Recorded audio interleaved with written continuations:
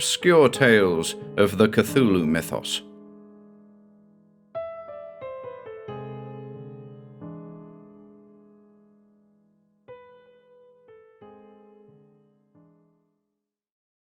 The Guardian of the Book by Henry Hasse. 1.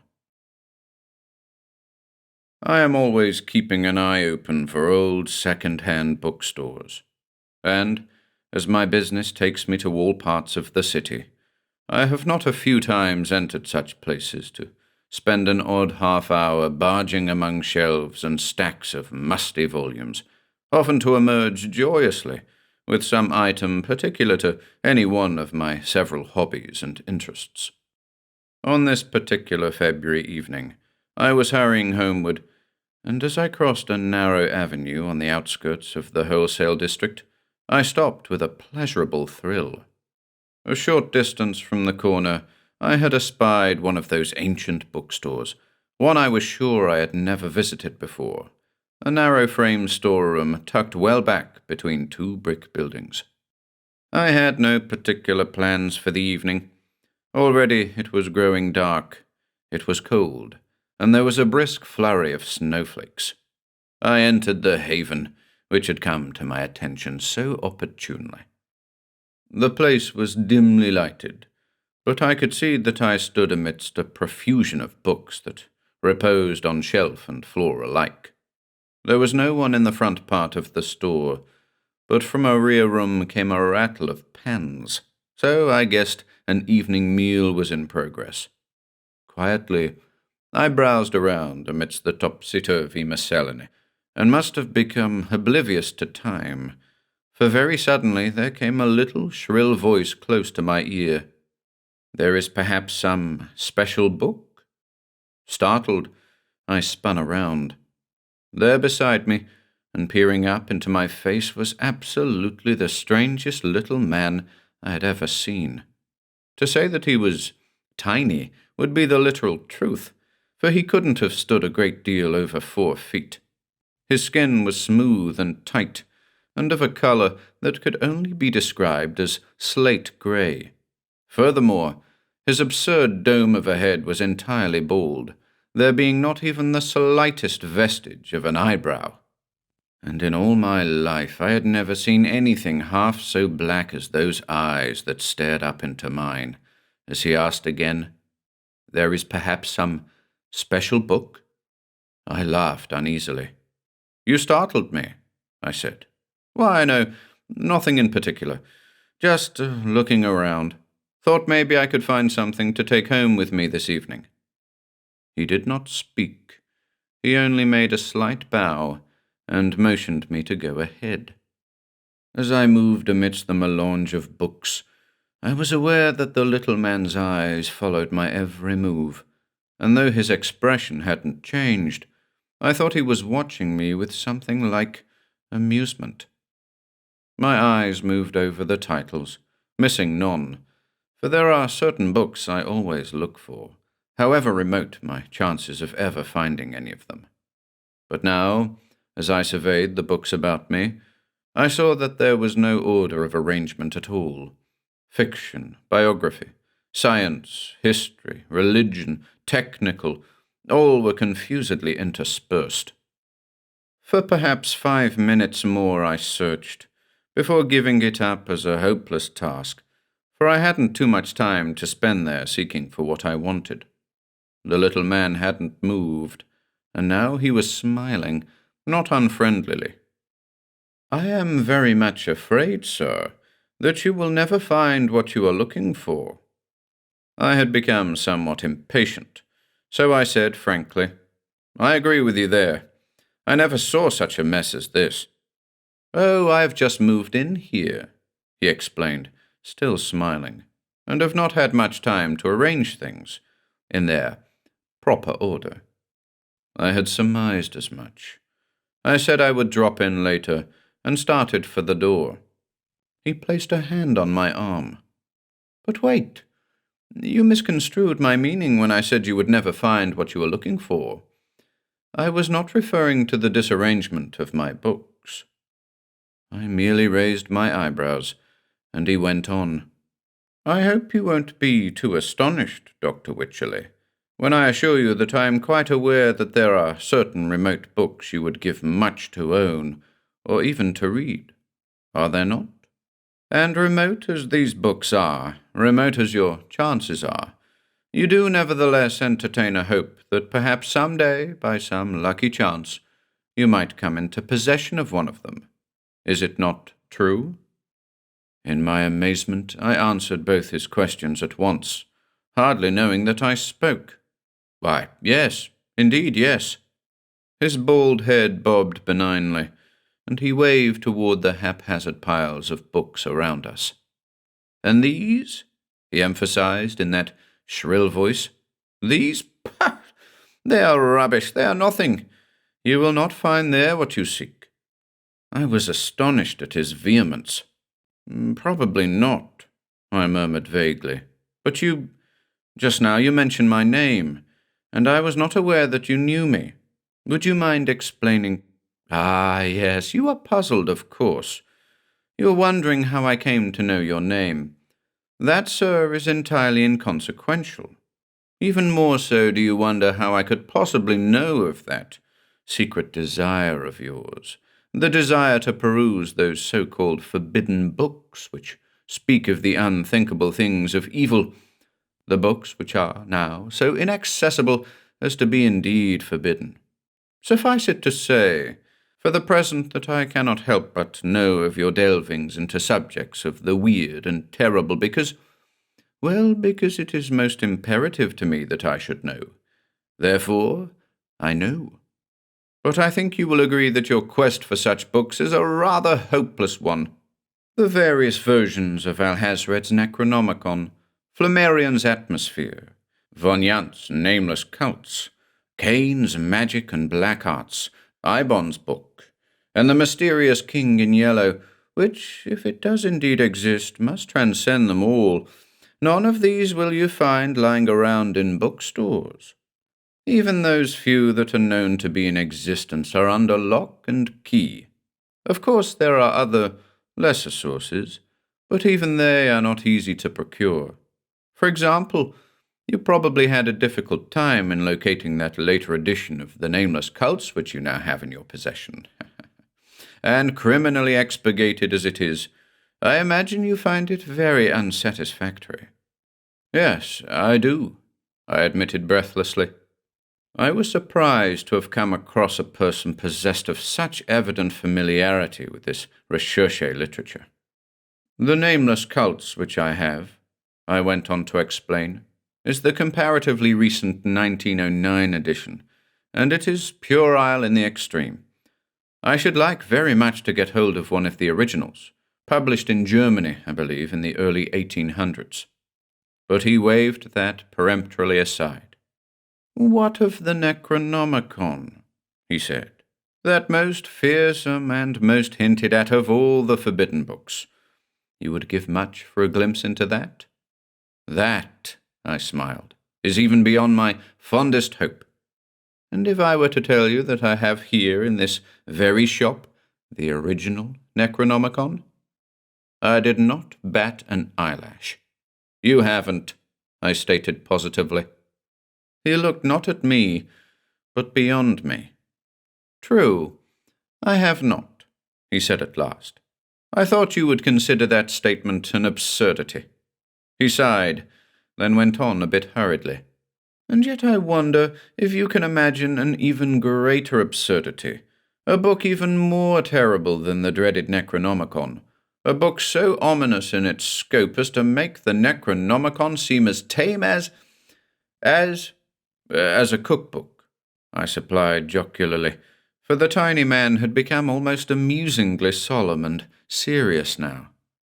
"Yes, a book that tells of things the mad Arab never dreamed of in his wildest nightmares. Indeed, a book not even of this earth. A book that goes back to the very beginning and beyond the beginning, that comes from the very minds of the things that caused all things." I looked at him with a sudden suspicion, then smiled cynically. "Are you trying to tell me that you do not have the Necronomicon, But you do have such a book as you describe?" His eyes held mine for a moment, and just for that moment there was a gleam in them. Said he, "Do you dare to let me show you?" Said I, "Yes, do show me, by all means." "Very well. Please wait here a moment." I waited, doubtfully enough, and for the first time mused upon the really extraordinary aspect of the thing. I suddenly remembered a story I had read a while back, something about a man who had entered an old bookshop and was plunged into an orbit of strange adventures, something to do with vampires.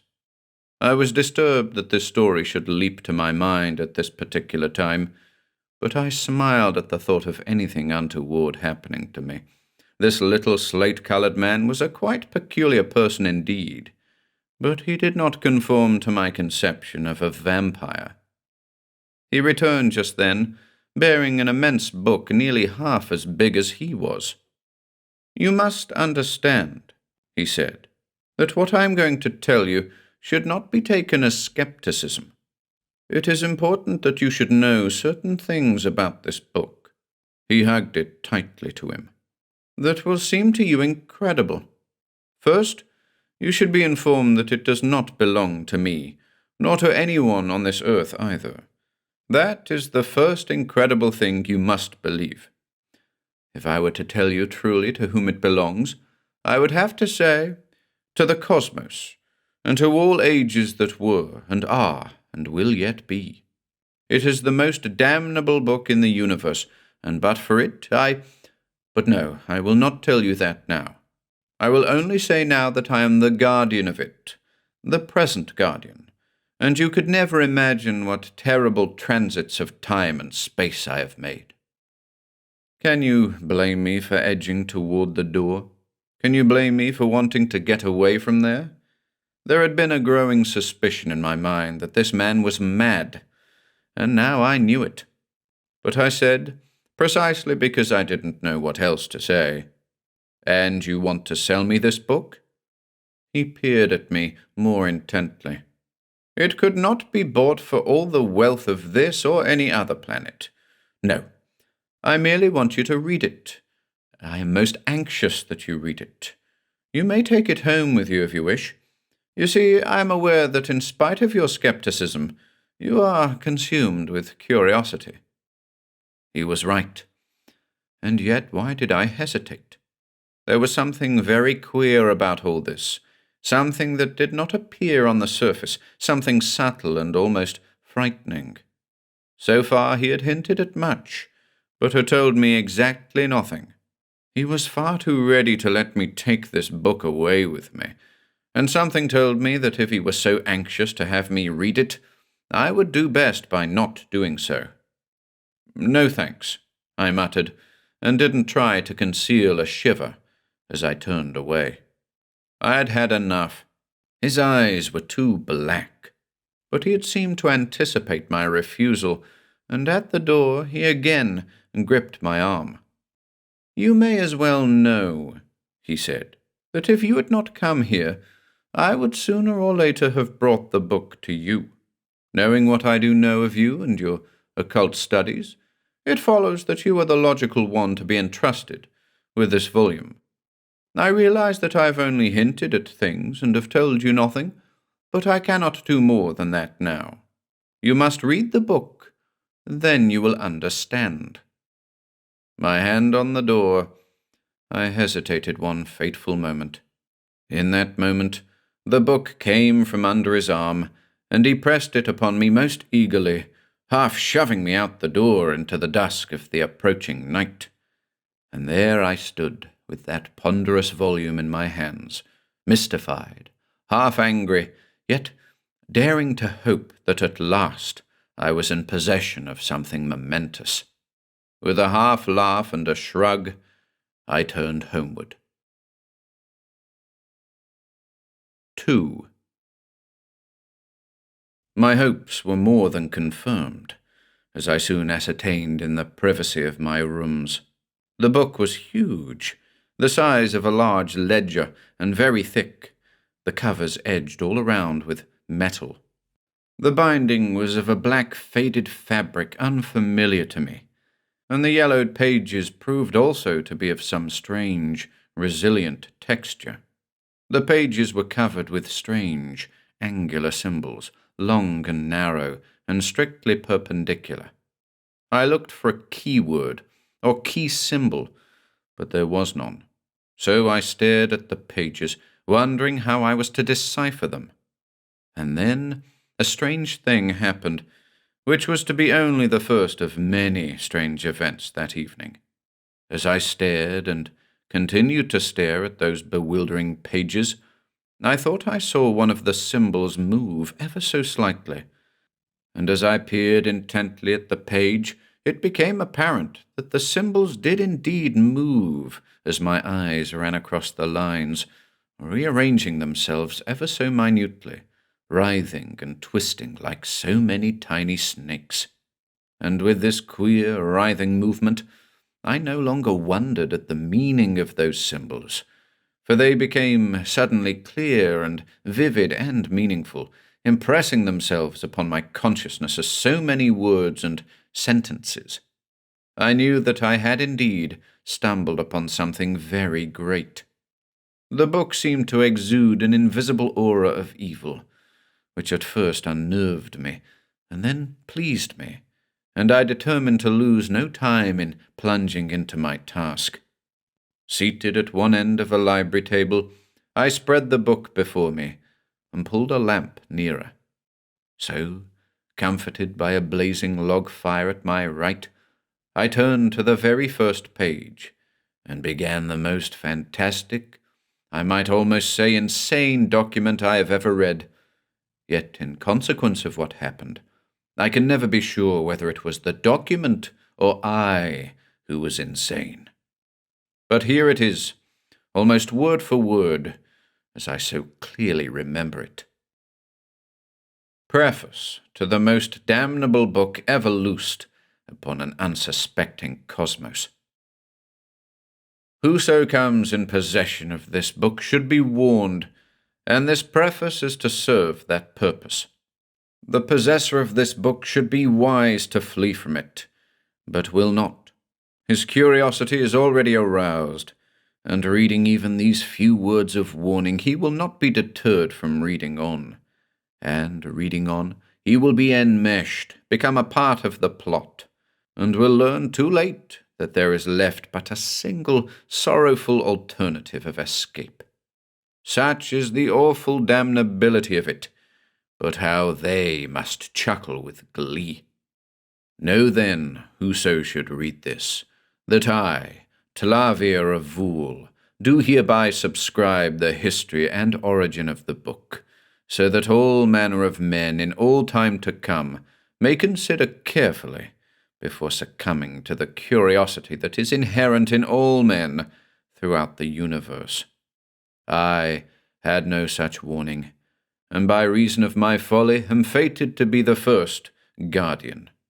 I myself know not yet what that may portend, for, try as I might, I cannot forget my friend Cthulhu, who all unknowingly launched this horrible jest of the gods, and the fate that was his.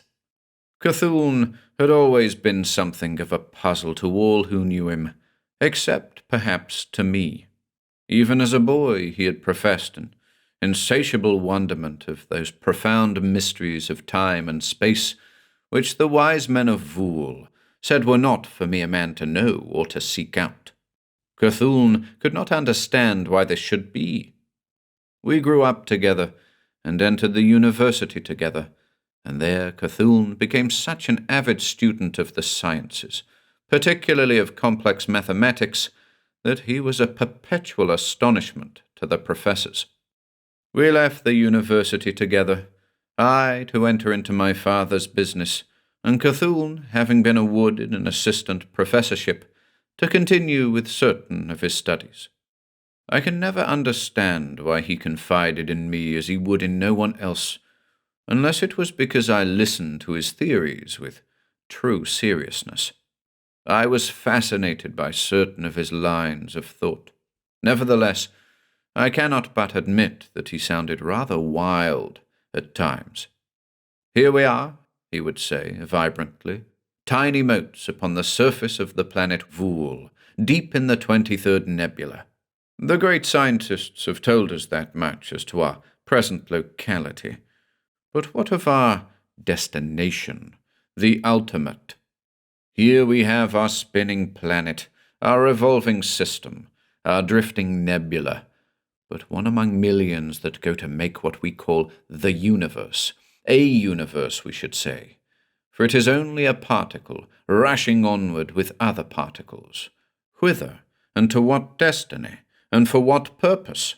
For whose purpose, perhaps we should say? And are we never to know? Must we remain ever chained to this miserable little planet?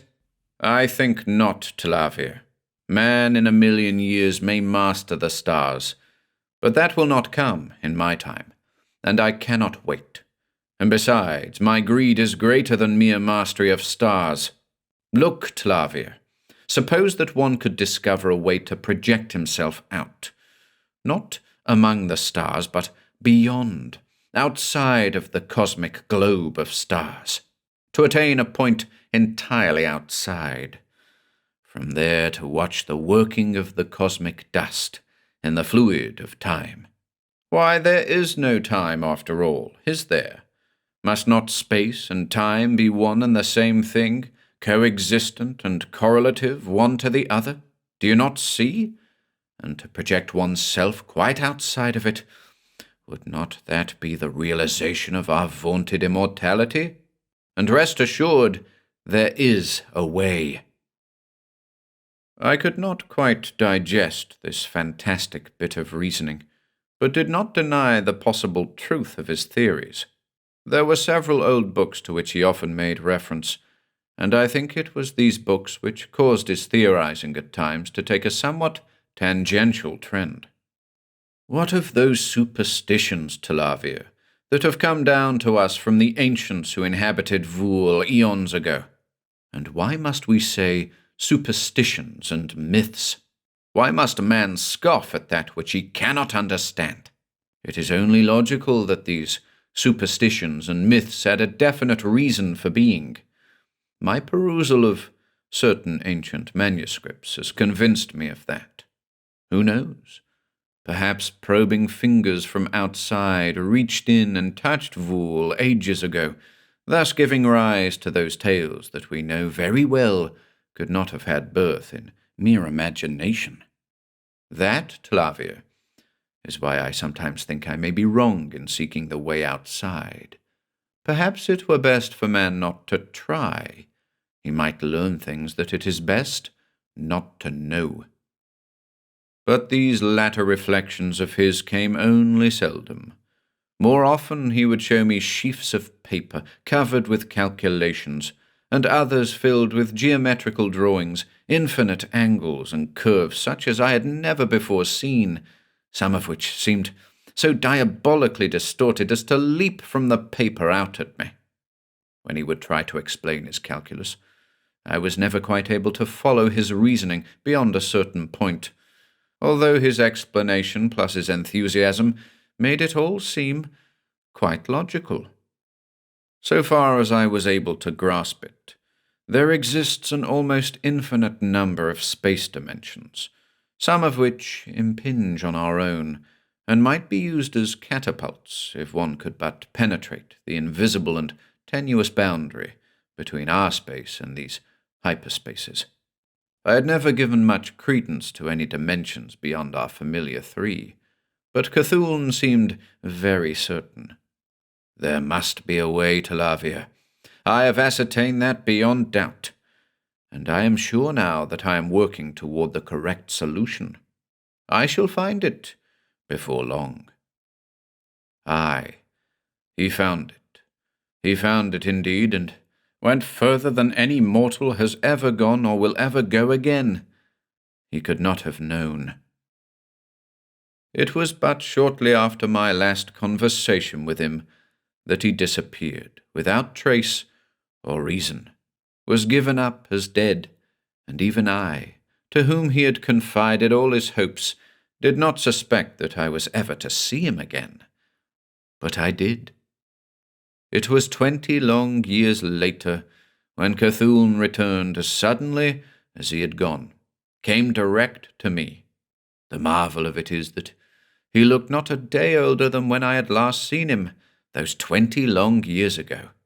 But the years had lain heavily on me, and Cthulhu seemed shocked at the change. He told me his story. I succeeded to Lavia.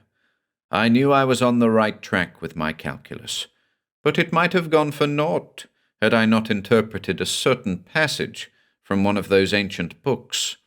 It was a sort of incantation, the very essence of evil, which opened the door when spoken in correlation with my dimension calculus.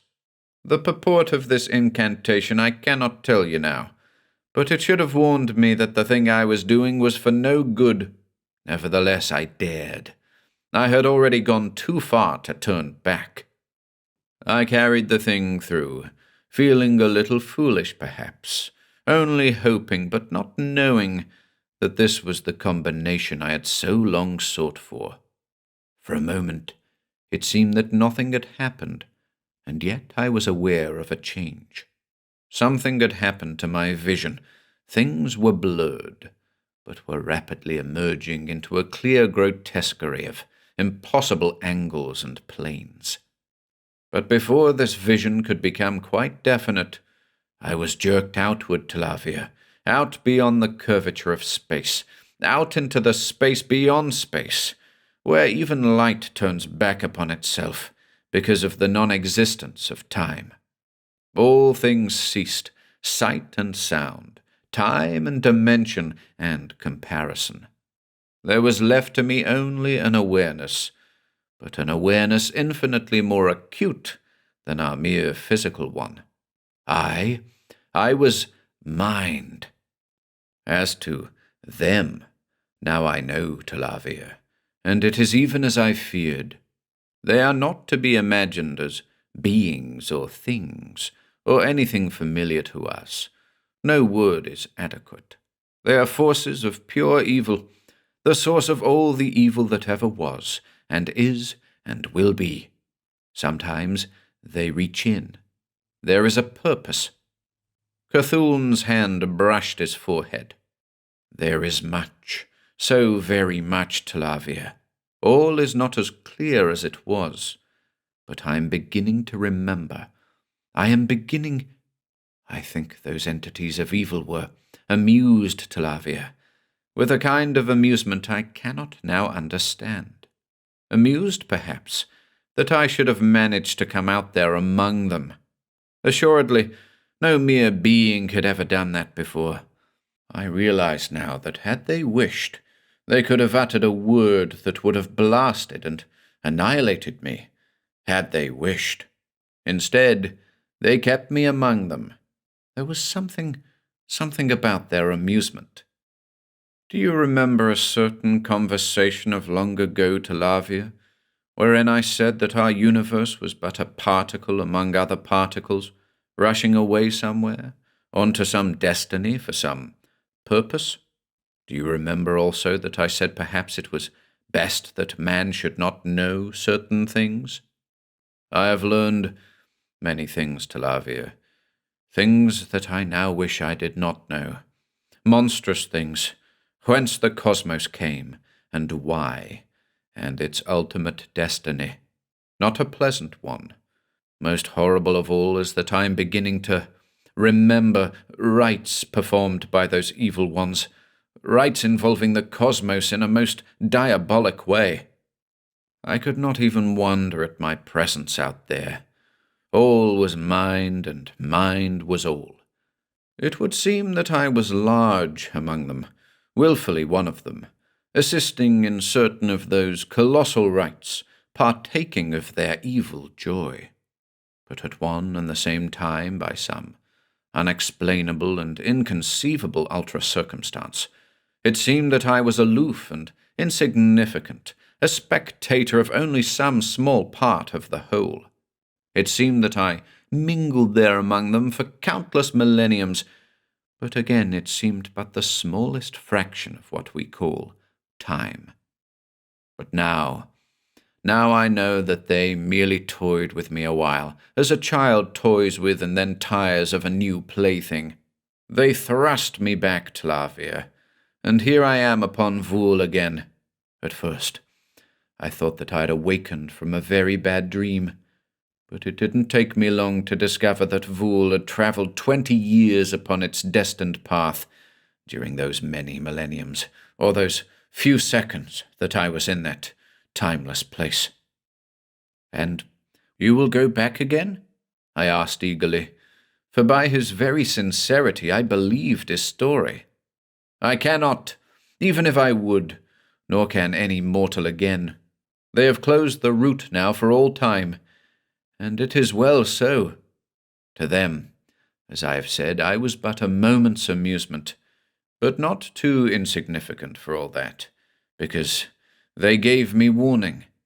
They thrust me back, and this was the warning. If ever I made known to another mortal the slightest of the secrets I had learned, or mentioned any part or purpose of the awful rites I had seen enacted, my soul would be shattered into a million fragments, and these tortured fragments scattered shrieking throughout the entire cosmos. That is why, Talavia, I dare not tell you more than I have. More and more memory floods in upon me, but I dare not speak of things, because I know that they can reach in." From that day neither Cthulhu nor I again mentioned his sojourn outside. For a long time I could not forget the things he had hinted at, but how terrible must have been that which he did not, dared not, tell. Several years passed, and the whole thing became more or less a myth in my mind. But not so with Cthulhu, it was easy to see. The 20 years that had ignored him now reached out malign fingers and took their toll.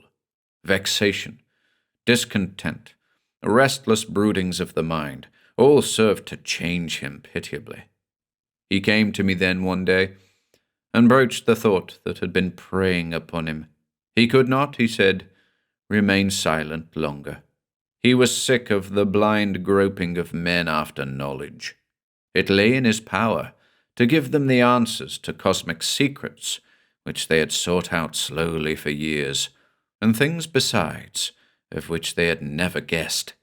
And terrible though those secrets were, man should know all. Thoughts and memories crowding upon Cthulhu's tortured brain screamed for outlet, and there was but one resource.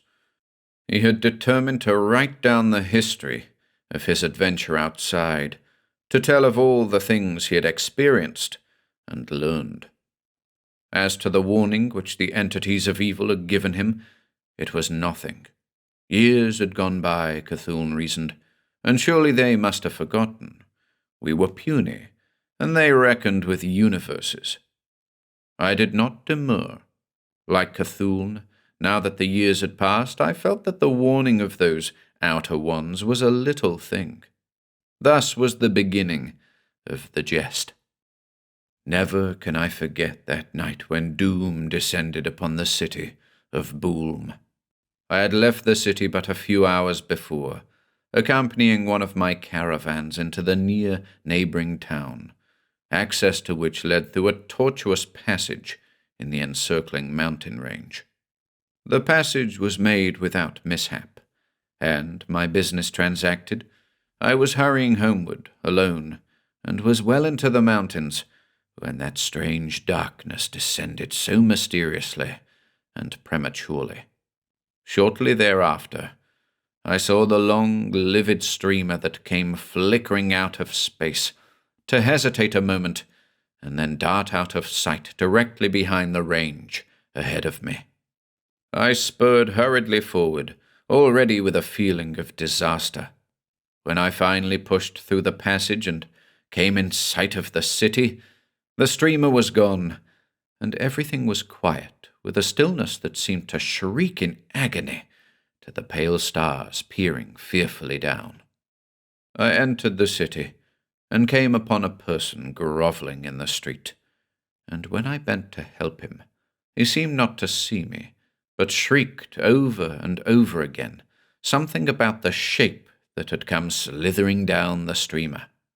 He lapsed then into a drooling insanity, and I left him lying there and passed on into the heart of the city. It was not long before full, unhallowed horror burst upon me. The entire populace had been rendered not only gibberingly insane, but stark blind. Some lay quite still in the streets, in merciful oblivion. Some still writhed and mouthed unintelligibly of the thing that had descended to blast their minds and their sight, and others groped pitifully about, dazed and whimpering. I rushed to the house of my friend Cthulhu, but already I knew I was too late. I found what I had expected. He was dead, but his body, as I gazed on it, was scarcely recognizable as the one I had known. It was entirely covered with tiny blue perforations, gruesomely suggestive. His limbs were horribly distorted and broken. His eyes had been torn from their sockets, and two great holes gaped in his face, from which something oozed. And his lips were drawn back in such a frozen, exaggerated grin that I turned quickly away. Scattered about in profusion were loose pages upon which I recognized my friend's fine writing. Well did I know what that writing was and what it portended, and in a sudden insane frenzy I gathered them all up, stuffed them into my clothes, and fled from there in precipitate horror. I crossed the 3 great oceans of Vool, and after many mishaps reached the abhorred continent of Delag. I ascended the tortuous inner mountains, and descended into the lowlands, fraught with those creatures supposed to have passed from the face of Vool eons ago. Slowly, relentlessly, I thrust my perilous way forward, and finally, half dead from hurt and fatigue, reached my objective, the half-mythical city of a mysterious and fanatical priest-like sect, so secluded that only the veriest rumors of its existence ever reached the outer realms of Vool. I was taken in, and my wounds were ministered to, for all are welcomed and none are questioned who manage to reach there. So it was that in the quietude of my temporary quarters in that deep-hidden city, I dared finally to delve into the secret linings of my clothes and bring out those pages which Cthulhu had written before doom descended upon him. Arranging them in their sequence, I saw that Cthulhu had been allowed to finish his treatise, and somehow this fact was more profoundly disturbing than if he had been suddenly cut off before he could finish. Tremulously, I began to read, and was immediately absorbed. But before long, I encountered Cthulhu's first few hints of the cosmic horrors to be revealed, and I began to waver. I read on. A few more pages. I became appalled and frightened. I lost heart then, would have ceased reading, would have destroyed those pages for all time, but found to my unutterable horror that I could not. A will that was not my own compelled me to read on. All things around me ceased to exist. I was no longer bound to Vool, but was drawn, sensually if not bodily, into the very midst of those mad pages. Far into the night, and into the morning hours, mind reeling, soul recoiling, I perused those all-revealing pages, which moved relentlessly but surely toward a final, culminating immensity which froze my brain. A sullen dawn was looming when I finished that terrible treatise, and screamed curses upon all the gods that were, for then I knew. Fool that I was! Fool to have thought that the tiny globe of Vool, or the entire cosmic sphere itself, could contain any place of hiding from them. Fool, not to have destroyed those pages utterly unread. But it was too late. The eternal dirge of all mankind's. Too late. I had succumbed to that deadly and avaricious arch-enemy, curiosity. I had read, and was utterly and damnably doomed. And now, as if in answer to my imprecations, there came a mocking chuckle of amusement, as if from far away, and then nearer, riding down the star wind, faint and clear, a peculiar sibilance and a shifting, as if every individual atom in the planet of Vool had been deviated infinitesimally from its path, intense cold, a kind of livid glare that burst suddenly, filling all the room about me. And then I think I tried to shriek, but each succeeding attempt rose to a certain point in my throat and stopped.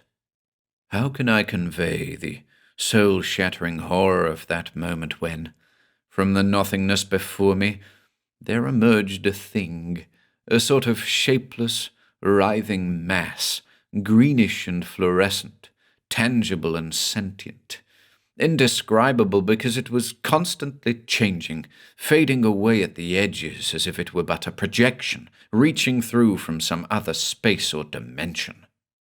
In that moment, I remembered those words Cthulhu had said to me, because I know, Tlavia, that they can reach in. In that moment, I knew what manner of thing confronted me, knew that this was the shape that had descended upon the city of Boolm those many months ago to blast all intelligence. I knew that I must shriek to save my mind, tried again and again, but could not. And then, as I closed my eyes against the blinding brilliance of it and felt my mind slipping slowly away, there seemed to emanate from the thing a radiance to touch my brain with a soothing coolness. The first icy wave of horror passed over me and left me calm with that utter impassivity born of hopelessness. So it was that there in the cold dawn of that nameless city I listened to the pronouncement of the doom that was to be mine. I say listened, but there was no sound. The thing was polychromatic, with an interplay of colors many of which I was certain were alien to this universe. And with every scintillating change of color, thought was sent pulsing into my brain. The fate reserved for me, the thing scintillated, was not to be as Cthulhu's, nor as those other unfortunates back in the city of Boolm, for I was the very keynote upon which they based their jest. Not until the person whom I knew as Cthulhu had found the way out there had they ever so much as suspected the existence of such animalia on the tiny spheres. Observing closely then, they discovered that many of the spheres abounded with such creatures, and they were amused at the colossal impudence of this one. Probing Cthulhu's mind, they discovered that it was his inherent curiosity which had made him seek for the answers to galactic secrets, and finally to find the way out there. This phenomenon of curiosity or aspiration, they discovered, was a universally inherent quality of these animalia. Furthermore, it was a quality of good to which they, being forces of pure evil, were opposed. Then it was that they conceived their jest. They thrust Cthulhu back upon Vool with that dire warning which he had almost whispered to me. To them, who are timeless and therefore omnipresent, the phenomena which Cthulhu knew as past and future were as one. They had foreseen that Cthulhu would not heed that warning. And, the thing went on, knowing well the fate that had been his, I had had every opportunity to destroy those pages he had written. But it was foreseen, indeed foreordained, that I should read. And now those pages would never be destroyed. I would bind them well into a book that would be imperishable all through the ages, and upon that book they would cast a curse to await any who dared to peruse it. And, as a stimulant to this gigantic scheme of the Outer Ones, conceived by them for their own amusement, I must preface the book with a warning to all mankind. Then let him disregard the warning who dared. Reading on, there could be no turning back. He would be compelled to read on to the end, and upon him would devolve the curse. Only when such a one had dared would I be free. As to the curse, the thing continued, and my immediate fate, he was undetermined. Perhaps he would take me out there. Such things as aspiration and emotion and mind, in connection with the tiny motes they had newly discovered on the spheres, had aroused a transient interest, and experiments would be entertaining. Such diabolism only those entities could conceive. The thing is gone now, as I, Tlavia, conclude this preface of warning. But I feel that I have written these words under a pervading surveillance. From infinitely far away now, I seem to hear unleashed shouts of glee. Or is that only my imagination? But no, very close to my ear now, as I write these final words, comes that penetrant and portentous chuckle, which I know is not imagination, to remind me that this which I write, everything, all, is but a part of their preconceived plan. 3. The book lay there, opened wide, flat on the table before me. Thus had the preface ended, on the left-hand page. The page opposite it was blank, and there were many pages following. For a long time I sat there, in the absolute stillness of the room, pondering, full of amazement at what I had just read, wondering what evil secrets might be revealed in those following pages. Even the things hinted at in the preface were suggestive enough. I recalled with a start how anxious that tiny slate-coloured man had been for me to read the book, and I wondered if, indeed, the curse would be transferred to me if I dared to turn the page and read on. Abruptly I came to my senses with a little laugh. "Nonsense," I said aloud to the room. "What am I thinking of? Such things as that can't be." My hand reached out to turn the page. The log in the fireplace snapped sharply. I arose to replenish the fire, noticing as I did so that the clock on the mantel said 20 minutes until midnight. For the first time, I was aware of the chill that had crept into the room. As I turned from my task, I saw that tiny man of the bookstore standing very quietly there beside the table. Now, by all rules of propriety, I should have been shocked or astounded or scared. Later, I wondered why I hadn't been. But right then, I wasn't any of those things. I should at least have done him the courtesy of inquiring how he had learned my address, or how he had managed to enter my room, the very solid door of which I had most decidedly locked. But right then, as I turned and faced him, I only seemed to think how very appropriate this all was, that he should be there so very opportunely. There were several of the most deucedly puzzling points about the book that I should like to clear up. Oh, I knew, of course, that all this was nothing but a dream, knew that that was why it was so illogical. The little man spoke first, in answer, as it were, to the very first question I had been about to propound. "No, I am not that Tlavia whose warning you have just read," he said with a monotony that suggested an infinite weariness of repetition. "The fact is, we may never know how many eons ago this diabolic thing began. That very part of the cosmos where the book had its origin may long since have passed into oblivion. But for all of that, neither am I of your world.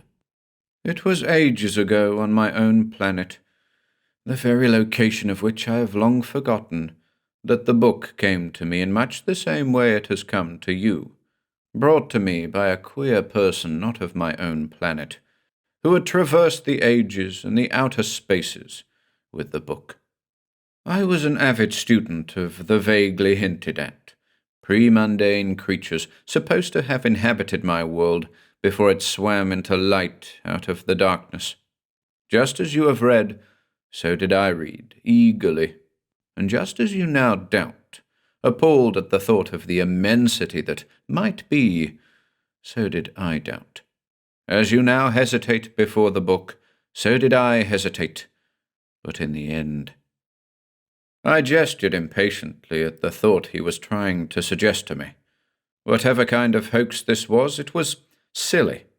True, I had always been an imaginative person, my library consisting of the weirdest literature ever written, but always deep in my mind was the safe and comfortable knowledge that it was literature and nothing more. But now, to ask me to believe that upon this book had been placed a curse, to be transferred to him who read, that it had come here through space and through the ages from some alien planet, brought here by this man who claimed he was not of this world, that was too much. It was much too much. That is the stuff of which fiction is made. So thinking, I once more reached out toward the book. But, thank God, my hand recoiled in horror as those queer, writhing symbols upon the open page met my eye with a significance that jerked my mind back to a semblance of reason. For I saw that those symbols were not, could not be, of this earth. I felt myself suddenly trembling as all my assurance vanished in an instant, trembling as my taut mind suddenly sensed things lurking out of sight and sound, but very near.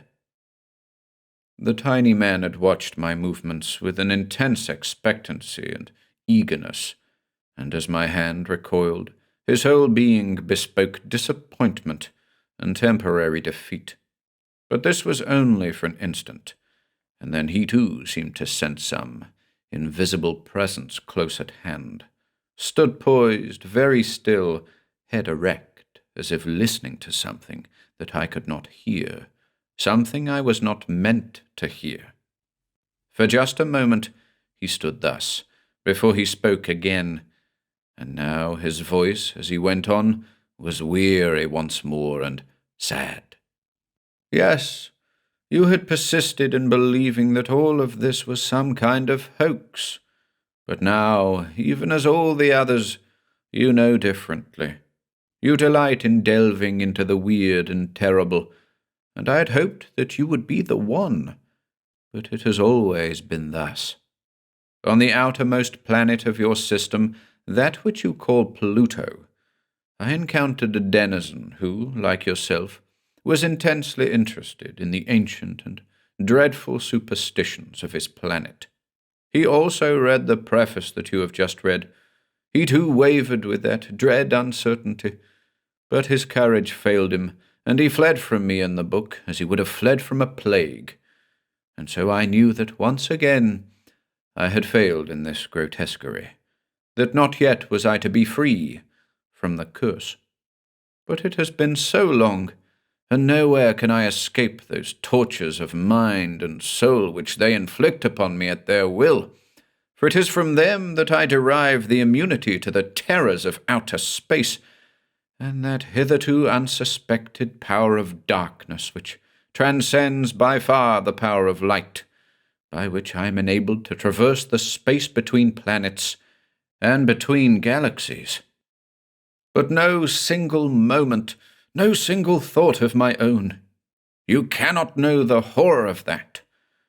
Sometimes in the middle of night they project a blasphemous shape upon me, whose toothless mouth opens and closes in an obscene, soundless sound, who sits on my chest to perform a grotesque rite during which my very identity is lost in the churning of chaotic confusion, and my mind reels out amidst the booming monody of the stars, on out into that boundless abyss, beyond the outermost curved rim of cosmic space, where they dwell in contemplation of a monstrous catastrophe to the cosmos. Nay, it is more than a contemplation. The thing has begun, is being done now, and out there I have assisted in this thing, the very immensity of which would drive one mad who knew. I would welcome madness, but they will not even let me go mad. His voice, ordinarily thin and shrill, had reached a penetrating shriek. "But," I said at last, in a sort of triumph, "if you are so anxious for me to read this book, these very things you tell me defeat your purpose. If this whole crazy thing is not a dream, which I believe it is." He almost reeled as he put his hand to his head. "That is because you do not know the malign cunning of them who conceived this plot. My very thoughts, the words I speak, come from them. I am theirs." An almost imperceptible pause, during which he again seemed to listen to that which I could not hear, and he continued, "But consider well. The book reveals secrets which can be yours, knowledge of which you have scarcely dared to dream. Why, you have not even thought to connect that Cthulhu mentioned in the preface with that tentacled and ever-damned Cthulhu, reputed to have come to Earth eons ago by way of the planet Saturn, to which it had previously fled from depths beyond your solar system. You can know whence obscure and loathsome Sathagua came, and why, and other obscenities of subhuman legend hinted at in your Necronomicon and other forbidden books, Nyarlathotep and Hasse, and the abominable Migo, frightful and omniscient Yog-Sothoth, ponderous and proboscidean Shognathorn, and Behemoth the Devourer. You will converse with the Whisperer in darkness. You will know the meaning of the affair that shambleth in the stars, and will behold the hunters from beyond. You will learn the very source of those hounds of Tindalos who dwell in a chaotic nebula universe at the very rim of space, and who are in league with those outer ones. All of these things, with which you are vaguely familiar through your readings, will you know, and much more. In the pages of the book, which go beyond the very beginning, are revealed secrets which the wildest flights of your imagination cannot begin to comprehend.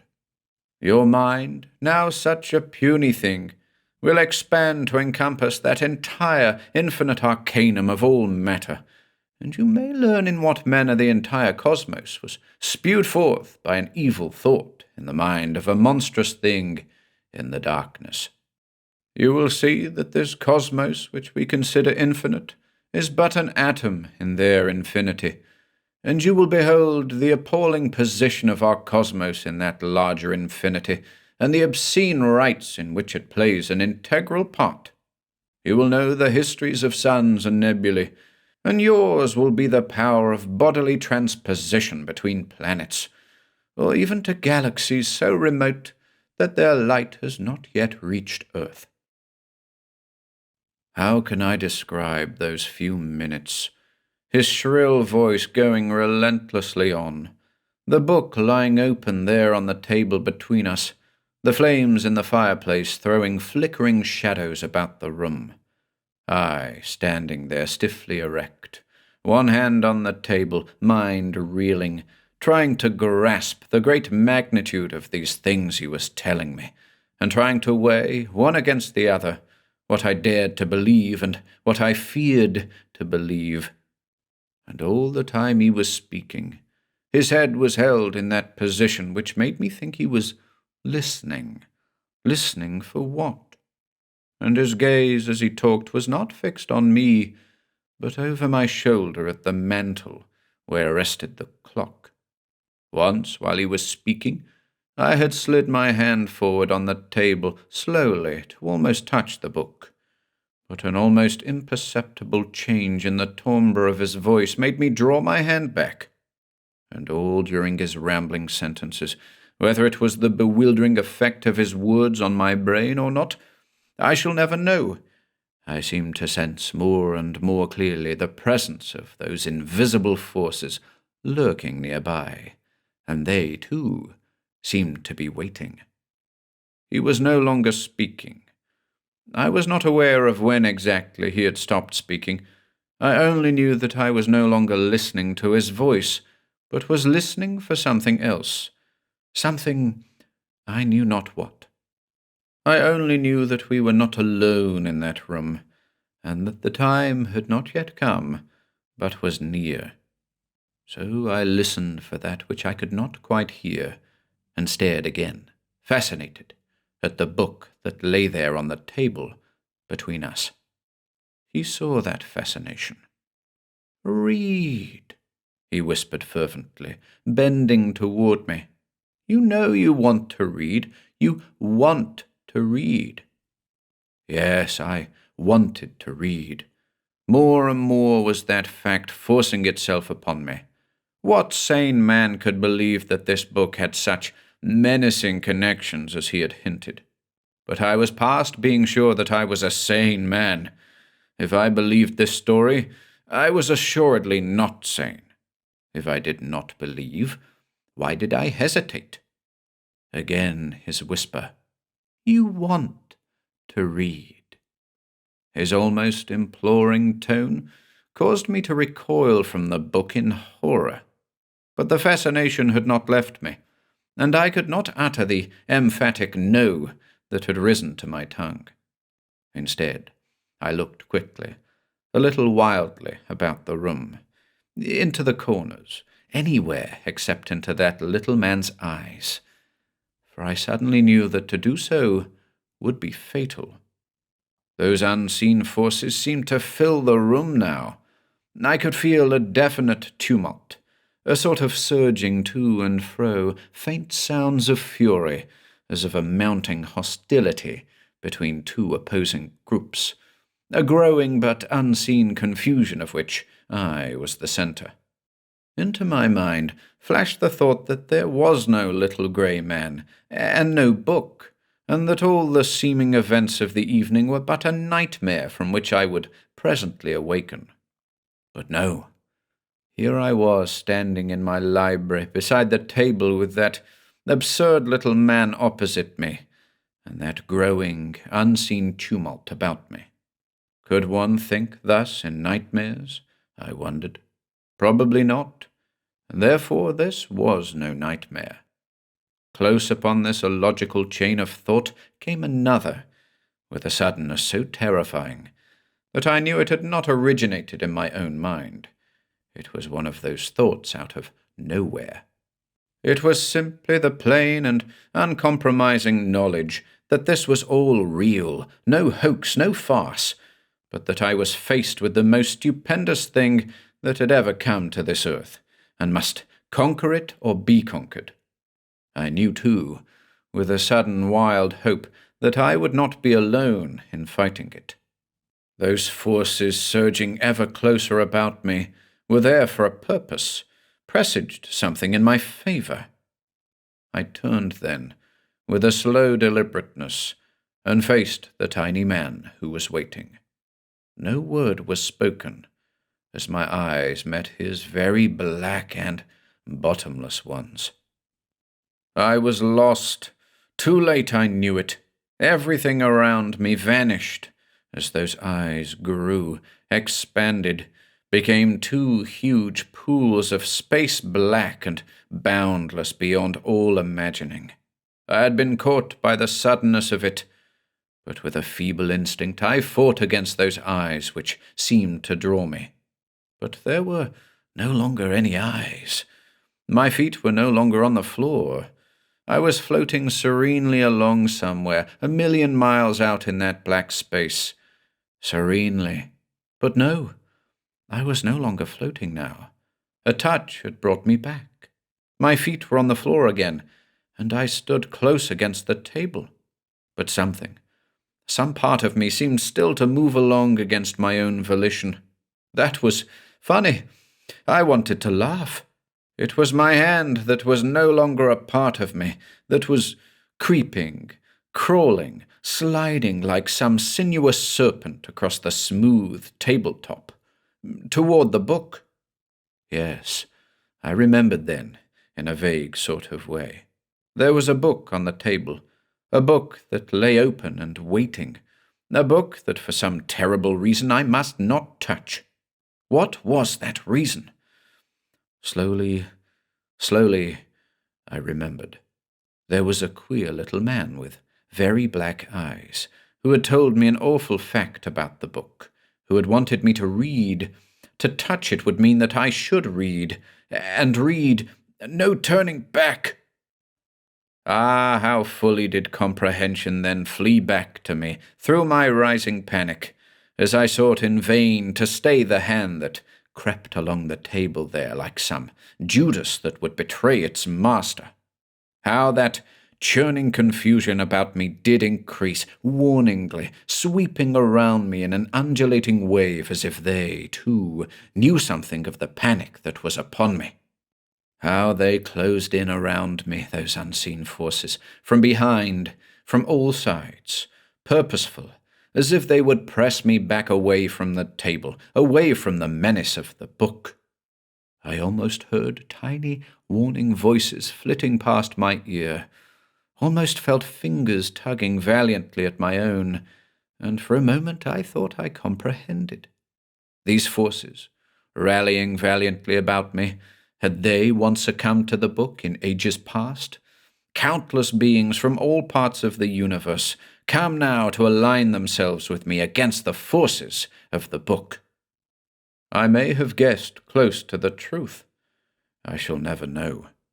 Nor shall I ever know by what terrific effort I finally hurled myself away from that table. I do not remember it. I only know that I stood at last, supporting myself on the back of my chair, trembling in body and weak in mind, knew that the tension of that terrible moment was gone, and that the forces which had rallied around me were once again quiet, waiting. That this was but a temporary respite in the battle I well knew, and knew too that my exhausted brain could not endure another such assault. 6 feet away, the book lay face up on the table, a menacing, mocking thing. Opposite it, that tiny man still stood on the self-same spot where I had first glimpsed him in the room. In those black eyes was now a lustre, a bright lustre of hate for those forces which had fought with me against him, those which he must have known would come. How many times had they defeated him, I wondered? Had each of them once been a guardian of the book as he was now?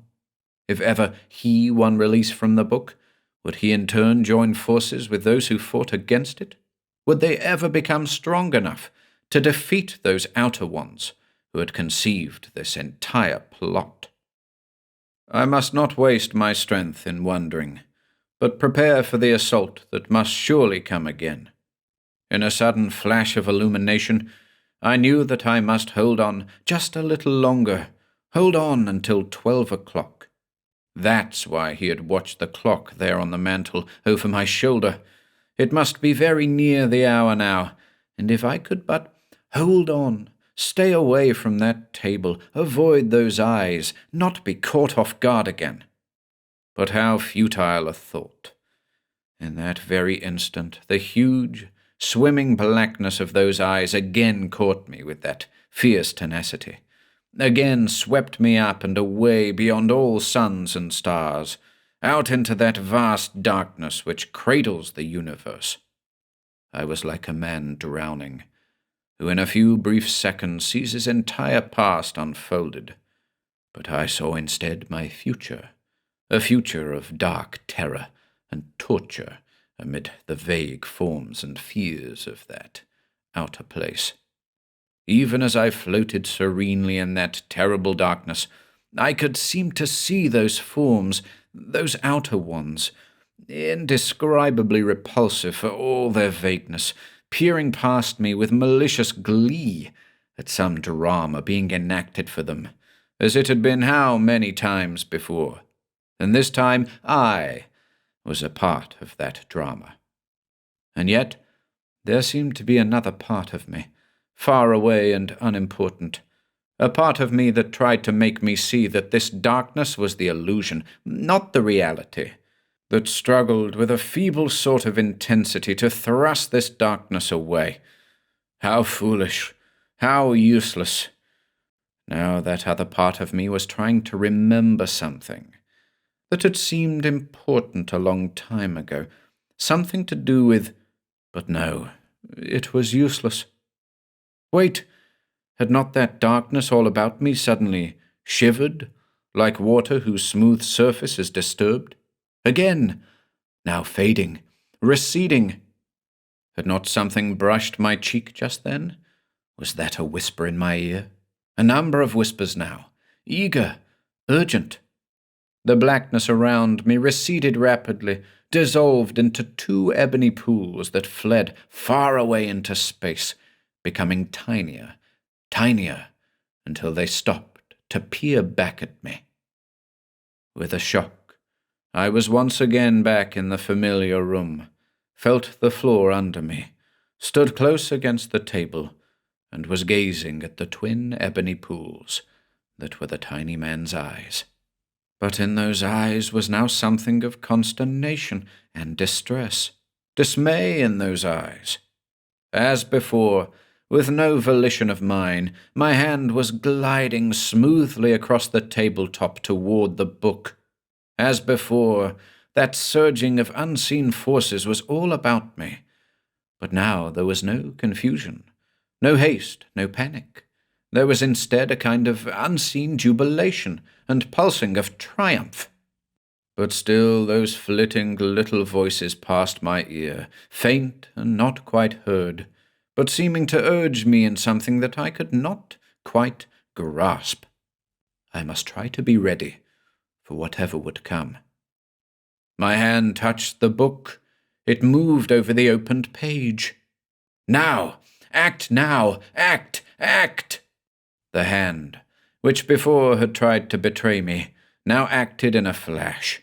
I seized the book, whirled and cast it straight into the blazing fire behind me. Immediately, everything about me was a wild joy of triumph. But this lasted only a moment, and then all was quiet and still. Those forces, or beings, or whatever they were, had once more triumphed, and now were gone back to whatever realm they had come from. But as I look back at it all now, it seems a nightmare, and I cannot be sure.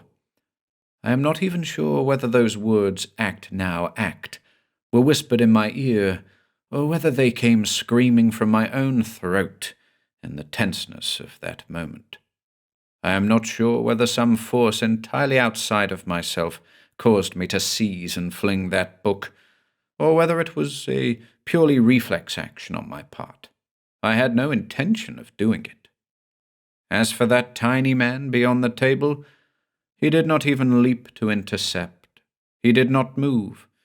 He seemed to become even smaller. His eyes were once more very black, but somehow pitiable, not even reflecting the fire into which he gazed. For a few seconds he stood there, the very aspect of infinite sorrow and utter hopelessness. Then, very slowly, he walked over to the fireplace and reached a thin hand, as it seemed to me, into the very flames, and from those flames picked out the book, the age-old, parchment-like pages of which had not even burned. Of what happened next I hesitate to write, for I can never be sure how much of it was real and how much hallucination. In my fall to the floor, I must have struck my head a pretty hard wallop, for I was several days in the care of a doctor who for a while feared for my mind. As I said, the tiny man had picked out the book from the flames. I am sure no word was spoken, but the next thing that happened was a sound, and it was a chuckling sound of such portentous diabolism as I hope never to hear again, seeming to come from far away, but approaching nearer and nearer, until it seemed to emanate from the four walls of the room. Then came a blinding glare of light. That sounds trite somehow, but it was exactly that. Blinding hardly describes it, but I know of no stronger word. And it's at this point that I am not certain. I may have fallen and struck my head and become unconscious right after that glare of light, or I may really have seen what I seemed to see. I'm rather inclined to the latter belief. So vivid did it seem at the time. How often I have read stories in which the author, attempting to describe some particularly awful thing or scene, has said, "It is beyond the power of my pen to describe," or words to that effect, and how often I have scoffed. But I will never scoff again. There before me in that moment was the indescribable in reality. I will, however, make a feeble attempt. What I saw, or seemed to see, must have been that same thing from outside which Talavia described in the preface of the book. One moment it wasn't there, and the next moment it was there. I suppose the glare of light occurred in that interval between the wasn't and the was. But there it was. I can look back upon it now with a sort of grim humor. It was pretty big, and seemed to be sticking through from some other space or dimension, just as the fellow had said in the preface. It wasn't an arm, or a face, or a tentacle, or a limb of any sort, nothing but a part, and I wouldn't want to say what part. It was all colours and colourless, all shapes and shapeless, for the simple reason that it changed colour and shape very rapidly and continually, always disappearing at the edges, not touching the floor or any part of the room. More than that I cannot say. I had looked upon it for barely the count of 1, 2, 3, when everything was suddenly black, and I could not feel the floor under me at all. But just before my mind slipped entirely away into the abyss, I heard a monstrous word, a name, shrieked in that shrill voice that belonged to the tiny man with the book, and once again that name shrieked in agony, shrill, faint, floating down along the star path, fainter, fainter. The first thing I did, when able to leave my bed, was to pay another visit to that bookstore. As I approached the narrow frame building, its air of utter desolation dawned upon me. I tried the door, but it was locked, and peering through a grimy window, I perceived the books piled around haphazardly on the floor and on the shelves, everything covered with a grey depth of dust. That was peculiar. A curious apprehension seized me. I was sure this was the right bookstore. There could be no mistaking it. I had considerable difficulty finding out who the owner was, but I finally located him, a tall, raw-boned, rather unkempt man. "Oh," he said, in answer to my question. "You mean the place down on 6th Avenue? Yes, I own the place. Used to run a bookstore there. Business bad, so I locked it up. All of 6 months ago, I reckon it was. I might make another stab at it sometime." "No, I've never unlocked the place since." "Yeah, sure. Of course I'm sure." "What? A man about 4 feet tall, with grey skin and no eyebrows? Hell no!" He looked at me as though he thought I was crazy, so I didn't pursue the matter further. But I don't think I want to read the Necronomicon after all.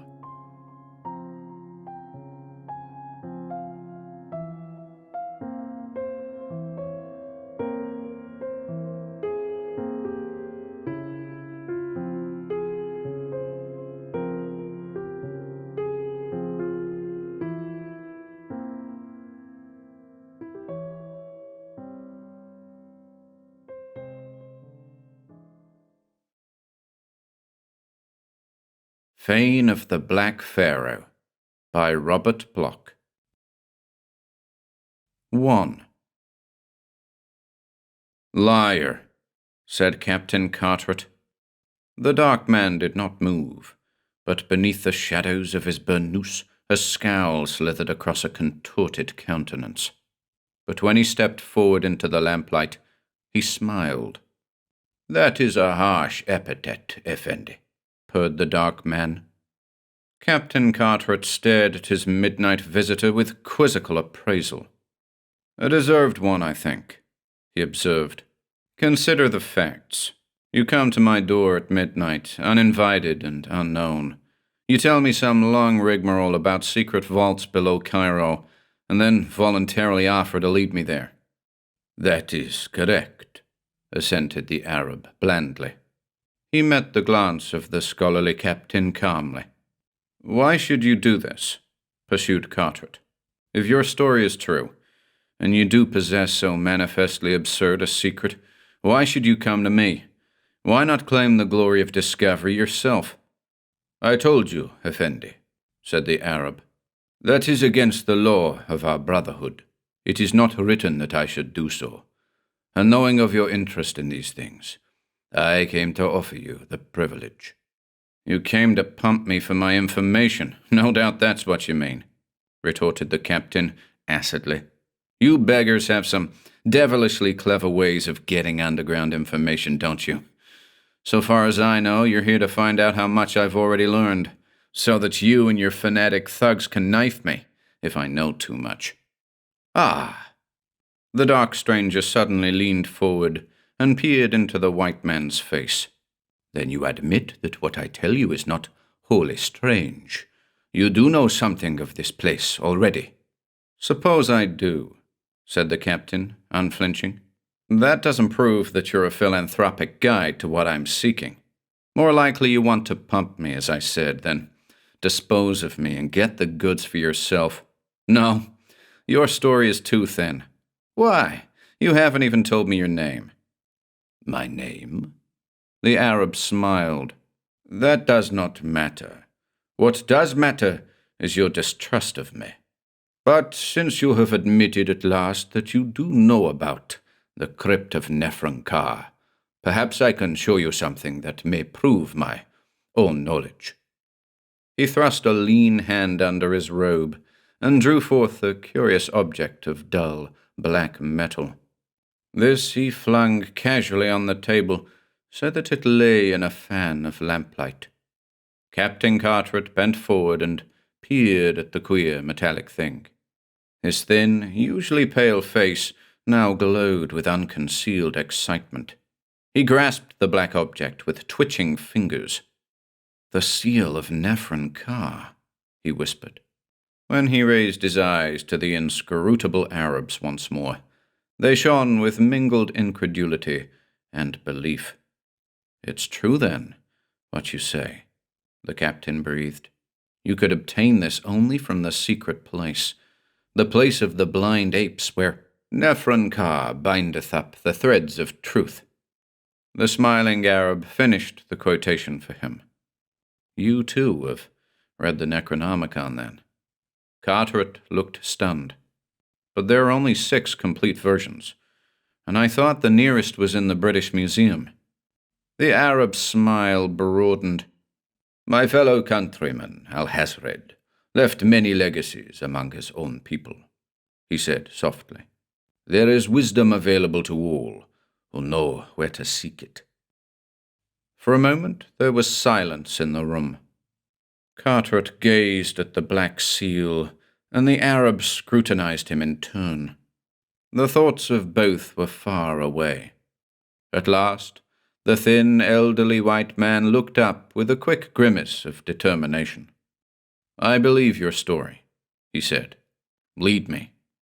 The Arab, with a satisfied shrug, took a chair, unbidden, at the side of his host. From that moment, he assumed complete psychic mastery of the situation. "First, you must tell me what you know," he commanded. "Then I shall reveal the rest." Carteret, unconscious of the other's dominance, complied. He told the stranger his story in an abstracted manner, while his eyes never swerved from the cryptic black amulet on the table. It was almost as though he were hypnotized by the queer talisman. The Arab said nothing, though there was a gay gloating in his fanatical eyes. 2. Carteret spoke of his youth, of his wartime service in Egypt, and subsequent station in Mesopotamia. It was here that the captain had first become interested in archaeology and the shadowy realms of the occult which surround it.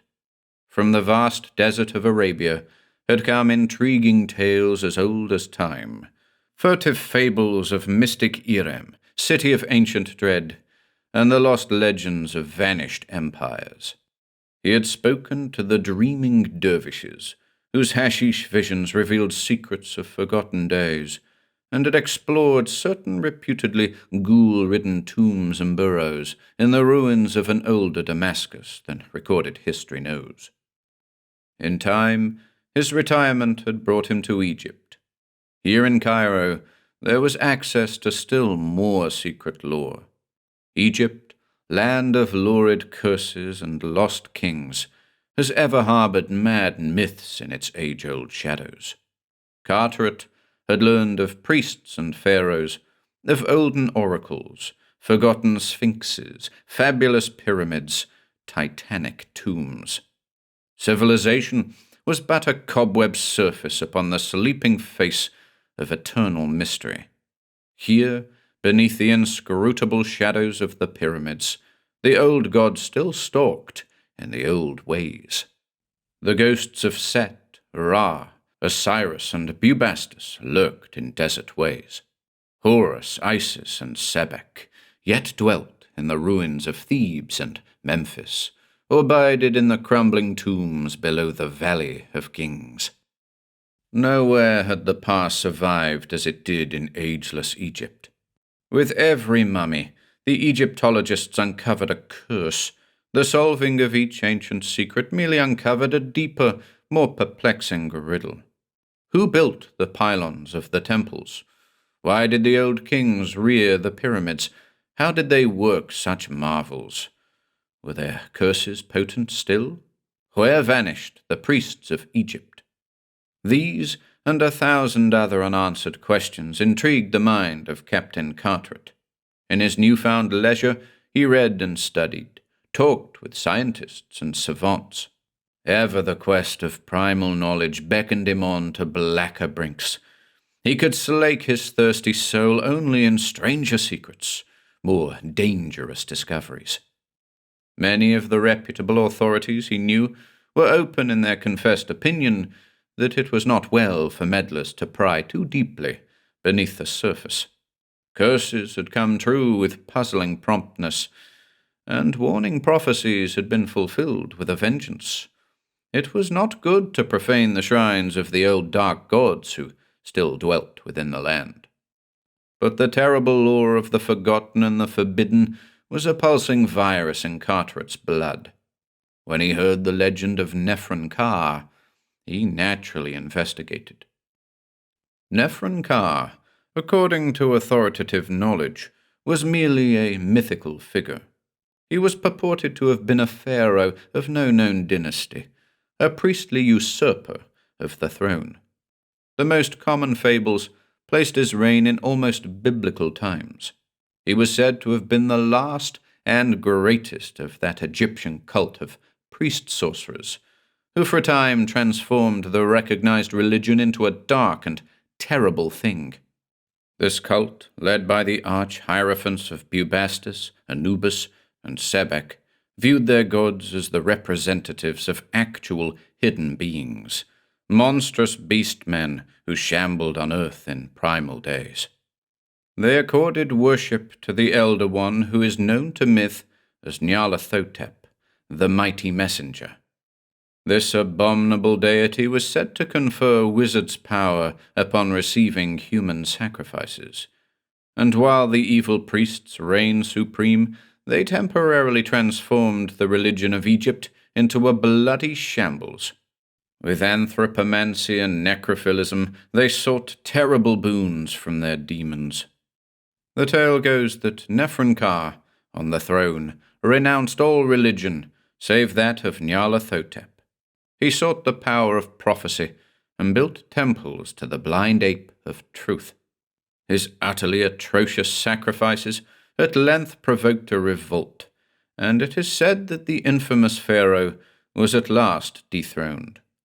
According to this account, the new ruler and his people immediately destroyed all vestiges of the former reign, demolished all temples and idols of Nyarlathotep, and drove out the wicked priests who prostituted their faith to the carnivorous Bubastis, Anubis, and Sebek.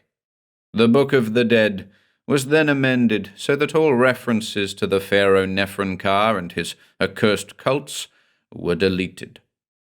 Thus, argues the legend, the furtive faith was lost to reputable history. As to Nephron-Ka himself, a strange account is given of his end. The story ran that the dethroned pharaoh fled to a spot adjacent to what is now the modern city of Cairo. Here it was his intention to embark with his remaining followers for a westward isle. Historians believe that this isle was Britain, where some of the fleeing priests of Bubastis actually settled. But the pharaoh was attacked and surrounded, his escape blocked. It was then that he had constructed a secret, underground tomb, in which he caused himself and his followers to be interred alive.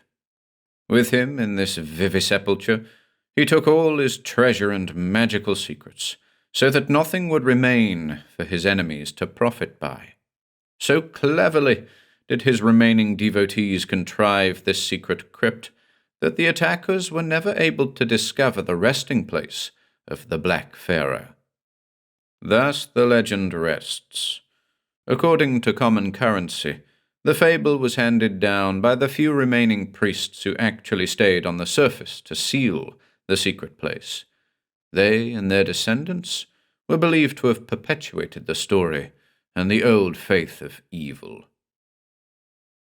Following up this exceedingly unusual story, Carteret delved into the old tomes of the time. During a trip to London, he was fortunate enough to be allowed an inspection of the unhallowed and archaic Necronomicon of Abdul al-Hazred. In it were further emendations. One of his influential friends in the Home Office, hearing of his interest, managed to obtain for him a portion of Ludwig Prynne's evil and blasphemous De Vermis Mysteris, known more familiarly to students of recondite arcana as Mysteries of the Worm. Here, in that greatly disputed chapter on Oriental myth entitled Saracenic Rituals, Carteret found still more concrete elaborations of the Nephron-Ka tale. Prynne, who consorted with the medieval seers and prophets of Saracen times in Egypt, gave a good deal of prominence to the whispered hints of Alexandrian necromancers and adepts. They knew the story of Nephron-Ka and alluded to him as the Black Pharaoh. Prynne's account of the pharaoh's death was much more elaborate. He claimed that the secret tomb lay directly beneath Cairo itself, and professed to believe that it had been opened and reached.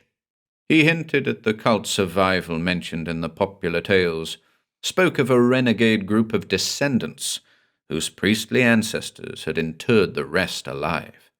They were said to perpetuate the evil faith, and to act as guardians of the dead Nephron-Ka and his buried brethren, lest some interloper discover and violate his resting place in the crypt. After the regular cycle of 7,000 years, the Black Pharaoh and his band would then arise once more and restore the dark glory of the ancient faith. The crypt itself, if Prynne is to be believed, was a most unusual place. Nephron-Ka's servants and slaves had builded him a mighty sepulchre, and the burrows were filled with the rich treasure of his reign. All of the sacred images were there, and the jeweled books of esoteric wisdom reposed within. Most peculiarly, did the account dwell on Nephronkar's search for the truth and the power of prophecy. It was said that before he died down in the darkness, he conjured up the earthly image of Nyarlathotep in a final gigantic sacrifice, and that the god granted him his desires. Nephronkar had stood before the images of the blind ape of truth and received the gift of divination over the gory bodies of 100 willing victims. Then, in nightmare manner, Prin recounts that the entombed Pharaoh wandered among his dead companions and inscribed on the twisted walls of his tomb the secrets of the future. In pictures and ideographs, he wrote the history of days to come, reveling in omniscient knowledge till the end. He scrawled the destinies of kings to come, painted the triumphs and the dooms of unborn empires. Then, as the blackness of death shrouded his sight, and palsy wrenched the brush from his fingers, he betook himself in peace to his sarcophagus, and there died. So said Ludwig Prin, he that consorted with ancient seers. Nephronkar lay in his buried burrows, guarded by the priestly cult that still survived on earth, and further protected by enchantments in his tomb below. He had fulfilled his desires at the end. He had known truth, and written the lore of the future on the nighted walls of his own catacomb. Carteret had read all this with conflicting emotions. How he would like to find that tomb, if it existed. What a sensation! He would revolutionize anthropology, ethnology. Of course, the legend had its absurd points. Carteret, for all his research, was not superstitious. He didn't believe the bogus balderdash about Nyarlathotep, the blind ape of truth, or the priestly cult. That part about the gift of prophecy was sheer drivel. Such things were commonplace. There were many savants who had attempted to prove that the pyramids, in their geometrical construction, were archaeological and architectural prophecies of days to come. With elaborate and convincing skill, they attempted to show that, symbolically interpreted, the great tombs held the key to history, that they allegorically foretold the Middle Ages, the Renaissance, the Great War. This, Carteret believed, was rubbish, and the utterly absurd notion that a dying fanatic had been gifted with prophetic power and scrawled the future history of the world on his tomb as a last gesture before death, that was impossible to swallow. Nevertheless, despite his skeptical attitude, Captain Carteret wanted to find the tomb, if it existed. He had returned to Egypt with that intention, and immediately set to work. So far, he had a number of clues and hints. If the machinery of his investigation did not collapse, it was now only a matter of days before he would discover the actual entrance to the spot itself. Then he intended to enlist proper governmental aid and make his discovery public to all. This much he now told the silent Arab, who had come out of the night with a strange proposal and a weird credential, the seal of the Black Pharaoh, Nephronkar. 3. When Carteret finished his summary, he glanced at the dark stranger in interrogation. "What next?" he asked. "Follow me," said the other urbanely. "I shall lead you to the spot you seek." "Now?" gasped Carteret. The other nodded. "But it's too sudden. I mean, the whole thing is like a dream. You come out of the night, unbidden and unknown, show me the seal, and graciously offer to grant me my desires. Why? It doesn't make sense." "This makes sense." The grave Arab indicated the black seal. "Yes," admitted Carteret. "But how can I trust you? Why must I go now? Wouldn't it be wiser to wait and get the proper authorities behind us? Won't there be need of excavation? Aren't there necessary instruments to take?" "No," The other spread his palms upward. "Just come." "Look here." Cartwright's suspicion crystallized in his sharp tones. "How do I know this isn't a trap? Why should you come to me this way? Who the devil are you?" "Patience." The dark man smiled. "I shall explain all. I have listened to your accounts of the legend with great interest, and while your facts are clear, your own view of them is mistaken.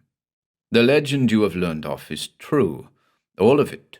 Nefrenka did write the future on the walls of his tomb when he died. He did possess the power of divination, and the priests who buried him formed a cult which did survive." "Yes?" Cartwright was impressed, despite himself. "I am one of those priests."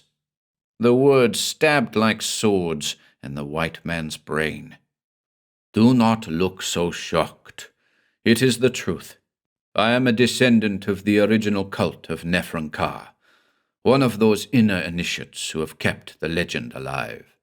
I worship the power which the Black Pharaoh received, and I worship the god Nyarlathotep, who accorded that power to him. To us believers, the most sacred truth lies in the hieroglyphs inscribed by the divinely gifted Pharaoh before he died. Throughout the ages, we guardian priests have watched history unfold, and always it has agreed with the ideographs on those tunneled walls. We believe. It is because of our belief that I have sought you out.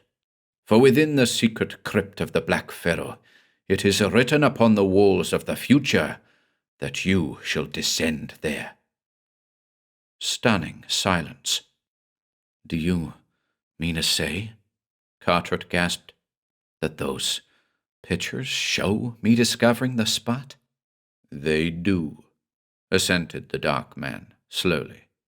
"That is why I came to you unbidden. You shall come with me and fulfill the prophecy tonight, as it is written." "Suppose I don't come," flashed Captain Cartwright suddenly. "What about your prophecy then?" The Arab smiled. "You'll come," he said. "You know that." Cartwright realized that it was so. Nothing could keep him away from this amazing discovery. A thought struck him. "If this wall really records the details of the future," he began, "perhaps you can tell me a little about my own coming history. Will this discovery make me famous? Will I return again to the spot?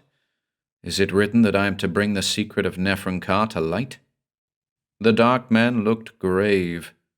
"That I do not know," he admitted. "I neglected to tell you something about the walls of truth. My ancestor, he who first descended into the secret spot after it had been sealed, he who first looked upon the work of prophecy, did a needful thing. Deeming that such wisdom was not for lesser mortals, he piously covered the walls with concealing tapestry. Thus none might look upon the future too far.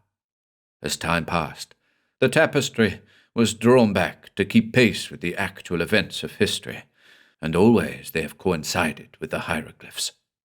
Through the ages, it has always been the duty of one priest to descend to the secret tomb each day and draw back the tapestry so as to reveal the events of the day that follows.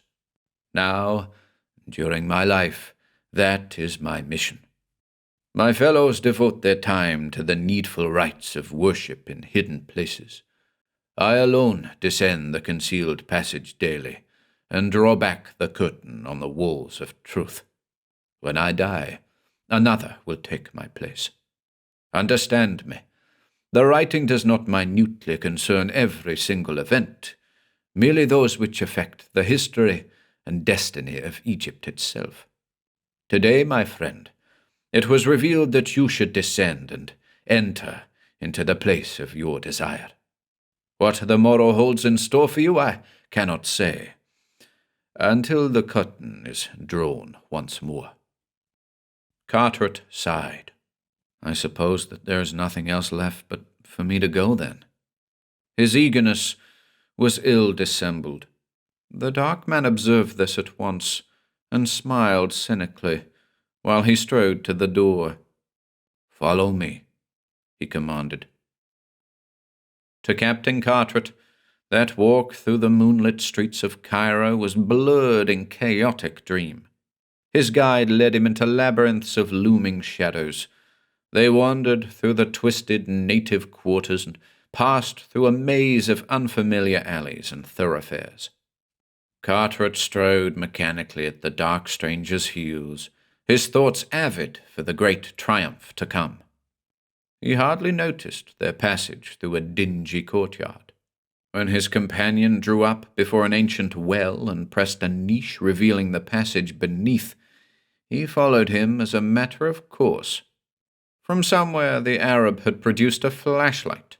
Its faint beam almost rebounded from the murk of the inky tunnel. Together they descended 1,000 stairs into the ageless and eternal darkness that broods beneath. Like a blind man, Carteret stumbled down into the depths of 3,000 vanished years. 4.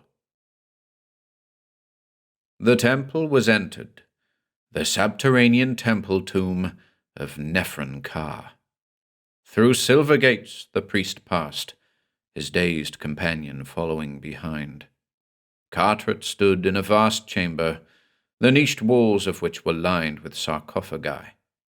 "They hold the mummies of the interred priests and servants," explained the guide.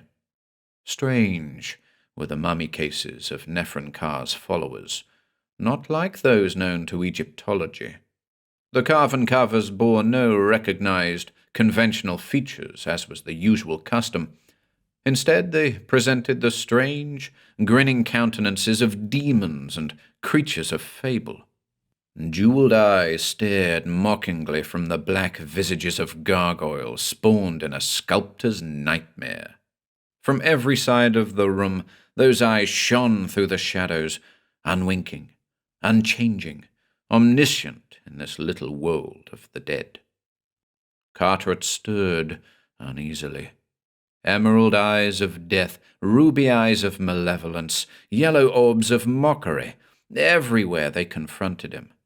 He was glad when his guide led him forward at last, so that the incongruous rays of the flashlight shone on the entrance beyond.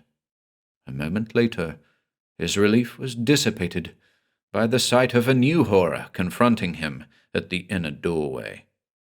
2 gigantic figures shambled there, guarding either side of the opening. 2 monstrous troglodytic figures. Great gorillas they were, enormous apes, carved in simian semblance from black stone. They faced the doorway, squatting on mighty haunches, their huge, hairy arms upraised in menace. Their glittering faces were brutally alive. They grinned, bare-fanged, with idiotic glee. And they were blind, eyeless and blind. There was a terrible allegory in these figures which Carteret knew only too well. The blind apes were destiny personified, a hulking, mindless destiny whose sightless, stupid gropings trampled on the dreams of men and altered their lives by aimless flailings of purposeless paws. Thus did they control reality. These were the blind apes of truth, according to the ancient legend, the symbols of the old gods worshipped by Nephron-Ka. Carteret thought of the myths once more, and trembled. If tales were true, Nephron-Ka had offered up that final mighty sacrifice upon the obscene laps of these evil idols, offered them up to Nyarlathotep, and buried the dead in the mummy cases set here in the niches. Then he had gone on to his own sepulchre within. The guide proceeded stolidly past the looming figures. Carteret, dissembling his dismay, started to follow. For a moment, his feet refused to cross that gruesomely guarded threshold into the room beyond. He stared upward to the eyeless, ogreish faces that leered down from dizzying heights, with the feeling that he walked in realms of sheer nightmare. But the huge arms beckoned him on. The unseeing faces were convulsed in a smile of mocking invitation. The legends were true. The tomb existed. Would it not be better to turn back now, seek sane aid, and return again to this spot? Besides, what unguessed terror might not lair in the realms beyond? What horror spawn in the sable shadows of Nephren-Ka's inner secret sepulchre? All reason urged him to call out to the strange priest and retreat to safety. But the voice of reason was but a hushed and awe-stricken whisper here in the brooding burrows of the past. This was a realm of ancient shadow, where antique evil ruled. Here, the incredible was real, and there was a potent fascination in fear itself. Carteret knew that he must go on. Curiosity, cupidity, the lust for concealed knowledge, all impelled him, and the blind apes grinned their challenge, or command. The priest entered the third chamber, and Carteret followed. Crossing the threshold, he plunged into an abyss of unreality. The room was lighted by braziers set in 1,000 stations. Their glow bathed the enormous burrow with fiery luminance. Captain Carteret, his head reeling from the heat and mephitic miasma of the place, was thus able to see the entire extent of this incredible cavern. Seemingly endless, a vast corridor stretched on a downward slant into the earth beyond. A vast corridor utterly barren, save for the winking red braziers along the walls. Their flaming reflections cast grotesque shadows that glimmered with unnatural life.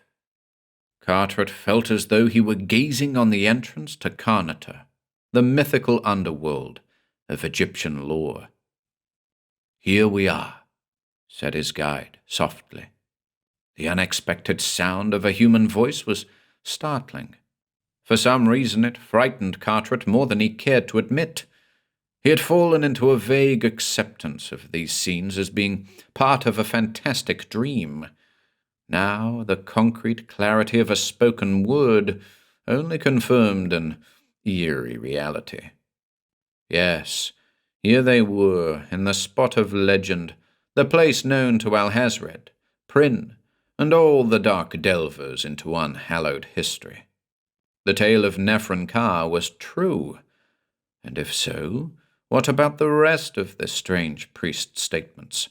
What about the walls of truth on which the Black Pharaoh had recorded the future, had foretold Carteret's own advent on the secret spot? As if in answer to these inner whispers, the guide smiled. "Come, Captain Carteret, do you not wish to examine the walls more closely?" The captain did not wish to examine the walls. Desperately he did not. For they, if in existence, would confirm the ghastly horror that gave them being. If they existed, it meant that the whole evil legend was real, that Nephren-Ka, Black Pharaoh of Egypt, had indeed sacrificed to the dread dark gods, and that they had answered his prayer. Captain Carteret did not greatly wish to believe in such utterly blasphemous abominations as Nyarlathotep. He sparred for time. "Where is the tomb of Nephren-Ka himself?" he asked. "Where are the treasure and the ancient books?" The guide extended a lean forefinger. "At the end of this hall," he exclaimed. Peering down the infinity of lighted walls, Carteret indeed fancied that his eyes could detect a dark blur of objects in the dim distance. "Let us go there," he said. The guide shrugged. He turned, and his feet moved over the velvet dust. Carteret followed, as if drugged. "The walls," he thought. "I must not look at the walls. The walls of truth. The Black Pharaoh sold his soul to Nyarlathotep and received the gift of prophecy. Before he died here, he wrote the future of Egypt on the walls. I must not look, lest I believe. I must not know. Red lights glittered on either side, step after step, light after light, glare, gloom, glare, gloom, glare. The lights beckoned, enticed, attracted. Look at us, they commanded. See, dare to see all. Carteret followed his silent conductor. Look, flashed the lights. Carteret's eyes grew glassy. His head throbbed. The gleaming of the lights was mesmeric. They hypnotized with their allure. Look! Would this great hall never end? No, there were thousands of feet to go. Look! Challenged the leaping lights. Red serpent eyes in the underground dark, eyes of tempters, bringers of black knowledge. Look! Wisdom! No! Winked the lights. They flamed in Carteret's brain. Why not look? It was so easy. Why fear? Why? His dazed mind repeated the question. Each following flare of fire weakened the question. At last, Carteret looked. 5. Mad minutes passed before he was able to speak. Then he mumbled in a voice audible only to himself. True, he whispered. All true. He stared at the towering wall to his left, limned in red radiance. It was an interminable Bayeux tapestry carved in stone. The drawing was crude in black and white, but it frightened. This was no ordinary Egyptian picture writing. It was not in the fantastic, symbolical style of ordinary hieroglyphics. That was the terrible part. Nefernkar was a realist. His men looked like men. His buildings were buildings. There was nothing here but a representation of stark reality, and it was dreadful to see. For at the point where Carteret first summoned sufficient courage to gaze, he stared at an unmistakable tableau involving crusaders and Saracens. Crusaders of the 13th century, yet Nefernkar had then been dust for nearly 2,000 years. The pictures were small, yet vivid and distinct. They seemed to flow along quite effortlessly on the wall, one scene blending into another, as though they had been drawn in unbroken continuity.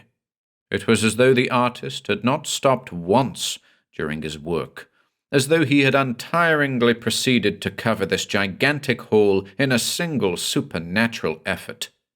That was it, a single supernatural effort. Carteret could not doubt. Rationalize all he would, it was impossible to believe that these drawings were trumped up by any group of artists. It was one man's work, and the unerring, horrid consistency of it, the calculated picturization of the most vital and important phases of Egyptian history, could have been set down in such accurate order only by a historical authority or a prophet. Nefernkar had been given the gift of prophecy, and so, as he ruminated in growing dread, Carteret and his guide proceeded. Now that he had looked, a Medusan fascination held the man's eyes to the wall. He walked with history tonight, history and a red nightmare. Flaming figures leered from every side. He saw the rise of the Mameluke Empire, looked on the despots and the tyrants of the East. Not all of what he saw was familiar to Carteret, for history has its forgotten pages. Besides, the scenes changed and varied at almost every step, and it was quite confusing. There was one picture interspersed with an Alexandrian court motif, which depicted a catacomb evidently in some vaults beneath the city. Here were gathered a number of men in robes, which bore a curious similarity to those of Cartwright's present guide. They were conversing with a tall, white-bearded man, whose crudely drawn figure seemed to exude an uncanny aura of black and baleful power. "Ludwig Prynne," said the guide softly, noting Cartwright's stare. "He mingled with our priests, you know." For some reason, the depiction of this almost legendary seer stirred Cartwright more deeply than any other hitherto revealed terror. The casual inclusion of the infamous sorcerer in the procession of actual history hinted at dire things. It was as though Cartwright had read a prosaic biography of Satan in Who's Who. Nevertheless, with a sort of heartsick craving, his eyes continued to search the walls as they walked onward to the still indeterminate end of the long, red-illumined chamber in which Nephron-Ka was interred. The guide, priest now, for Cartwright no longer doubted, proceeded softly, but stole covert glances at the white man as he led the way. Captain Cartwright walked through a dream. Only the walls were real now, the walls of truth. He saw the Ottomans rise and flourish, looked on forgotten battles and unremembered kings. Often there recurred in the sequence a scene depicting the priests of Nephron-Ka's own furtive cult. They were shown amidst the disquieting surroundings of catacombs and tombs, engaged in unsavory occupations and revolting pleasures. The camera film of time rolled on. Captain Cartwright and his companion walked on. Still, the walls told their story. There was one small division of the wall which portrayed the priests conducting a man in Elizabethan costume through what seemed to be a pyramid. It was eerie to see the gallant in his finery pictured amidst the ruins of ancient Egypt, and it was very dreadful indeed to almost watch like an unseen observer when a stealthy priest knifed the Englishman in the back as he bent over a mummy case. What now impressed Cartwright was the infinitude of detail in each pictured fragment. The features of all the men were almost photographically exact. The drawing, while crude, was lifelike and realistic. Even the furniture and background of every scene were correct. There was no doubting the authenticity of it all, and no doubting of the veracity thereby implied. But what was worse, there was no doubting that this work could not have been done by any normal artist, however learned, unless he had seen it all. Nephron-Ka had seen it all in prophetic vision after his sacrifice to Nyarlathotep. Cartwright was looking at truths inspired by a demon. On and on to the flaming fane of worship and death at the end of the hall. History progressed as he walked. Now he was looking at a period of Egyptian lore that was almost contemporary. The figure of Napoleon appeared. The Battle of Abukir, the massacre of the pyramids, the downfall of the Mameluke horsemen, the entrance to Cairo. Once again, a catacomb with priests, and three figures, white men in French military regalia of the period. The priests were leading them into a red room. The Frenchmen were surprised, overcome, slaughtered. It was vaguely familiar. Cartwright was recalling what he knew of Napoleon's commission. He had appointed savants and scientists to investigate the tombs and pyramids of the land. The Rosetta Stone had been discovered, and other things. Quite likely, the three men shown had blundered onto a mystery the priests of Nephron-Ka had not wanted to have unveiled.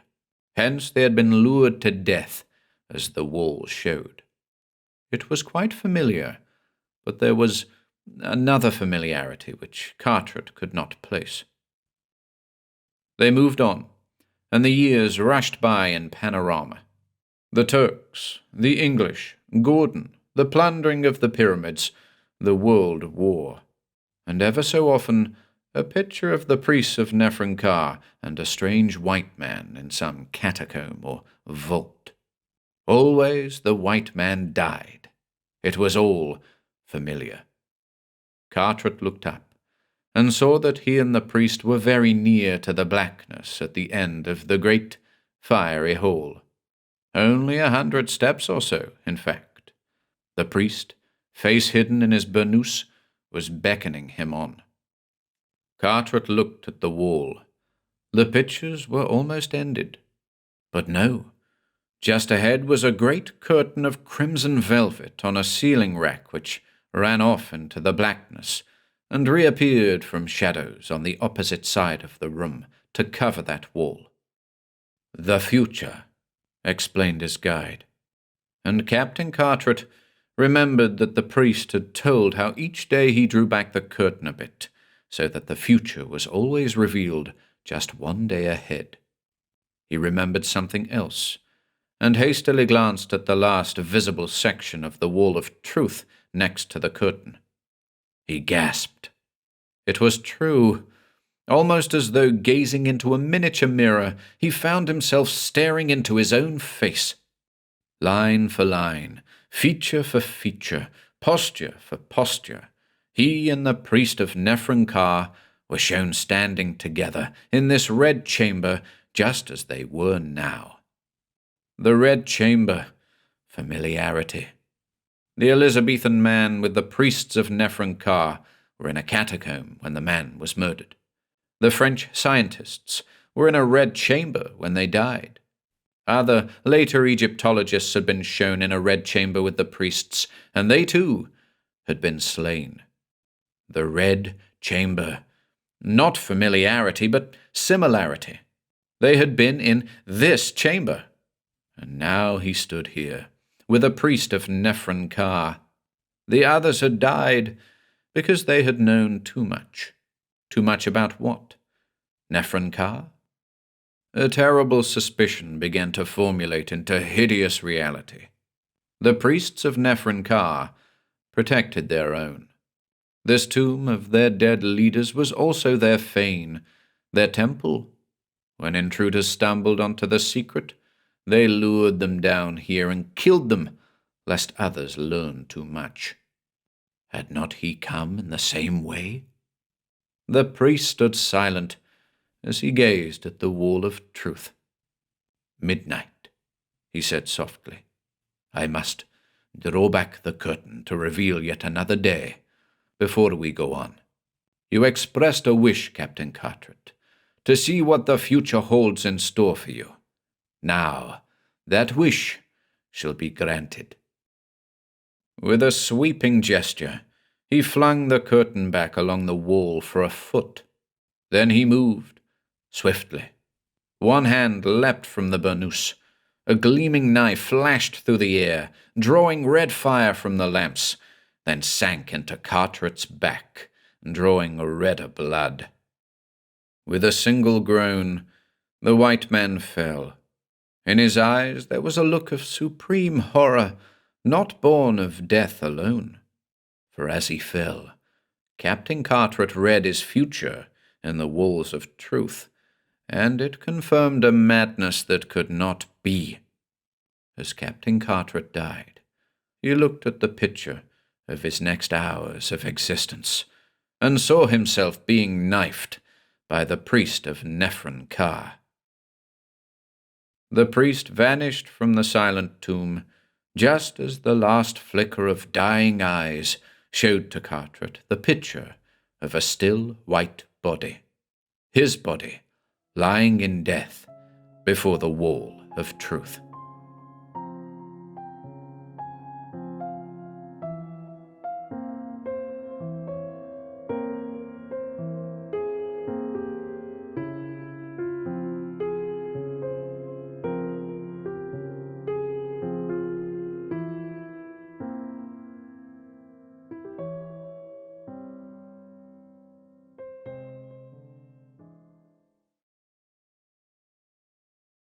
Settler's Wall by Robert Lowndes. 1. While I am not the most tidy of persons when it comes to some of my effects, books and records are in order, but every time I open a drawer of my desk, I groan and vow to put things in shape next week. I do like to see things worked out thoroughly, and that is why I have been reluctant to tell this story, even in the guise of fiction. I was not there at the finale, nor was anyone else. No living person actually saw what happened. The only evidence is some photographs, and while the camera may not lie, some first-class liars are very adept at working with cameras. It happened in 1934, when my cousin, Arthur Gordon, was spending a summer in the CCC camp at Flagstaff, Maine. The Great Depression may have passed its nadir by then, but it was far from over, and I had been fortunate enough to get into a publishing venture with a high school acquaintance, Will Richards. If it did not make us rich, at least it kept us ahead of the big bad wolf. Our advertiser covered the Stamford, Norwalk area, and we had reached the point where we would have to decide whether to expand further or see if we could settle down comfortably in our present slot. The immediate decision was to take a brief vacation and let the question ferment in our subconscious for a time. And why not, Will asked, drive up to Maine, see Arthur, and get a look at what the CCC was doing up there, and then roam a bit before heading back. Why not indeed? We did it, transporting a fair number of Arthur's colleagues back toward their camps or toward their homes, depending upon whether they were going on leave or returning, and found the 178th Company at Flagstaff to be a very good deal for a young fellow who was willing to do an honest day's work and conform to a reasonable amount of discipline.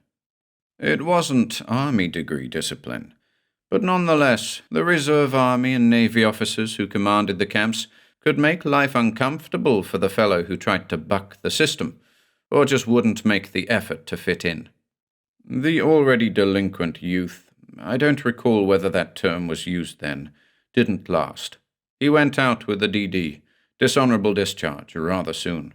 But I could see that there were many who might have crossed the line into delinquency otherwise, for whom this was exactly the opportunity they so urgently needed, and they were taking it. There were no provisions at the camp itself for overnight visitors, but we found friendly and adequate accommodations near the village of Flagstaff, and the coolness of early morning found us on the way to Skowhegan.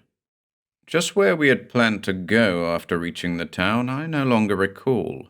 Will said something about acquaintances up here, nor does it matter, because we did not reach Skowhegan that day. In 1934, road signs throughout New England existed, of course, but they were sparse compared to 1968, and while I have not been back to Maine, I wouldn't be astonished to find that area considerably changed. Mrs. Wing gave us directions, which amounted to looking for some sort of barn down the Ruddermite, where we should keep to the right, and then another landmark a mile beyond that, where we would make a turn, etc. Arthur had warned us about the local conceptions of distance, and there were various of his associates in camp who averred that the standard of a mile in Maine was the distance that a healthy and startled pony could run before it dropped. Everything, mind you, was down the Ruddermite, and we'd be on dirt roads for quite a time. Eventually, we came to a sign, predicted, and later on we came to a branching in the road, which had been left a surprise to us. Exactly one car had passed us, and we had passed all of 3 habitations, very decent-looking farmhouses.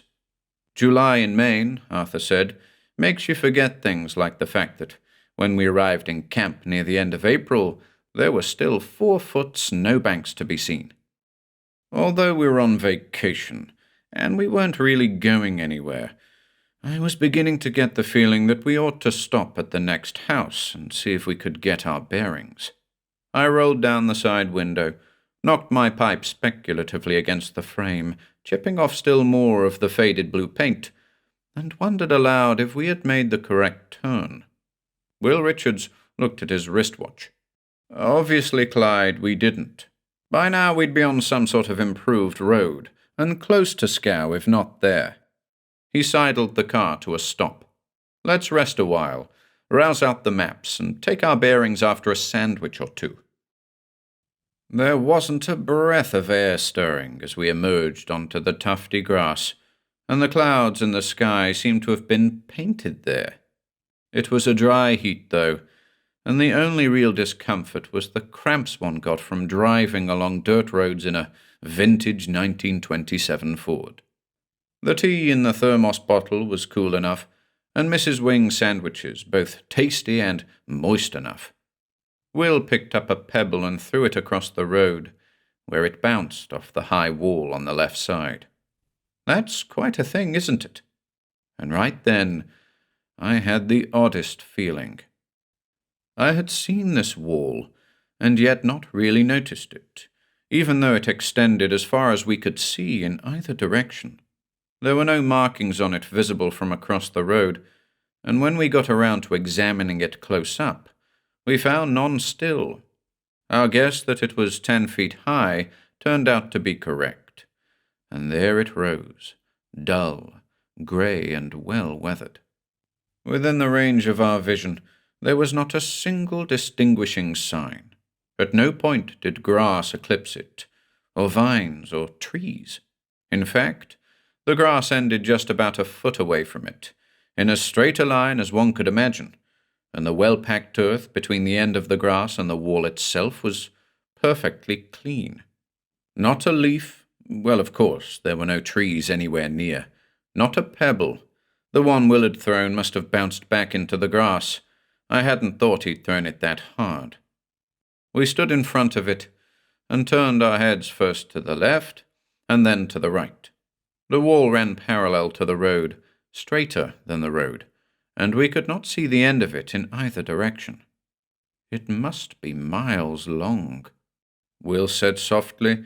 Then, as if wondering why he had dropped his voice so, he cleared his throat to pick it up again. Did you notice when we hit it? I shook my head. Wait, I said. It was right after we went over that bump in the road. Or was it a hole? Anyway, I felt a jolt, and I'm sure the wall began just a little beyond that. You know, something like this ought to be marked on the map. Or at least there ought to be some sort of sign saying, "You are now 2 miles from the famous Long Wall," or something like that. And you'd think that Mrs. Wing or Arthur or someone would have mentioned it. I looked out over the open meadow to the right of the road, which eventually ran into wooded hills near the horizon. There was no sign of human habitation or occupancy visible.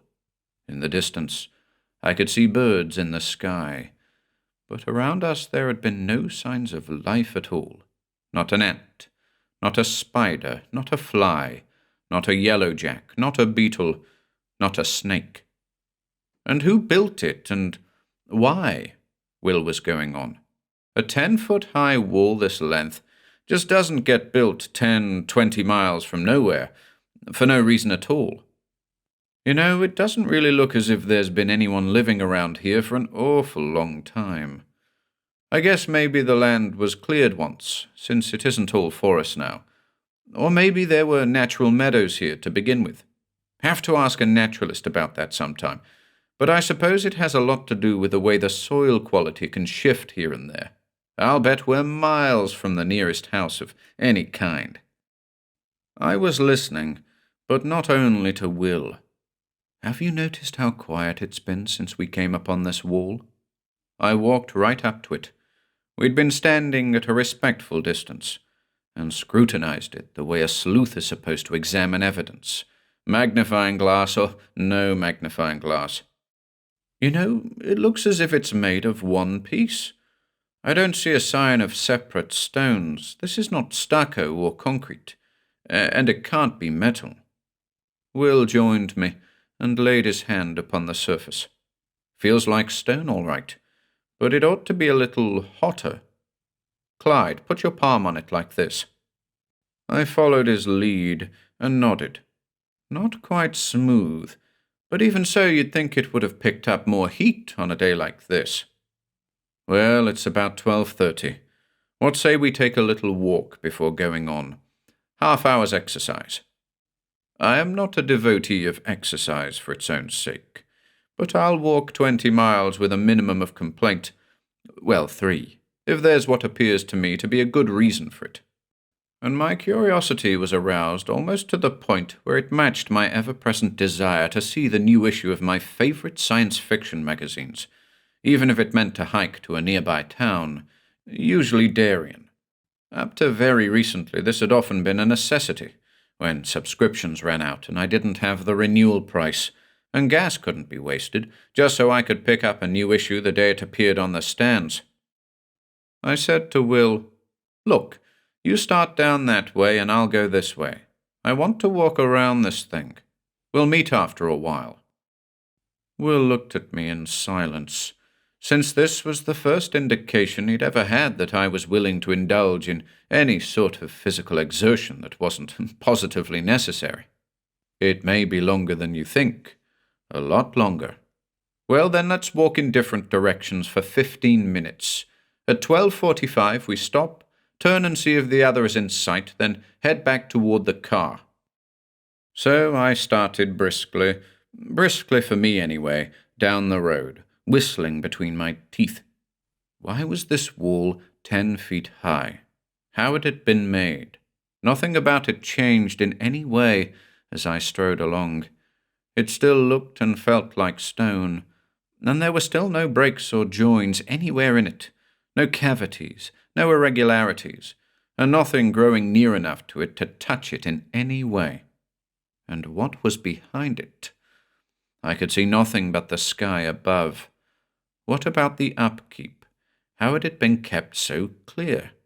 I examined the line of grass that ended a foot from the wall, and was sure that this was not kept that way by a gardener.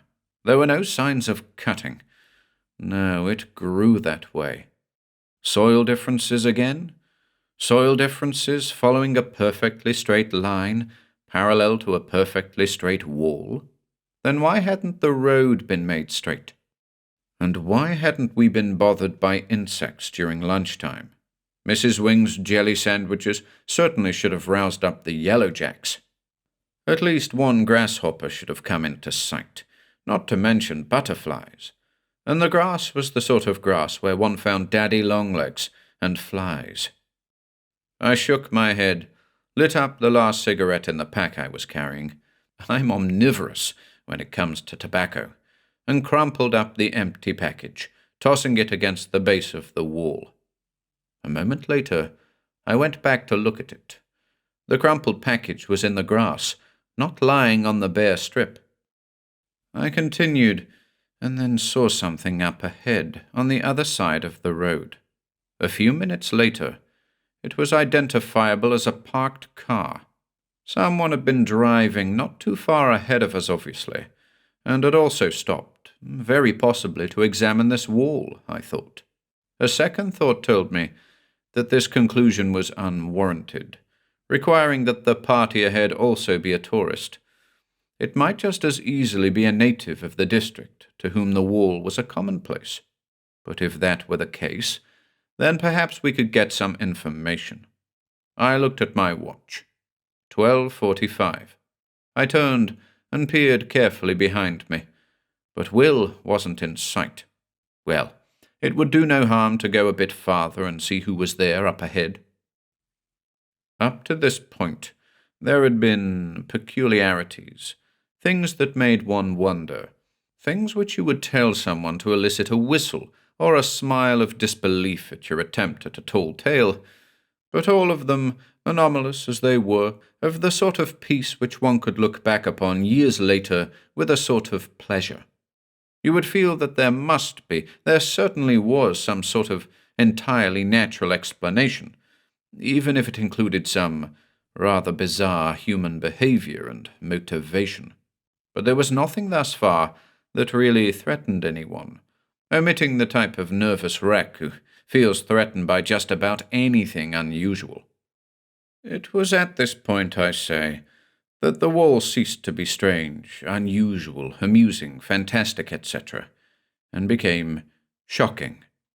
For the car up ahead was our own 1927 Ford, with badly chipped blue paint, parked over by the side, just as we had left it. And when I turned around to look behind me, there was Will Richards coming up, with an equally amazed expression on his face. "Where did you come from?" I asked, then paused as I realized that we were speaking simultaneously. He had walked for 15 minutes in the direction opposite to my course, had stopped at 12:45, turned, seen nothing, started back, still seeing nothing between him and the car. Then, suddenly, I was there. I tried to say something about this being a two-pipe problem, but my heart wasn't in it. Nonetheless, I knew I had to rest, and a little tobacco would offer tranquilization, since we had no other sort handy. We were torn between the desire to get into the car and drive away at top speed, and the feeling that we had to know more. I have often wondered if it would have been worse had we driven away, if we wouldn't have been virtually compelled to return. Well, there's no answering that, but somehow I've never been able to feel that it would have been better had we taken a different course. What we did, of course, after a rest period, was to try again, only this time we walked together in the same direction, the one I had taken which left the car behind us. We started out at exactly 1:15, and it was 1:24 when we passed the crumpled cigarette package. We looked at it, then continued, our eyes shifting from the wall to the road up ahead. The stillness, the absence of insect life was beginning to become a positive irritation. "Watch closely now," Will said. "If it's going to happen again, it should happen very soon. What's the time?" 1:26, I said. We did not increase our pace, and Will let me set it. I kept as closely as I could to the stride I had used before, suppressing the urge to go faster with an effort. I kept my eyes fixed on the road ahead, on the right side of the road. There was nothing visible except the road itself, nothing but the meadow to the right, the wall to the left, nothing. There! "Time!" gasped Will. "What's the time?" He seemed to have forgotten that his own watch ran better than mine. 1:33 exactly, I said, my eyes reluctantly moving from the dark speck over to the right of the road ahead of us. We both knew what it was. We were right. 2. To say that there were more wings around this part of the country than there are Smiths in the Manhattan telephone directory is to exaggerate, but not to give a false impression, really. The one at whose house we found accommodations for the night was named Thad, and he was a distant relative of the one we had spent last night with. The missus was away for a spell, he said, but he could handle things. I didn't see much physical resemblance, but he was like his relative in old-fashioned courtesy and friendliness. His comment upon the fact that we looked as if we'd had a rough time was put in just the right manner, which indicated he'd listen with interest and sympathy if we wanted to talk, but not take offense if we didn't. So, after a hearty New England supper, we accepted his invitation to sit a while on the porch, where the insect life was by no means lacking. But both Will and I wanted to talk so badly, we barely noticed. I'm not going to try to reproduce anyone's enunciation of the local dialect. Not only does it make for tiresome reading after a sentence or two, it's like a marking in a music score which the composer hesitates to put in, for fear it will be exaggerated, finally does, and then finds that his fears are generally realized. I tried to do it anyway, and had to throw some pages away, because it just isn't right. You comes out ya, catch, your, ya, now, etc. But reading it back aloud, relying on memory as well as I could, I realized that I hadn't gotten it right. Let it pass. That should give you a general idea. Thad Wing eased us into the subject by telling us some of the local gossip. Pungent and bawdy quite a bit of it, and after a while we started to talk about the wall, at which point he asked how it was we didn't see the sign indicating that that was a private road at the turnoff, which should have brought us onto the asphalt road to Skowhegan. I told him that there wasn't any such sign. We'd both been looking for a landmark. We actually found it after we got back onto the right road, Wing's place being the first we came to thereafter, and certainly would have seen it had it been there. He allowed that it might have been blown away last week when there was a very high wind. Will continued up to the point where we'd found our car there by the side of the road ahead of us. Wing struck a match on his shoe and applied it to the oversized bowl of his corn cob. "What did you do when you found you couldn't walk around the wall, Mr. Richards?" Will looked at me, then took a swallow of the hard cider with which we had been provided. "Well," I started out, "the next thing we did was to see if we could find out what was on the other side. We walked back into the field over by the side of the wall until we could see beyond it." "And what did you see, Mr. Cantrell?" I sighed. "Nothing. That is, nothing unusual. There was apparently just an open field running into wooded hills, like the side we were standing on. I guess we would have turned around and gone back then if something hadn't happened. I slipped and went down to my knees," Will said. "I'd stepped on a little colored rubber ball. The red of it was faded, but there was a definite design on it that we could still see pretty clearly. I picked it up and threw it over the wall. I watched it. Clyde did too, and it just barely cleared the wall, but we both saw it go over. It should have fallen just a little bit on the other side. There wasn't much bounce left in it. I don't think it would have bounced hardly at all. But when we got back to the car, my eye caught something in the grass across the road. I went over to it and picked it up. It was a rubber ball, and I'd swear it was the same ball we had just seen drop over that wall." "The markings were the same," I said. "Of course, Mr. Wing, there are lots of little rubber balls made with similar markings, but Will and I had both walked along this way, and even if the colors were faded, I just don't see how we could have missed noticing it there. The grass wasn't high enough to conceal it. It was just a little ahead of our car, on the grass in front of the wall. I couldn't have missed seeing it before. I couldn't. And I was looking at the wall all the time we were walking back to the car," Will added. "If someone on the other side had tossed it back, I'd have seen it coming over. But that was just the start. I picked the ball up again and threw it over, high. You saw me do that, didn't you, Clyde?" I nodded. "And there was no wind. It couldn't have blown back," I said.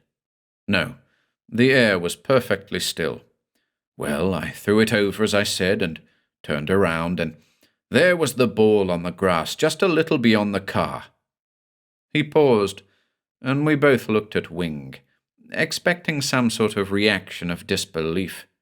But he nodded and rocked a little in his chair. "Settler's Wall is very unsettling," he said.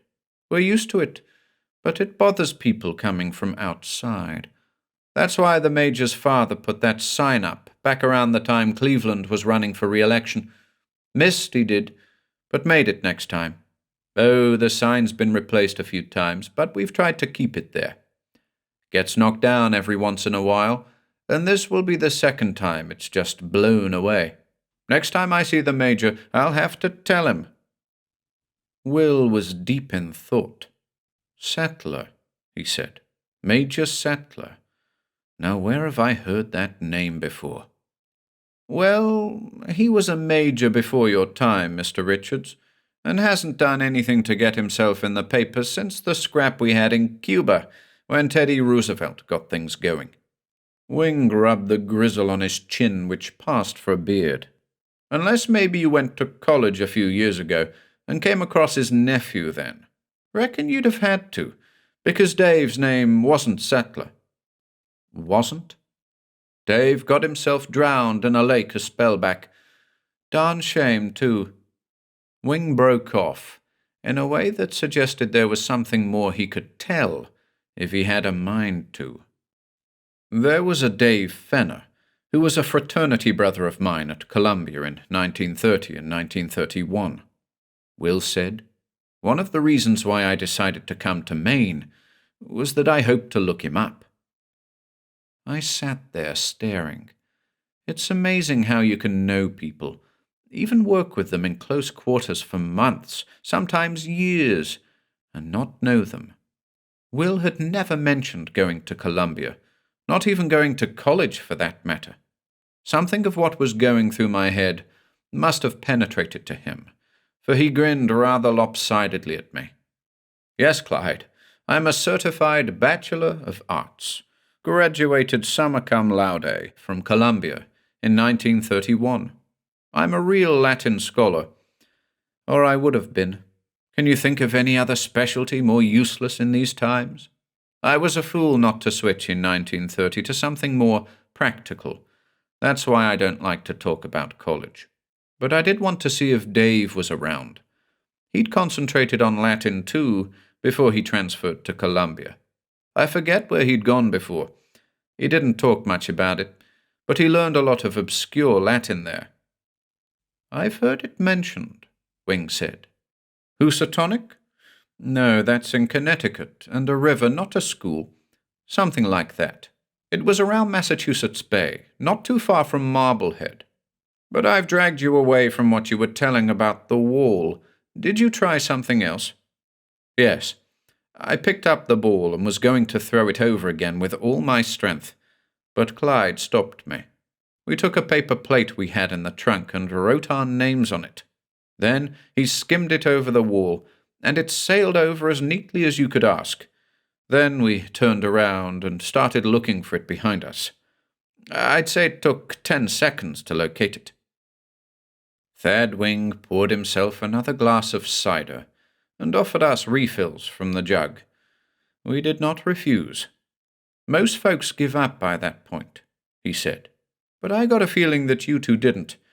You look and talk as if you'd tried something else and got a still worse shock. Am I right? You sure are, I said. Will was determined to try to climb over the wall. He worked for the telephone company for a while as a linesman, and we had special climbing shoes in the car. Figured we might tackle a mountain hereabouts, and plenty of rope. So I tied the rope around his waist, then gave him a hand up the wall, and grabbed hold of the rope so that he could climb down the other side if he didn't want to jump, and give him a start when he wanted to come back. He got up to the top. There's enough room to stand there, and stood like a statue for a minute or so. Then he turned around, and his face was whiter than I ever saw it before.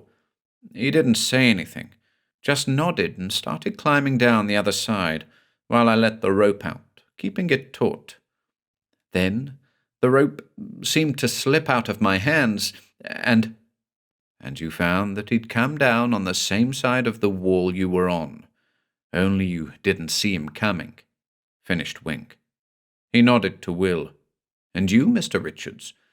I reckon I know what gave you such a turn when you got on top of the wall and looked over to what was beyond it. You saw the same thing you saw on this side. You saw your car on the far side of the road, and I'll bet you saw Mr. Cantrell here looking up at you. You see, it's all been tried before. But the fact of the matter is that you can't walk around Settler's Wall, and you can't go over it.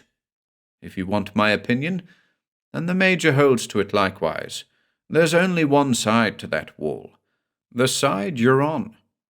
But that's impossible, I protested. There's no such thing as a wall with only one side. Wing chuckled. That's the sort of thing us farmers are supposed to say when we see a giraffe. I'll tell you what I can about the wall. It's been called Settler's Wall as long as anyone can remember, because it's on settler property, but none of them built it. There's been Wings and settlers here for a long time, and that property had belonged to the Major's family since before the War of the Rebellion. Whether a settler or a Wing was in these parts first doesn't make much difference, I guess. but nobody seems to have seen it much before 1840, or maybe the late 1830s, when they first started to clear the land in these parts. My father told me, and it's been passed down for quite a while now. There's a lot of things which may seem peculiar, but so long as they aren't hurting you any or hurting anybody else, don't you bother about them. Leave them alone. And that's the way it's been around here. That's the way we look at the wall, just about all of us. Settlers' Wall has never harmed anybody, but a few folks have hurt themselves getting all het up about it. What happened to them? I asked. The wall itself didn't do a thing to them, Wing said.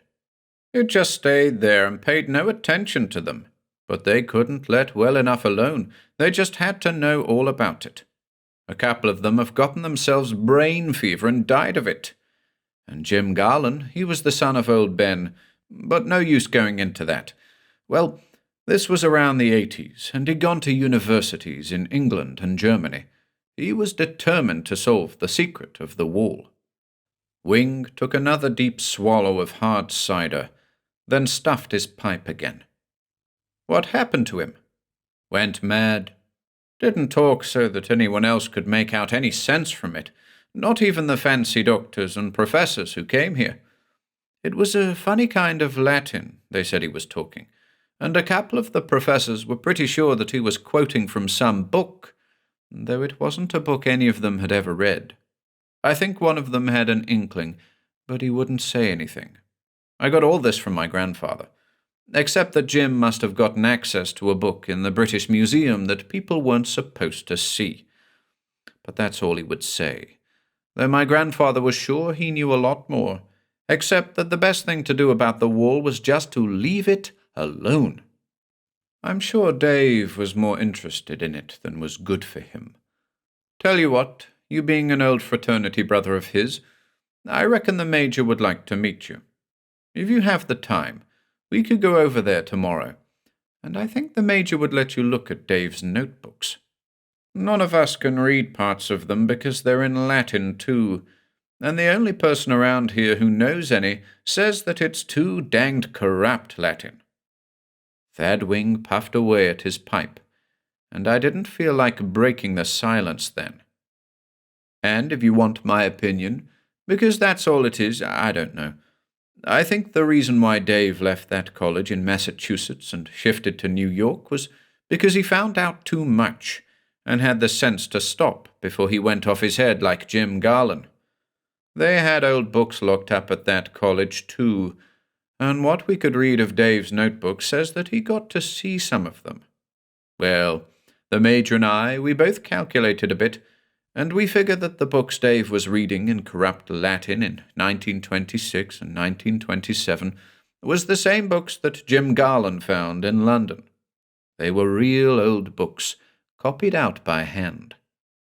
Dave used to correspond with a writer who lived in Rhode Island, and he'd get long letters from him every now and then. But when he came back from that place, he was a different person.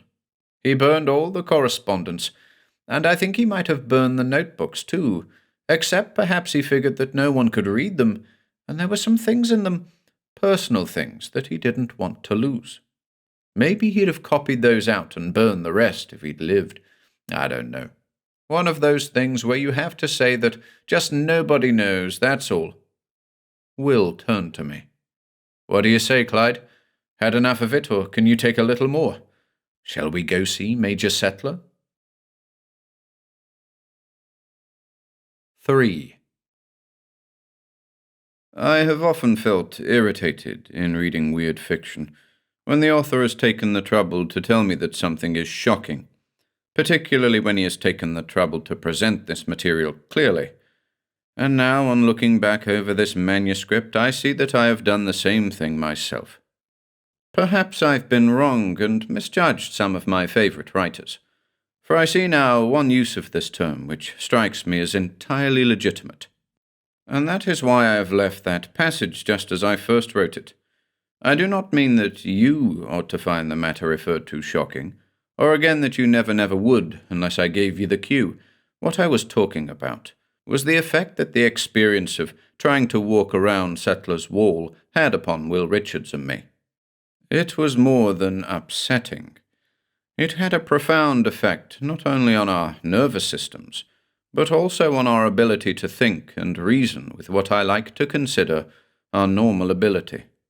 We were in something very much like a hypnotic situation, or at least like being under the spell of a first-class stage magician who induces you to look where he wants you to look, and thus be completely taken in by his illusions and deceptions. That was part of it. The astute reader has long since thought of something which just did not occur to either of us until the next morning. Of course, it was only a partial release, for it did not begin to explain everything, but it seemed like a major victory to me. When I awoke finally at the sound of the wing contingent of roosters who, having done their essential duty earlier, were now rehearsing for the next morning, a thought hit my mind as daylight struck my opened eyes. Will had preceded me to the bathroom. I looked at him carefully, wondering if it had occurred to him too, but I didn't think it had. He just didn't look as if it had. So I yawned and said to him, "Hey, why don't we just try to get up to the wall from behind? Go around the back way." He dropped his razor, which was as much applause as I could ask for. I marched triumphantly down the hall to the bathroom and left him there, thinking that I'd better mark the date on the calendar, since I'd forgotten the last time I'd beaten him to the mental punch.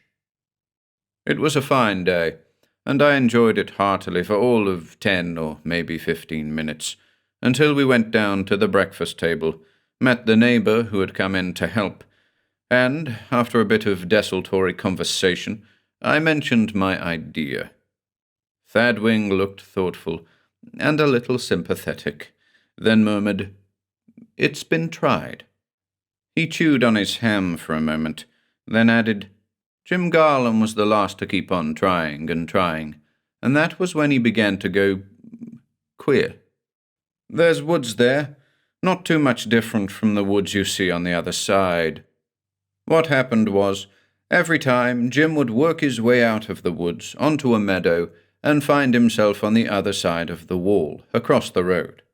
You don't have to take my word for it, Mr. Cantrell. No law here against seeing for yourself." The flavour went out of Mrs. Sully's fine Maine breakfast at that point. I knew that the last thing in the world I wanted was to go through that experience myself. "What I don't understand, along with other things," Will said, "is why we've never heard about the wall before." "Well," Wing paused for a moment. "Don't want to sound offensive, don't mean any offence neither, but most folks around here just mind their own business. Course it's no fault of yours that the sign was down. I'm sure you wouldn't have taken that road if you'd seen it, but the fact is that since the sign has been up, hardly anyone except the Major and his family have used the road, and folks just sort of generally agreed not to talk about the wall since Jim Garland went crazy. Most people around here have never seen it or heard of it, and those of us who have leave it alone, and it leaves us alone." Wing started to talk about something else, I guess to assure us that he didn't mean anything personal, and that we hadn't stepped on his toes in any way. After breakfast, we got into his buckboard and rode over to the Settlers. Just like that, no telephoning, though Wing had a wind-up telephone in his kitchen, a 3-party line affair. He sort of appreciated our adventure, he said, because he hadn't seen the Major for a spell, and this gave him a good reason to drop in. Later, we learned that this period of a spell was over 2 years. Settler and Wing had had a little disagreement and stopped talking to each other, each of them willing to be friends again if the other would just make the first move. So something good came out of our discovery of the wall, after all. Unless you have rubber bones, I do not recommend the buckboard as a desirable means of travel over unimproved roads. It did, however, help to take the edge off the feeling of dull horror that had crept back over me. I was somewhere in between the feeling of wanting to crawl into a cave and go to sleep, hoping to awaken in a different world where something like Settler's Wall really couldn't exist, and a morbid fascination which kept me wanting to see this thing through, though to what end I couldn't imagine. Major Horace Wingate Settler, USA, retired, looked the part to perfection. Take the build of Theodore Roosevelt, but remove the glasses, and something of the stoical quietness of Calvin Coolidge, who could talk when he had a mind to, but pour in more warmth, a touch of the friendly but firm sincerity of Eisenhower, in situations where his command of self-expression has not been shot away, and you have our initial impressions. He greeted Thad Wing as if he hadn't seen him for a week or so, and they talked a bit after we'd been welcomed and made comfortable upon the porch. After a while, Wing gave a concise report upon how we'd happened to come across the wall and our experiences, mentioning that Will had been a classmate of Dave's at Columbia. The Major thawed visibly at that. Seemed to recall Dave mentioning some fraternity brother named Will. Well, if you can read what he wrote in his notebooks, we'd sure like to find out. About the wall, we all reckon. Not mine. I never built it, and neither did anyone else. That wall was here when we first came here, and folks around swore at the time they knew nothing about it. You can't find any mention of it, even in Indian legends. It was just there, somewhere around 1840. I didn't feel like arguing, and neither did Will, I could see. It was obvious to both of us that the Major and his forebears had solved the problem of the wall in their own way. They ignored it. The only thing they'd talk about was the unpleasant results of getting too curious. Nope, it never hurt anyone who didn't get too close to it, and didn't try to pry too far. The Major went on. Never did anyone a lick of good, either. But you're welcome to look it over in any way you want to, except one. Damnation, you can tear it down and cart it away if you can figure out how to do that, so long as you don't do any damage to the rest of the property or make me liable for anything. What's the one thing that's ruled out, sir? I asked. Trying to dig under it. That was what drove Jim Garland crazy, and a couple others before him got brain fever and died. He got up, showing little traces of age. Set now, and I'll bring you Dave's notebook. Reckon Thad would like to hear what you can make out of it. No hurt if it's all Chinese to you. Nobody else has been able to make much sense out of it. You mean, I asked, that no one has been able to translate anything in it at all? Nope. Some have got words and sentences all right, but what they got didn't leave us any better off than before. He was back a few moments later, during which time Wing told us that the Major's cousin's family lived here and took care of the place.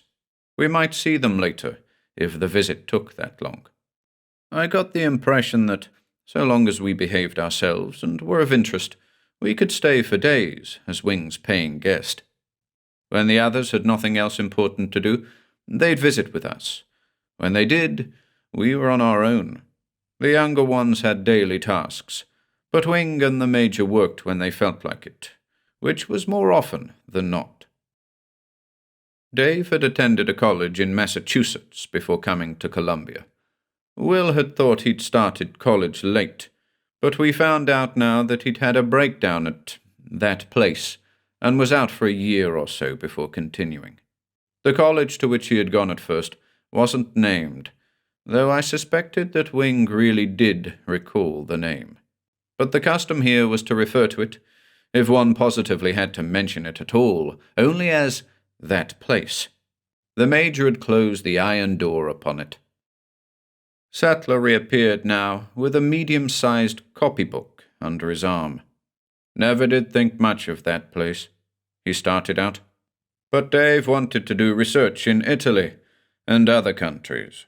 Had the notion from reading about Da Vinci that some of those other old writers came across some useful military ideas that got overlooked because they were so obscure in the way they wrote things down. He'd need a real foundation in medieval Latin, and maybe earlier, and figured that place was the only school in the East which had the facilities for him. So I had to allow that it might be worth taking the risk. He filled up his pipe and lit it carefully.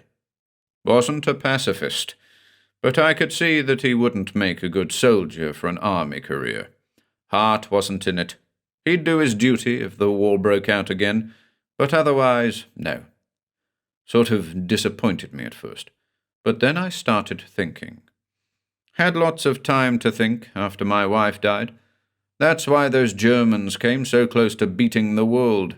They did research. They worked out new ideas.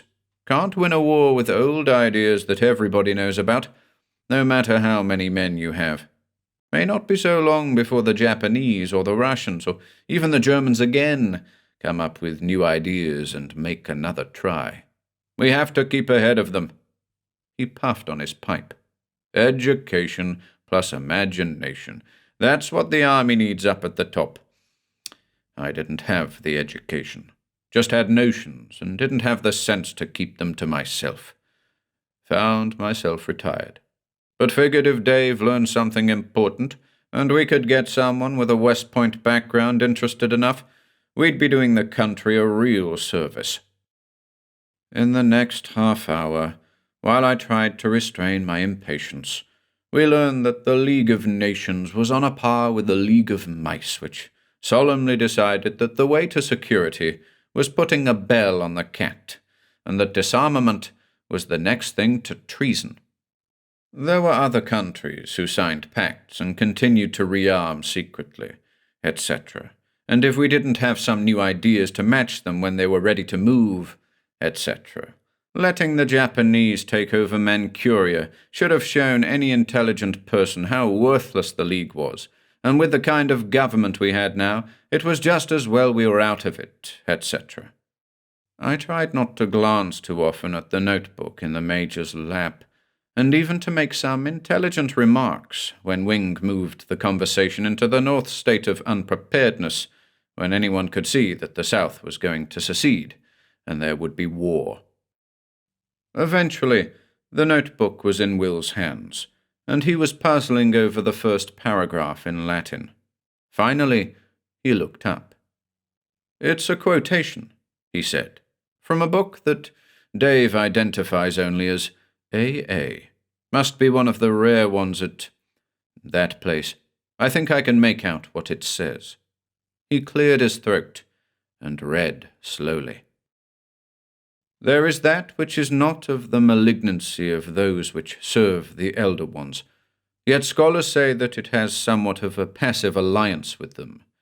It is in space, yet not in space, in time, yet not in time, and many and manifold are the prodigies that attend it.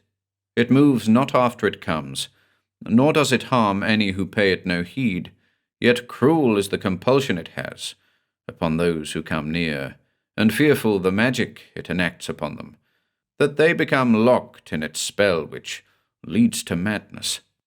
Seek not to go around nor over, lest you be captured, and dig not in there toward that which lies beneath. The spells of— I can't make this out— avail not, nor does any demon impart knowledge of it. It comes in the time of— well, something, I cannot grasp the reference, and goes when the time is departed." The Major let his breath out. "Dang it, that's better than anyone else has been able to do. And you learn that much Latin at Columbia?" The Major swore to himself for a moment. "Then Dave never had to go to that place at all." Will shook his head. "I've read some other things, sir, which gave me an idea of what to look for, particularly when you said that Dave had been studying at— It's about the wall, all right, wouldn't you say so, Thad?" Wing nodded vigorously. "Of course, we were pretty sure it was, but this ties things together. There's been others like it in the past, and this is a sort of warning to leave them alone. Only it says that once you've started to pry, you find you just can't let it alone. Not easily, anyway." Like it had captured you and was studying you, Wing said. You know what those initials AA stand for? Will nodded. I think so.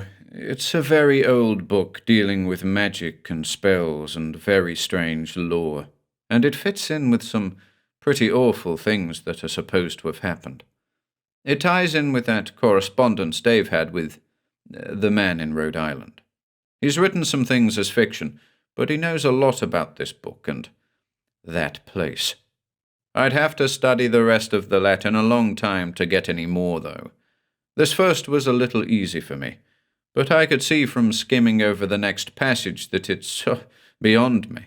You have to know a fair amount of what is being talked about to make any sense of this sort of Latin. Then I guess Dave did get his foundation there, the Major agreed. Would have gone to Italy last year, if... He was silent, and we didn't break the brown study into which he fell for a while. You can borrow that notebook for as long as you need it, he said, and if you want to look at the wall a bit more, that's all right with me, so long as you don't dig. Even that author says you shouldn't dig. I'm sure he's talking about the wall. Must be others like it, or there were others like it back whenever it was, he wrote. Middle Ages, I guess. Older than that, Will said. This book is a translation from the Arabic. The Major whistled. Arabic, eh? That goes way back. Those old boys had one hell of a civilization when we were still in a pretty barbaric state. There's one thing I'd like to try, Will said slowly. I had another fraternity brother who lives around this area. He was an aviation enthusiast and had a plane of his own, the last I heard from him. Taught me a little flying and parachute jumping. I'd like to see if I can come down behind the wall in a parachute. Now that would be interesting, allowed Thad Wing. And the upshot of it all was that Will made a long-distance call and managed to contact Frank Bentley. There seemed to be no end of new things I was learning about my partner on this trip. It was not exactly news to me that Will was interested in flying and had done a little while he was knocking around after graduating from college, but he'd never mentioned parachute jumping. The plans were that I'd stay on with Wing while Will drove over to make arrangements with Frank. Will was going to try to come down behind the wall via parachute. Both Wing and the Major were impressed, and I reaped some of the benefit of our advanced status. I was invited to join them fishing the next morning. I had thought I knew a little about fishing. Wing and the Major had a fine morning, and I suppose they chuckled for years afterward about my part of it. If you don't mind, we will shift scenes here and cut directly to that afternoon, when Wing, the Major, and I gathered in the meadow to await Will's arrival with Frank Bentley in Bentley's autogyro. He'd phoned to let us know when they'd arrive and what he wanted me to do. Will looked a little pale when he climbed out, but recovered enough to introduce Frank around. We learned the reason for his distress quickly enough. The wall could not be seen from the plane at all. Looking down, they saw a symmetrical layout of wooded hill, large meadow flat enough for a plane to land, and the road. It's about as easy to explain as what we've come up against so far, Will said. And you saw how low we were when we were going right over the road. I took some pictures. Did you bring the flags, Clyde? I nodded and set them up in a 20-foot triangle. As soon as you spot them with the binoculars, you get into position and jump, I told him.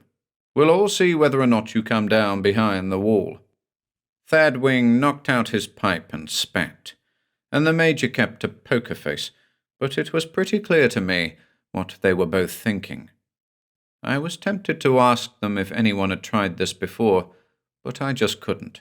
If it had been tried before and hadn't worked, I didn't want to know that yet. The one thing I could be sure of was that if it had been tried before, the failure had been no more harmful than trying to walk around the wall or climb over it. We took some pictures of the wall from where we stood. We watched the autogyro ease up gradually. There was no wind, so it shouldn't be too difficult, Willard said, to make the jump right. And if he failed the first time, he could try again. We all had glasses, and the three of us fixed them on Frank's plane. There went Will, twisting and tumbling. He was a black speck for a moment. Then the white of the parachute mushroomed out, and the abruptness of the fall stopped. It seemed agonizingly slow, but after a while it was clear to us that he would land behind the wall. There could be no doubt about it, and if he couldn't get over it to us, then Frank could make a landing on the same side and fly him out. I cut loose with a cheer when I saw that drifting shape float down on the other side of Sattler's wall, out of sight, but I cheered alone. Wing and the Major had interested expressions on their faces. They waited for a moment or two, then, as if on command, turned around. So did I, and I saw why I had cheered alone. Will Richards, parachute and all, was behind us. The Major stood there like a statue for a moment, and then he said one word: dynamite. He said it without raising his voice or using any particular inflection, unlike his usual way of talking. But I knew at that moment that he really did have feelings about the wall after all. He hated it. Frank Bentley was upset. He too was sure that Will had come down on the other side, and this was a lot different from just hearing a fantastic story. I was glad that I hadn't asked my question earlier. When Bentley joined us, and Will had struggled out of the harness, the parachute folded, etc., I put it to the Major. He nodded. "He's the third," he said. "A friend of Dave's tried twice. No one's been able to get to the other side of that wall at all." "So you're going to blow it up?" asked Bentley. Thad Wing shook his head. "Nope, just try to blow a hole through it."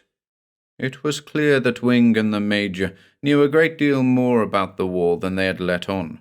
My feeling was that the attempt would show that you couldn't penetrate the surface at all, but the drill that I held seemed to go in easily enough when Bentley struck it with the hammer. Wing prepared the dynamite and set the fuses, 3 sticks in holes as close together as feasible. The Major lit the fuses, then we let him lead us to the proper distance. I felt a momentary sense of relief that working with dynamite was not among Will's irritating list of accomplishments and experiences. The explosion sounded impressive to me, but Thad Wing shook his head. "Not quite right. It didn't sound quite right when the drills were going in either." Well, it looked promising enough. There was a good-sized section blown out, leaving a deep cavity. Fragments of stone, substance, were on all sides. We dragged out several large chunks and threw them aside. The wall now had a definite mark upon it, a hole of particularly deep-looking darkness, but no daylight. We had knocked a hole into the wall, but not through it. Will walked over to the autogyro and came back with a flashlight, which he poked into the cavity. "It goes down," he said. "It goes way down." We got some rope, and Will tied it around his waist, as if he were going to be let down into a well. Somehow the idea seemed acceptable, just as we found ourselves accepting everything about Settler's Wall, bit by bit, even while something inside us was screaming. Bentley and I held on to the rope. 3 tugs would be the signal to haul Will back. We saw him go in, saw the momentary gleam of the flashlight, and watched the rope play out. It seemed like hours, but could not have been more than a few minutes at the most, when the tugs came. We all started pulling until Will came into sight. He was very pale, but managed to keep a poker face to match Settler's. "There's no way through the wall either, Major." None of the photographs taken from the plane came out, and we never so much as thought of taking some fragments with us. 4. The next day, We said goodbye to Major Settler and Third Wing, with thanks for their hospitality and cooperation, and Will promised to return the notebooks. He spoke a little more quietly than before, but apparently he had slept all right. I hadn't. I'm not used to sleeping with a light on. Taking it all in all, I wonder if he hasn't recovered better than I have. It is true that he always carries a flashlight with him, won't go into a dark room without turning it on first, but won't switch it off until another light is on, and won't turn off the last light in a room at night under any circumstances.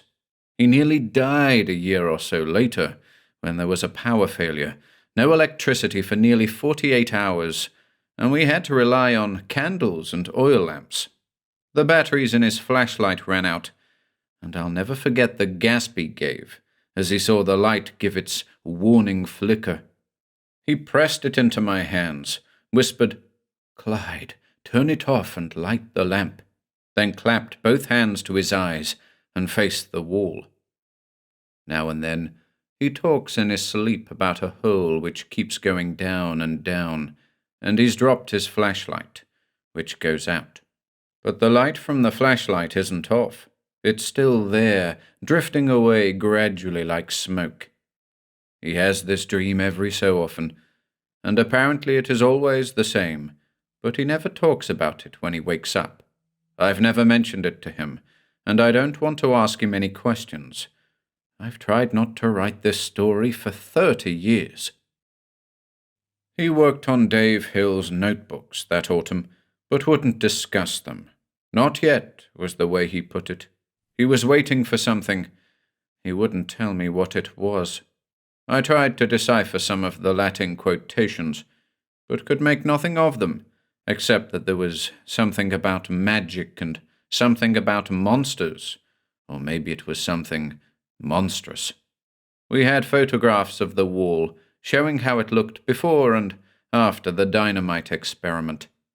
And a few months later, Will returned the notebooks to Major Settler with a letter of thanks, saying that they contained a great deal of ancient lore, valuable to a scholar, and very likely of use to someone who wanted to research old Latin manuscripts, especially ones in corrupt Latin, but nothing further that really related to the wall.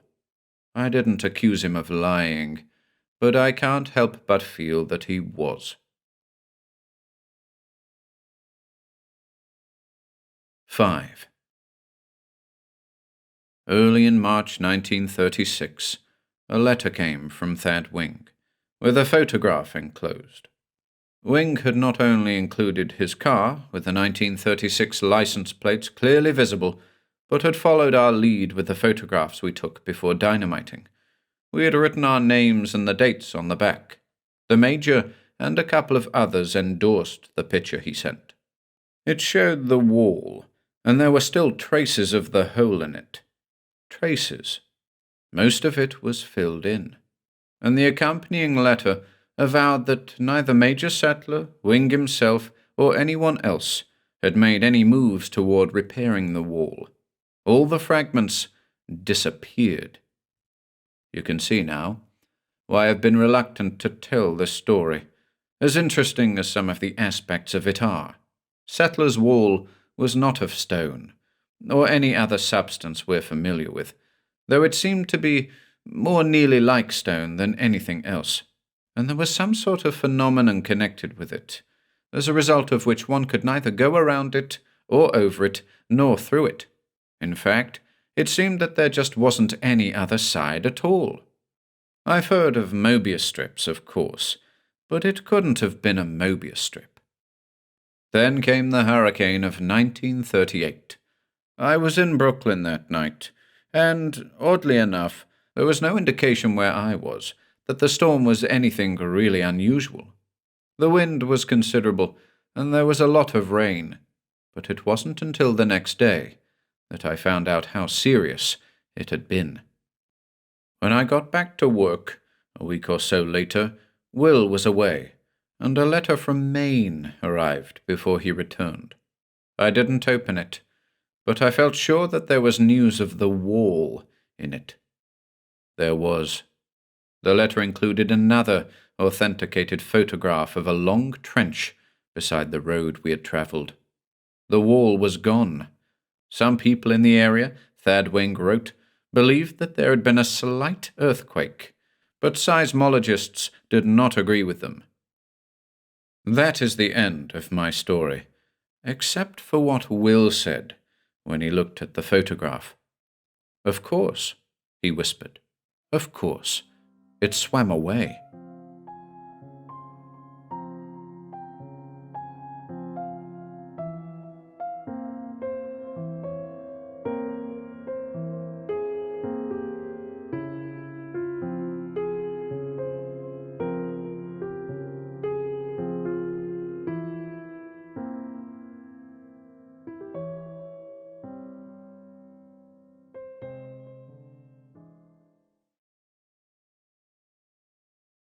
The Haunter of the Graveyard by Vernon Shea.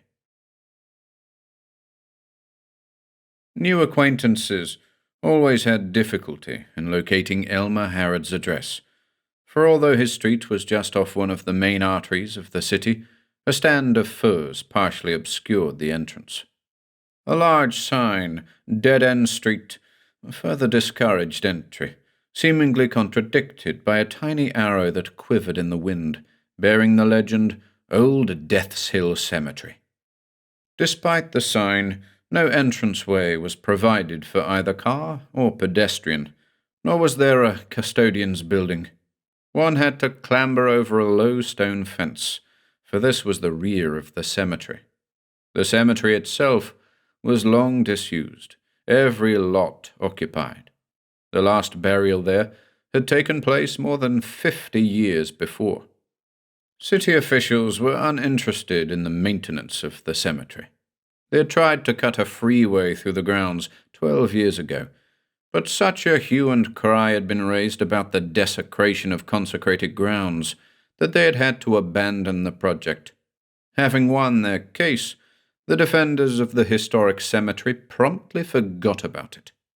Now, its roads were in such a state of disrepair, with Joe Pyeweed rustling triumphantly above the cracked concrete, that they were closed to automobile traffic.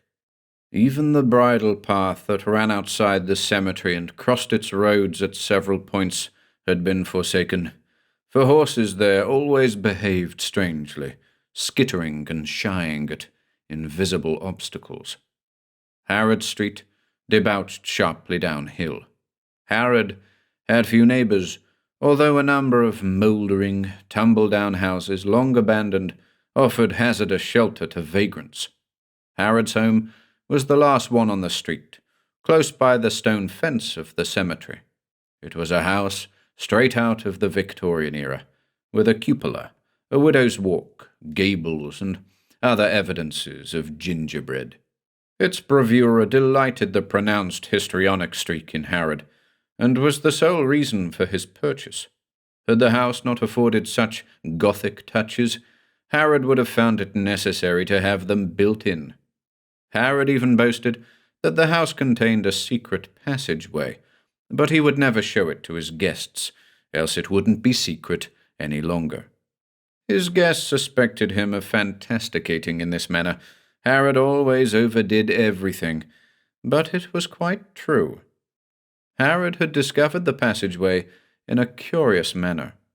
Shortly after he had moved in, he had had a dream, a very disturbing dream, in which he had been summoned in the night for some strange ritual, and had gone down into the basement and, as if through long familiarity, had pressed upon the wall in a certain place and had gone through a suddenly revealed opening. The dream had ended at this point, before he could discover where the passageway led, or why he had been called. In the morning, he had retraced his steps to the basement wall, and, feeling rather silly, had looked for a hidden switch, and had found one. The passageway, he had discovered, was a tunnel hewn out of the earth. It appeared to burrow deep for many miles, a dank and cobwebbed place, seemingly without end, with some undisclosed vents that permitted a little air to circulate. Along the way were fixtures to hold torches, and it was evident from the flooring, not just packed earth, but some finished material, that many feet had trod this way before. Even the beam of his flashlight could not penetrate all the recesses cut out along the way, but they apparently contained nothing of interest, not even the bones and skulls he half suspected to find. The tunnel was broad and high enough for several people to hasten along here at the same time. Hasten, for there was a feeling of urgency about the tunnel.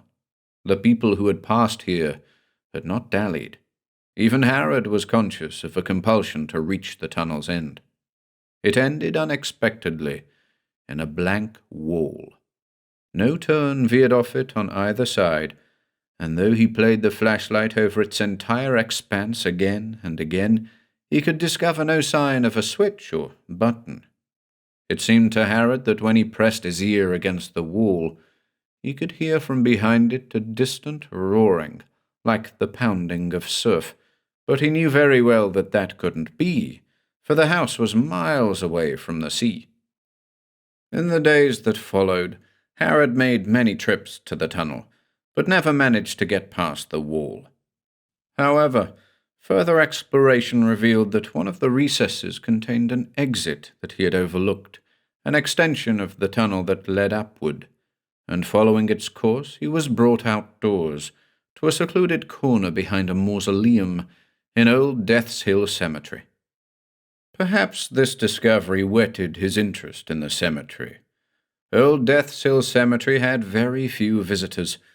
Sometimes Harrod would see from his bay window some oldster laboriously seeking an ancestor's grave, or some antiquarian with camera case slung over, strolling along looking for some especially old gravestone, or a youthful art student intent upon making a rubbing of some curious inscription. Lovers came there occasionally for trysts. Vagrants for a brief time cooked edibles over little fires, and children new to the neighborhood enchantedly climbed over the fence, bemused by all those acres to play in. But even in broad daylight, children did not tarry there long. They soon withdrew, subtly frightened. The cemetery had long had a name in the city as a place to be shunned, and its reputation was not helped by Harrod's discovery, during the first year of his occupancy of the house, of the body of a vagrant close by one of the paths. The throat had been freshly torn out by something very sharp. Possibly it was the deed of another vagrant seeking vengeance, or the work of some large animal. He reported his discovery to the officials.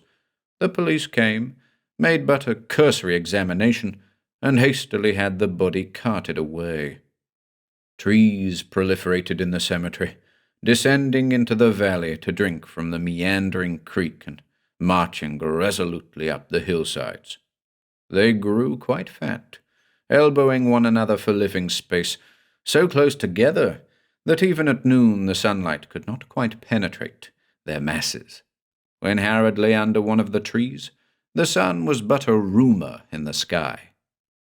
One would think that with such a bounty of trees, the cemetery would be alive with birdsong, but Harrod had never heard or seen a bird there. Yet the cemetery was never still. There was constant faint rustlings or scatterings, but Harrod had yet to encounter any small creatures, not even a muskrat down at the creek, or a nervous field mouse. But perhaps he was just not observant enough. When he paused to examine an inscription, he might hear the snapping of twigs behind him, but no matter how swiftly he turned then, nothing would be in sight. There is something eerie about trees undappled by sun, where a sense of twilight prevails even at high noon, and Harrod found himself returning to the grounds again and again, if only to catch whatever it was that lurked amongst the trees. But strain his eyes though he might, turn his head unexpectedly, keep his eyes to the ground, then suddenly look up, he never could surprise anything in the act of watching him, not even a deer sticking out an inquisitive nose. There was nothing to see but trees and the spaces between them, and leaves twisting in the wind. And the trees had the look of a primeval forest, as this land might have looked before the advent of man. These woods wanted no visitors, and Harrod sensed that he was an intruder. But intrude he must, for that was in his nature, like the actor who feels compelled to perform upon a darkened stage in an empty theatre. He felt, because of the nearness of his house, a sense of proprietorship over the cemetery grounds, and was made actively resentful on the rare day when he passed someone strolling along.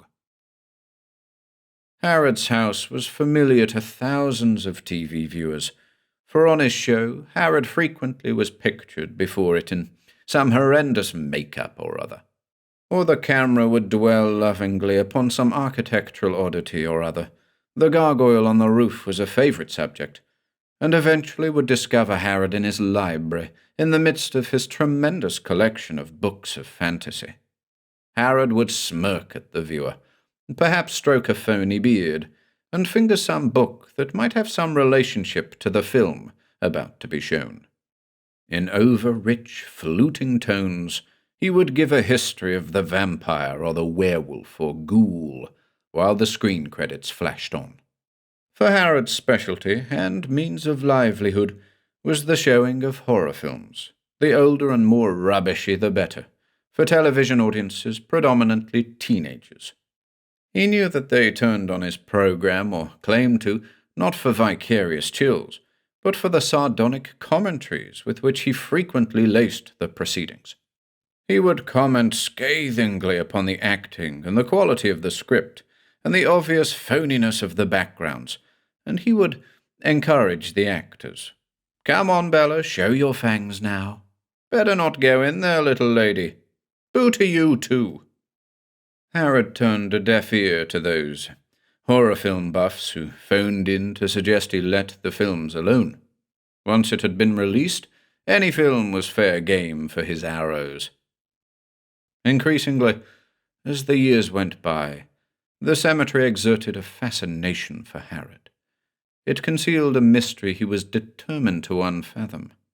For some time, he had harbored a suspicion that someone, one of his neighbors perhaps, or even one of his TV-viewing public, was in the habit of playing tricks upon him. Sometimes, of an evening, he might see flickering lights deep within the cemetery, but whenever he went in to investigate, he could find no evidence of another's presence. Sometimes there were subtle sounds on the wind, like whispering or keening, sounds that were eldritch and infinitely chilling, and whenever he heard them, he would feel that his heart had stopped beating, and nothing could drag him into the cemetery then.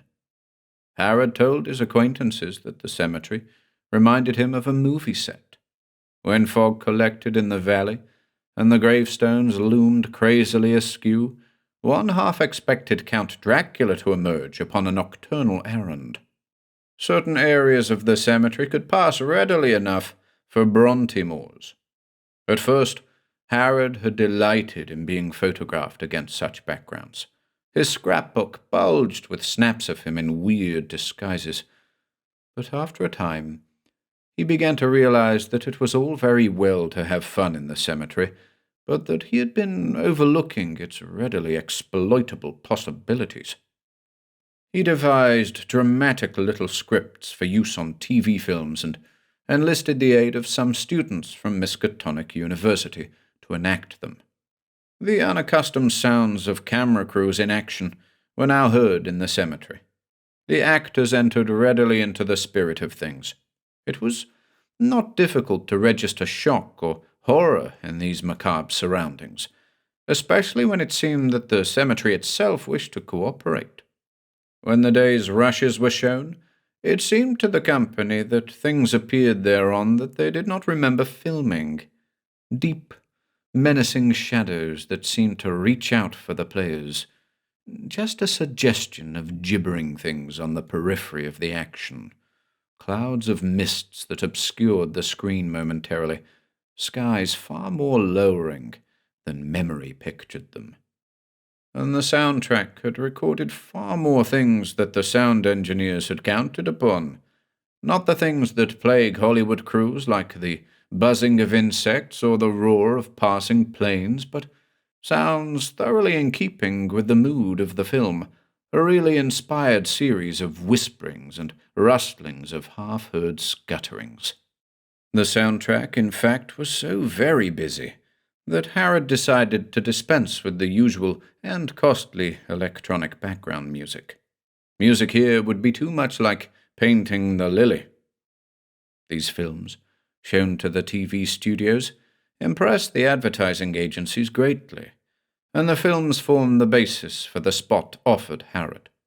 After an introductory shot of Harrod picking his way up the grave-strewn hillside, with trees bending so far in the wind that it seemed they were reaching out to clutch Harrod, the horror film that followed seemed doubly synthetic, and Harrod's jibes the more diverting. He suspected, but did not want to know, that some of these presumably genuine shots had been faked by the Miskatonic students when his back was turned. For to think otherwise, that these unrehearsed sights and sounds were quite authentic, was a possibility too chilling to be long entertained. For his memory would not permit him to rest. He remembered that when the camera crews had gone for the day, and he went for his wonted stroll through the cemetery, he sensed almost immediately a change in the atmosphere.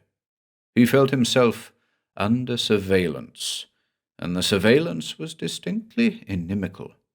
It was as if he had betrayed a trust. And when he noticed the ravages left by the company, the cigarette butts mashed into the ground, the litter of paper cups with an inch or two of coffee still in them, the used flashbulbs, the trampled grass, the scuff marks on gravestones, the treads left by the camera equipment, he realized why the atmosphere was so actively hostile. There was a stillness in the air, as if something were waiting. A branch of a tree he passed under tensed, as if about to tear at his throat. Old Death's Hill Cemetery employs no caretakers, and he felt just a bit foolish as he began to repair the damage as best he could, gathering up the accumulated litter into one pile and going back to his home for cardboard boxes into which to place it. But he had the definite feeling that his presence would be unwelcome here until he made at least a show of effort on the cemetery's behalf. It was true that the cemetery did not always wear so forbidding an air, else he would have been reluctant to visit it so frequently. There were bright days in spring and summer when the cemetery seemed in a relaxed mood, like a tiger washing itself in the sun. There were never any flowers upon the graves, of course, but during the warm months nature itself provided bouquets of wild flowers. Even a hillside yellow with dandelions in the sun is a joy to the eye, and in the soft light that sometimes filtered through the trees and dappled the ground, the cemetery looked almost benign. And down in the creek, the water that gurgled over the rocks pretended to be rapids. Sometimes a big brindle cat would walk for some distance along the stone fence and seem about to venture inside, but at the last moment would think better of it and drop hastily down. It was on such a day that Harrod first thought of bringing reading material to the cemetery, and thereafter, whenever he strolled there, a book or magazine always accompanied him. He had to select his reading carefully, for he had found that such favorite writers of his as Jane Austen and Peacock, for instance, clashed immediately with the surroundings. He discovered, conversely, that whenever he stretched out upon a gravestone to read, even the most spurious story in a pulp horror magazine seemed to gain validity thereby. He realized that such behavior was sheerest bravado, but it gave him a delectable titillation.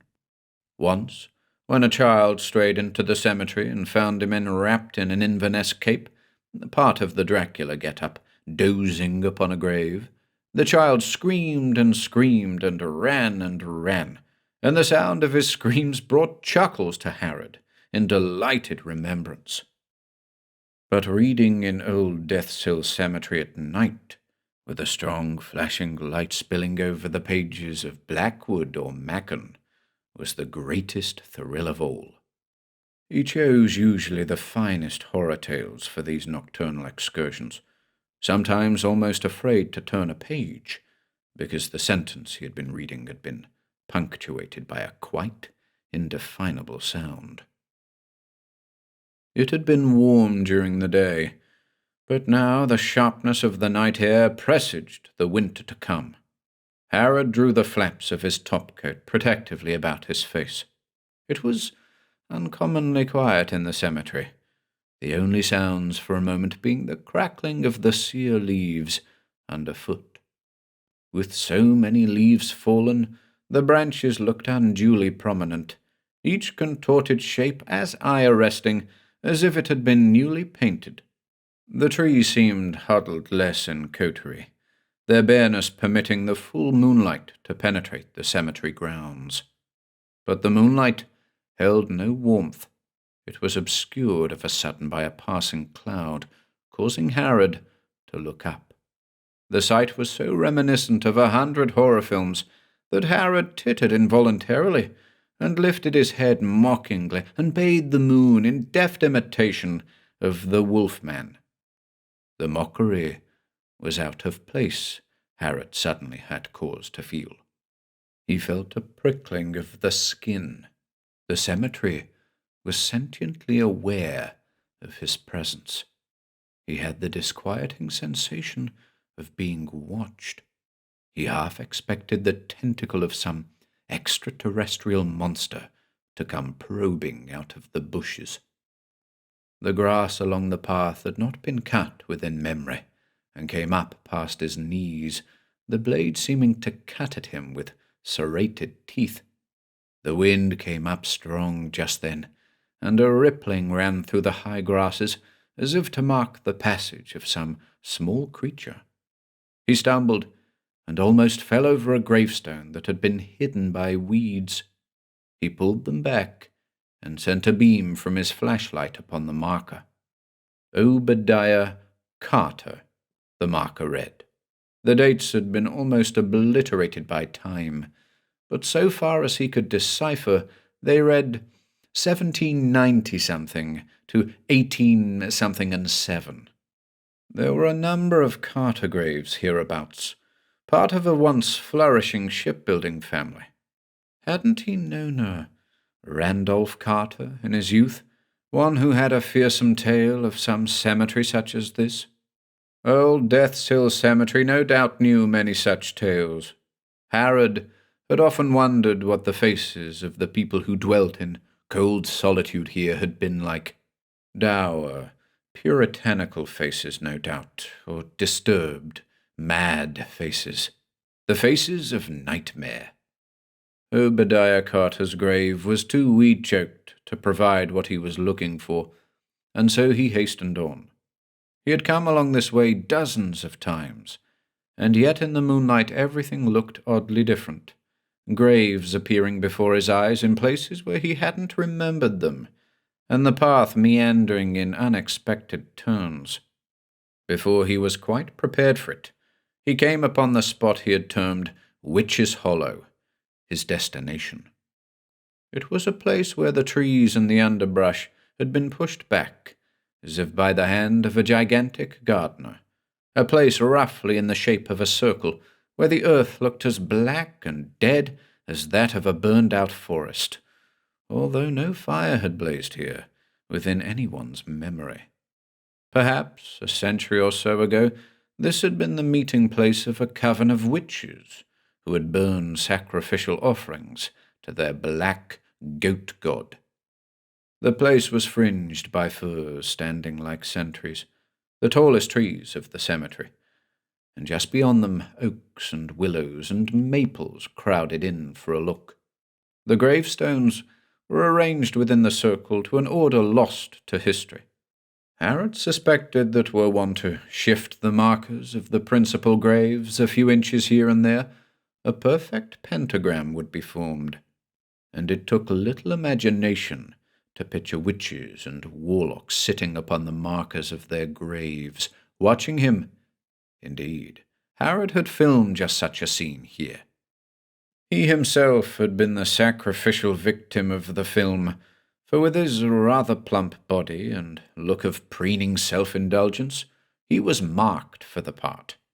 He considered that he had given quite a good performance, rolling his eyes in terror and quavering in his speech.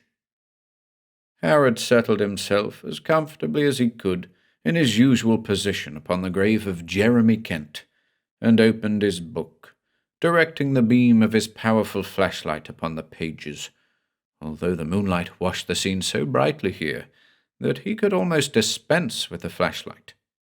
The marble of the gravestone was quite cold in the night air, and after a while its chill began to seep into his buttocks, even through the thickness of his topcoat. His ungloved fingers grew so stiff and numb that he could scarce turn the pages. Jeremy Kent, a euphonious, harmless-sounding name. But in local folklore, Jeremy Kent was reputed to have been a warlock or wizard, possibly the leader of the coven. The gravestone attested that he had been still in his early 30s when he died, a handsome man with the coldest of blue eyes. The legends concerning Kent were uncommonly interesting, and it had long been Harrod's plan, whenever he could raise the necessary capital, to make a feature-length film about his life. But how would he be able to suggest the scene in which Jeremy Kent tears the living heart out of a child's body? Jeremy Kent had not died of natural causes. The enflamed townspeople had taken matters into their own hands. But if Harrod acceded to historical accuracy in this matter, the scene would be too much like scenes from Frankenstein and a dozen other horror films. Possibly, Harrod thought, he could have Kent visited by celestial vengeance.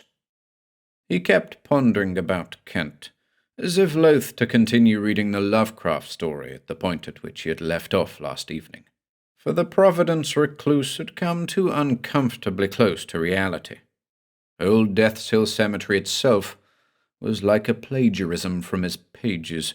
This clearing, which Harrod had termed Witch's Hollow, would fit all too easily into a Lovecraftian work, and Jeremy Kent differed very little from one of Lovecraft's villains. It was almost as if Lovecraft had visited this place himself, and considering his extensive antiquarian wanderings in this region, the possibility that he had done so was not unlikely.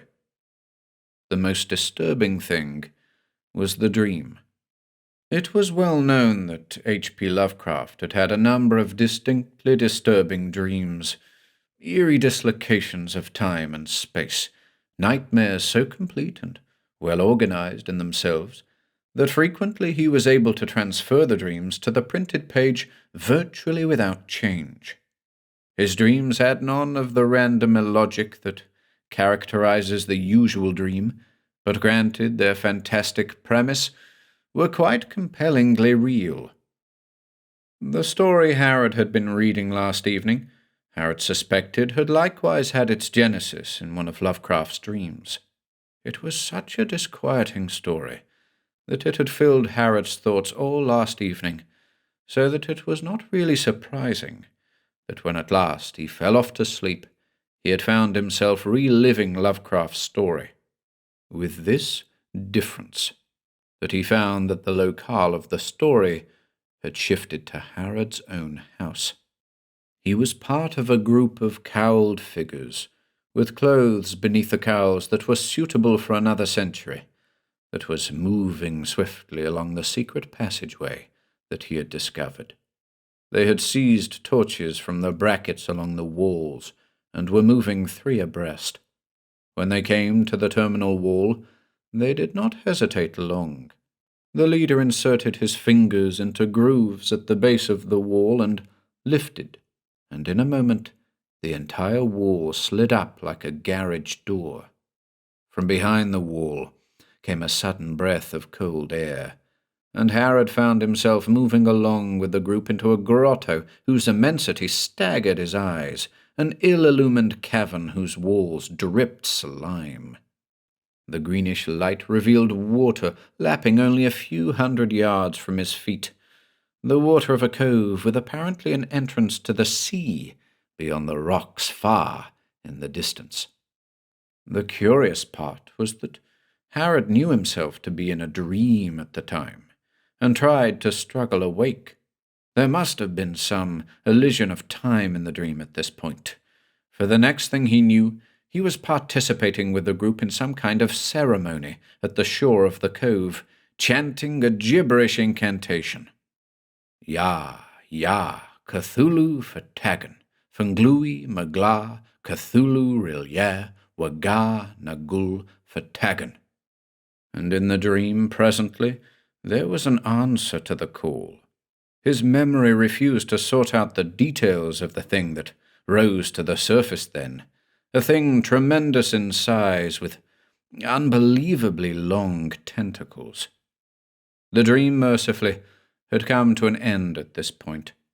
In the morning, Harrod had been so shaken that his mind balked at the thought of going down into the passageway to confirm that the wall would indeed slide up, as it had done in the dream. The thought that he might see the cove again was too much for his peace of mind. Fortunately, a call had come later from the studio, and he had busied himself most of the day preparing a script. But now, as he read the pages of the Lovecraft story, the monstrous dream kept intruding. A sudden great gust of wind riffled the pages as he read, almost tearing the book from his hands. It diminished, moaning. A stillness overtook the clearing. The firs at its edge, which had been tossing and quivering like a dog shedding water, stood now monumentally erect. It was too still. Seized by a sudden impulse, whose origin he couldn't fathom, Harrod turned back in the Lovecraft story, going through the pages until he found what he sought. He drew the topcoat about him, rose as if on cue, and with great histrionic effect slowly pronounced the words, pronouncing them as best he could. Ya, ya, Cthulhu Fatagan, Funglui Magla, Cthulhu Rilya, Waga Nagul Fatagan. The moonlight paled. There was a gathering of shadows where there had been no shadows, a sudden suspension of light that blotted out the trees and tall grasses. The shadows appeared to advance. Harrod blinked and rubbed his eyelids to clear them of granular roughnesses. No, it wasn't his imagination. The shadows were there, somehow more solid than they had been an instant before, an advancing phalanx of darkness. Ice water coursed down his spine. The shadows were there. They had stopped now, but did not retreat. They stopped and looked at Harrod and waited. The darkness disappeared from the face of the moon, and there was light in the sky once again, a precipitous flow of light at the edge of the clearing, between the flanking firs. And there were things in the sky there, high above the trees. There were faces on a gigantic scale, faces that were only remotely human, and a tumultuous threshing of non-human parts, with a suggestion of tentacles. They were up there with rapacious eyes, but it seemed that their concentration had not yet been engaged upon Harrod. They were searching the ground like a bird looking for insects. Harrod whimpered and sought to hide, heaving himself off the gravestone and scrabbling in the loose gravel with his hands. Possibly the movement of his feet had triggered some mechanism, for as he cowered beside the marker, there was a creaking sound, as of protesting hinges, that set up a reverberating clangor on the night air, and the gravestone he had just vacated slowly began to rise before his eyes. And now Harrod saw that the gravestone had concealed steps, a flight of stairs that descended subterraneously, and from them came a breath of stale and noisome air. As he gazed at the steps in terror, he was conscious of a diminution of light just beyond the periphery of his vision, and looking up, he saw that the moonlight had quitted the clearing, and that the shadows had come very near, surrounding him in an inescapable ring, with little pinpoints of light which might have been eyes. The pale light could not define their shapes. They were not wraith-like at all, not in the least transparent, but rather concentrations of darkness. There was the slightest susurration of sound, almost below hearing level, and it gradually grew into a hollow whispering. It came from the subterranean passage. There was no one, no thing down there, he knew. There couldn't be. And yet he kept looking fearfully down the steps, as if expecting momentarily the appearance of a shrouded figure, possibly one with cold, blue eyes. The whispering increased in volume, insistent, urgent. The voice sounded cold and ancient and unspeakably corrupt, and now he began to distinguish its words. "Come down, Harrod. Come down." Old Death's Hill Cemetery is little frequented, and it was a considerable time later that a pair of lovers, cutting off from the main path, almost trod upon a body. It was so badly decomposed that it required a dental check-up to identify it as that of the missing Elmer Harrod. Had Harrod still been living, he himself would have cut the shot as too horrifying for his TV viewers, for the head had almost been completely torn from the body, adhering to it only by a few shreds of rotting flesh. The mouth was engaged in a perpetual scream, and the eyes, almost popping from their sockets, held too much nightmare horror to contemplate for long. The body was only barely recognizable as human. It had been twisted almost inside out, and something had gnawed upon it for quite a little while.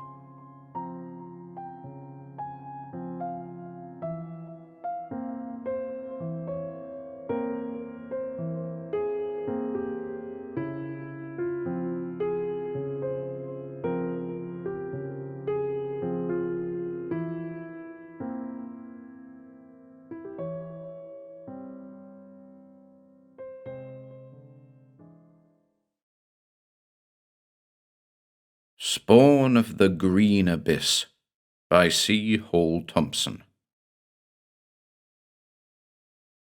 1. I am not writing this to save my life. When I have set down, in the sanity of plain English, the strange story of Heath House, this manuscript will be sealed in an envelope, to be opened only after my execution. Perhaps then the accounts that have filled the papers during my imprisonment and trial will be more easily understood. Today, in his effective baritone, the attorney for the state told a mixed jury, "This man, Dr. James Arkwright, is the cold-blooded murderer of his wife, Cassandra, and her unborn child. You have seen the evidence, ladies and gentlemen. You have seen the murder gun. The state and the voice of the dead woman demand that this killer pay the extreme penalty." It was a very forceful plea. I could not have asked better. You see, I want to die. That is why this will not be read until the prison medico has pronounced me dead of a broken neck. If it were read while I lived, I might never be granted the release, the nothingness of immediate death. Instead, I should spend endless, remembering years in the state asylum for the criminally insane. Do not misunderstand me. No feeling of remorse prompts me to seek forgetfulness. Should all this happen again, God forbid, I know I should do the same.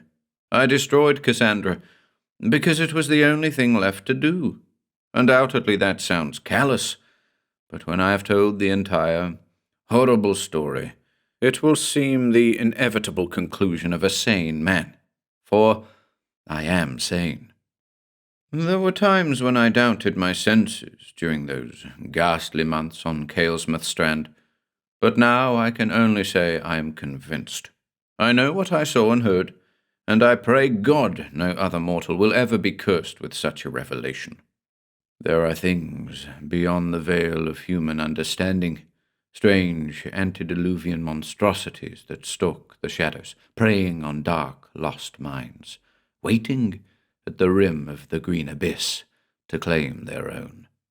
These are the things I must escape, and, for the mind that has come to realize their existence, the only avenue of retreat lies through the quiet labyrinths of death.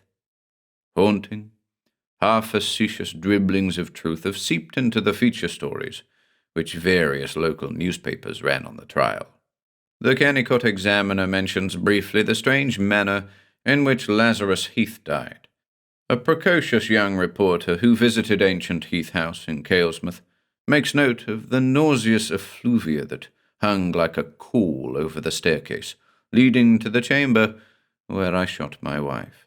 He mentions, too, a trail of dried sea brine which streaked the floor of the entrance hall, and the carpeting of that same stairway. Those were only thoughtless ripples on the loathsome, scummed surface of abominable truth.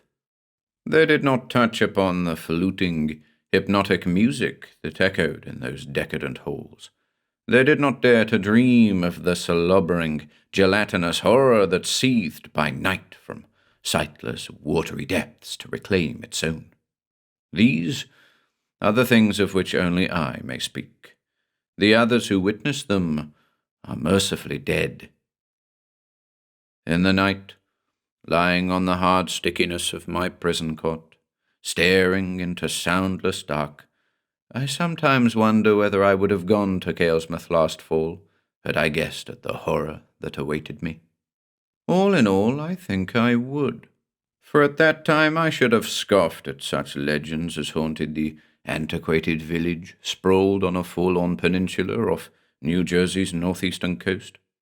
As a medical man and a mildly successful brain surgeon, I would have set them down to antique folklore whispered by wintry firesides, told in the ghostly tongue of superstitious nonagenarians.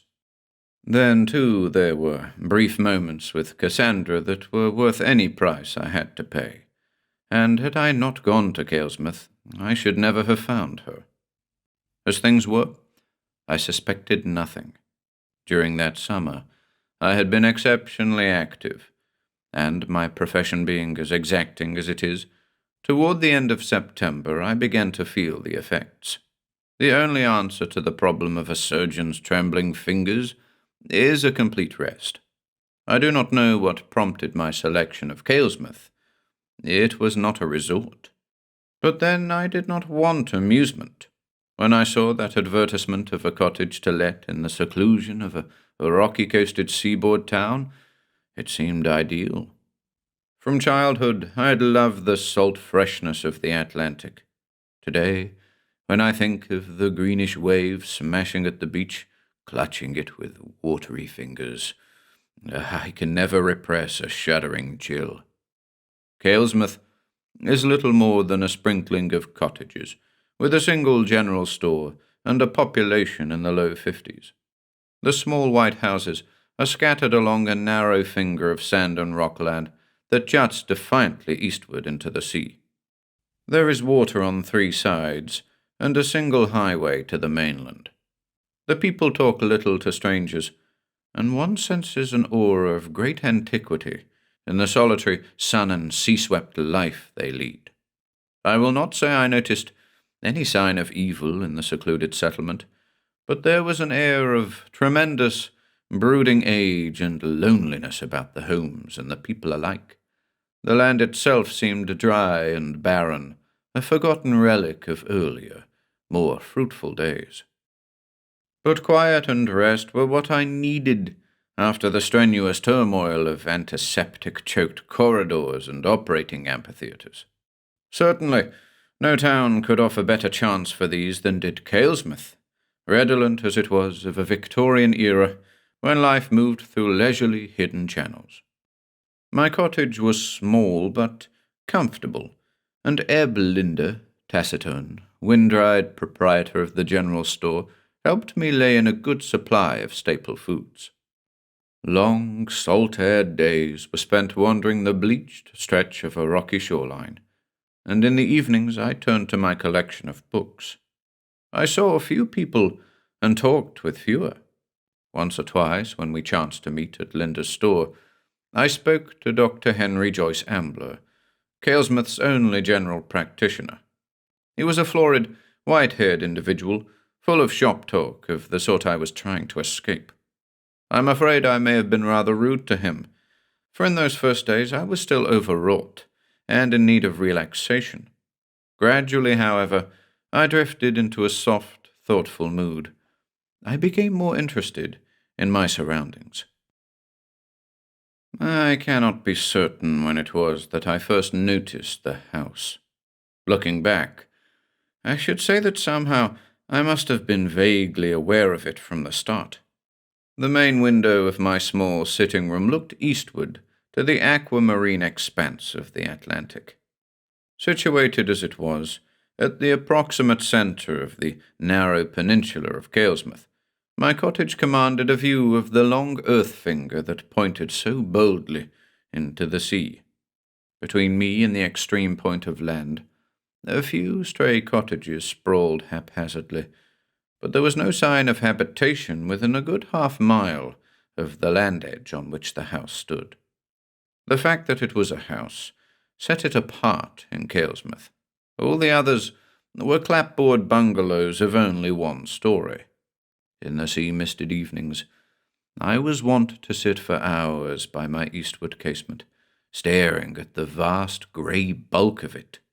It was like something from another eon, a tottering, decayed remnant of the nighted past. Massive and rambling, with countless gables and cupolas, its small-paned, murky windows winking balefully at the setting sun. Set as it was on the extreme lip of the land, it seemed somehow more of the cloying sea than of solid soil. An ectoplasmic nimbus clung thickly to battered towers, whose boarded embrasures argued desertion. I noticed that the seagulls circled the ancient monument warily. Birds did not nest in the crumbling age-webbed eaves. Over the whole dreamlike vision hung an atmosphere of remoteness that was vaguely tinged with fear and repulsion. It was a thing that whispered of forgotten evils, of lost and buried blasphemies. The first time I caught myself thinking thus, I laughed away the sensation and decided that my solitary sojourn was beginning to work on my imagination. But the feeling persisted, and in the end my curiosity won. I began to ask questions during my infrequent visits to the store. Silent as Belinda habitually was, I sensed an abrupt withdrawal in him when I mentioned the house at Land's End. He continued weighing out my rough-cut tobacco and spoke without looking at me. "You don't want to know about Heath House, Doc. Folks hereabouts ain't got nothing to do with it." Sullen warning charged his level tone. I smiled, but a small shiver trickled along my neck. I looked across the store to where Doc Ambler stood, his white mane bent intently over one of the latest magazines. His head came up. The usual smile had gone out of opaque eyes. "Lazarus Heath lives there, Doctor," he murmured, very much the recluse.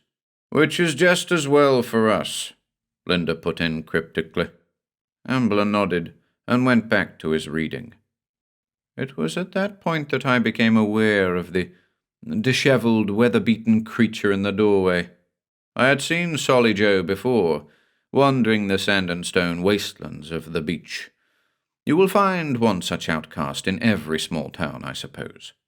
A slow-witted, distorted brute, with matted blonde-grey hair, he combed the shores night and day, ambling aimlessly from spot to spot, sleeping in the lee of some jutting rock.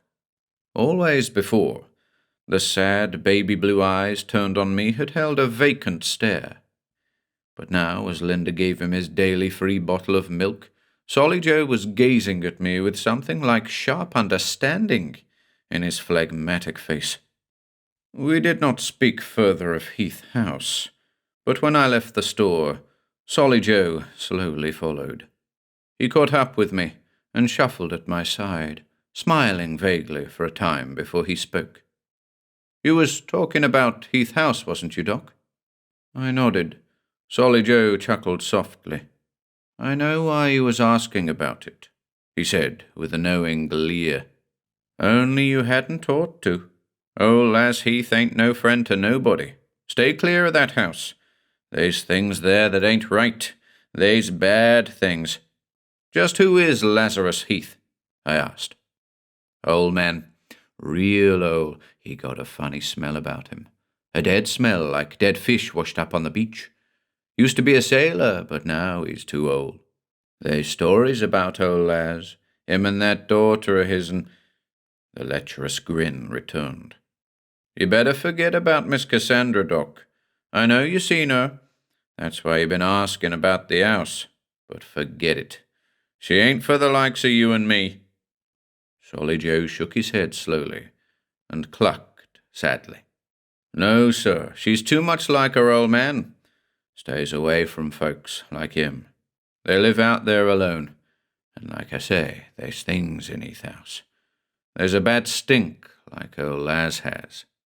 Nigh on to 20 year ago, Laz was in a shipwreck, lost for most 2 year. Then a tramp steamer found him on an island.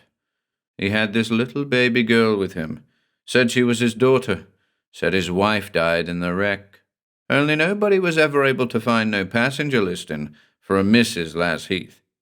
Then Laz come back here and bought that there old place. Even 'fore he come, there was talk about bad things in that house. People still talk, only now they whisper, case Laz might hear. Take my word, Doc, you steer clear of pretty Cassandra. She warn't meant for men like us. I can still remember Solly Joe's simian shadow shuttling off along the craggy, moon-washed strand, voracious tongues of nighted tide lapping at his battered white sneakers. If I had not heard of Cassandra Heath before, now that I had, my interest was made the more intense by the drone of the beachcomber's eerie warning still humming in my ears. I chuckled, telling myself it was probably utter nonsense, the maundering phantasms of Solly Joe's lonely, warped mind. But my laughter echoed back from a brooding, watery wasteland.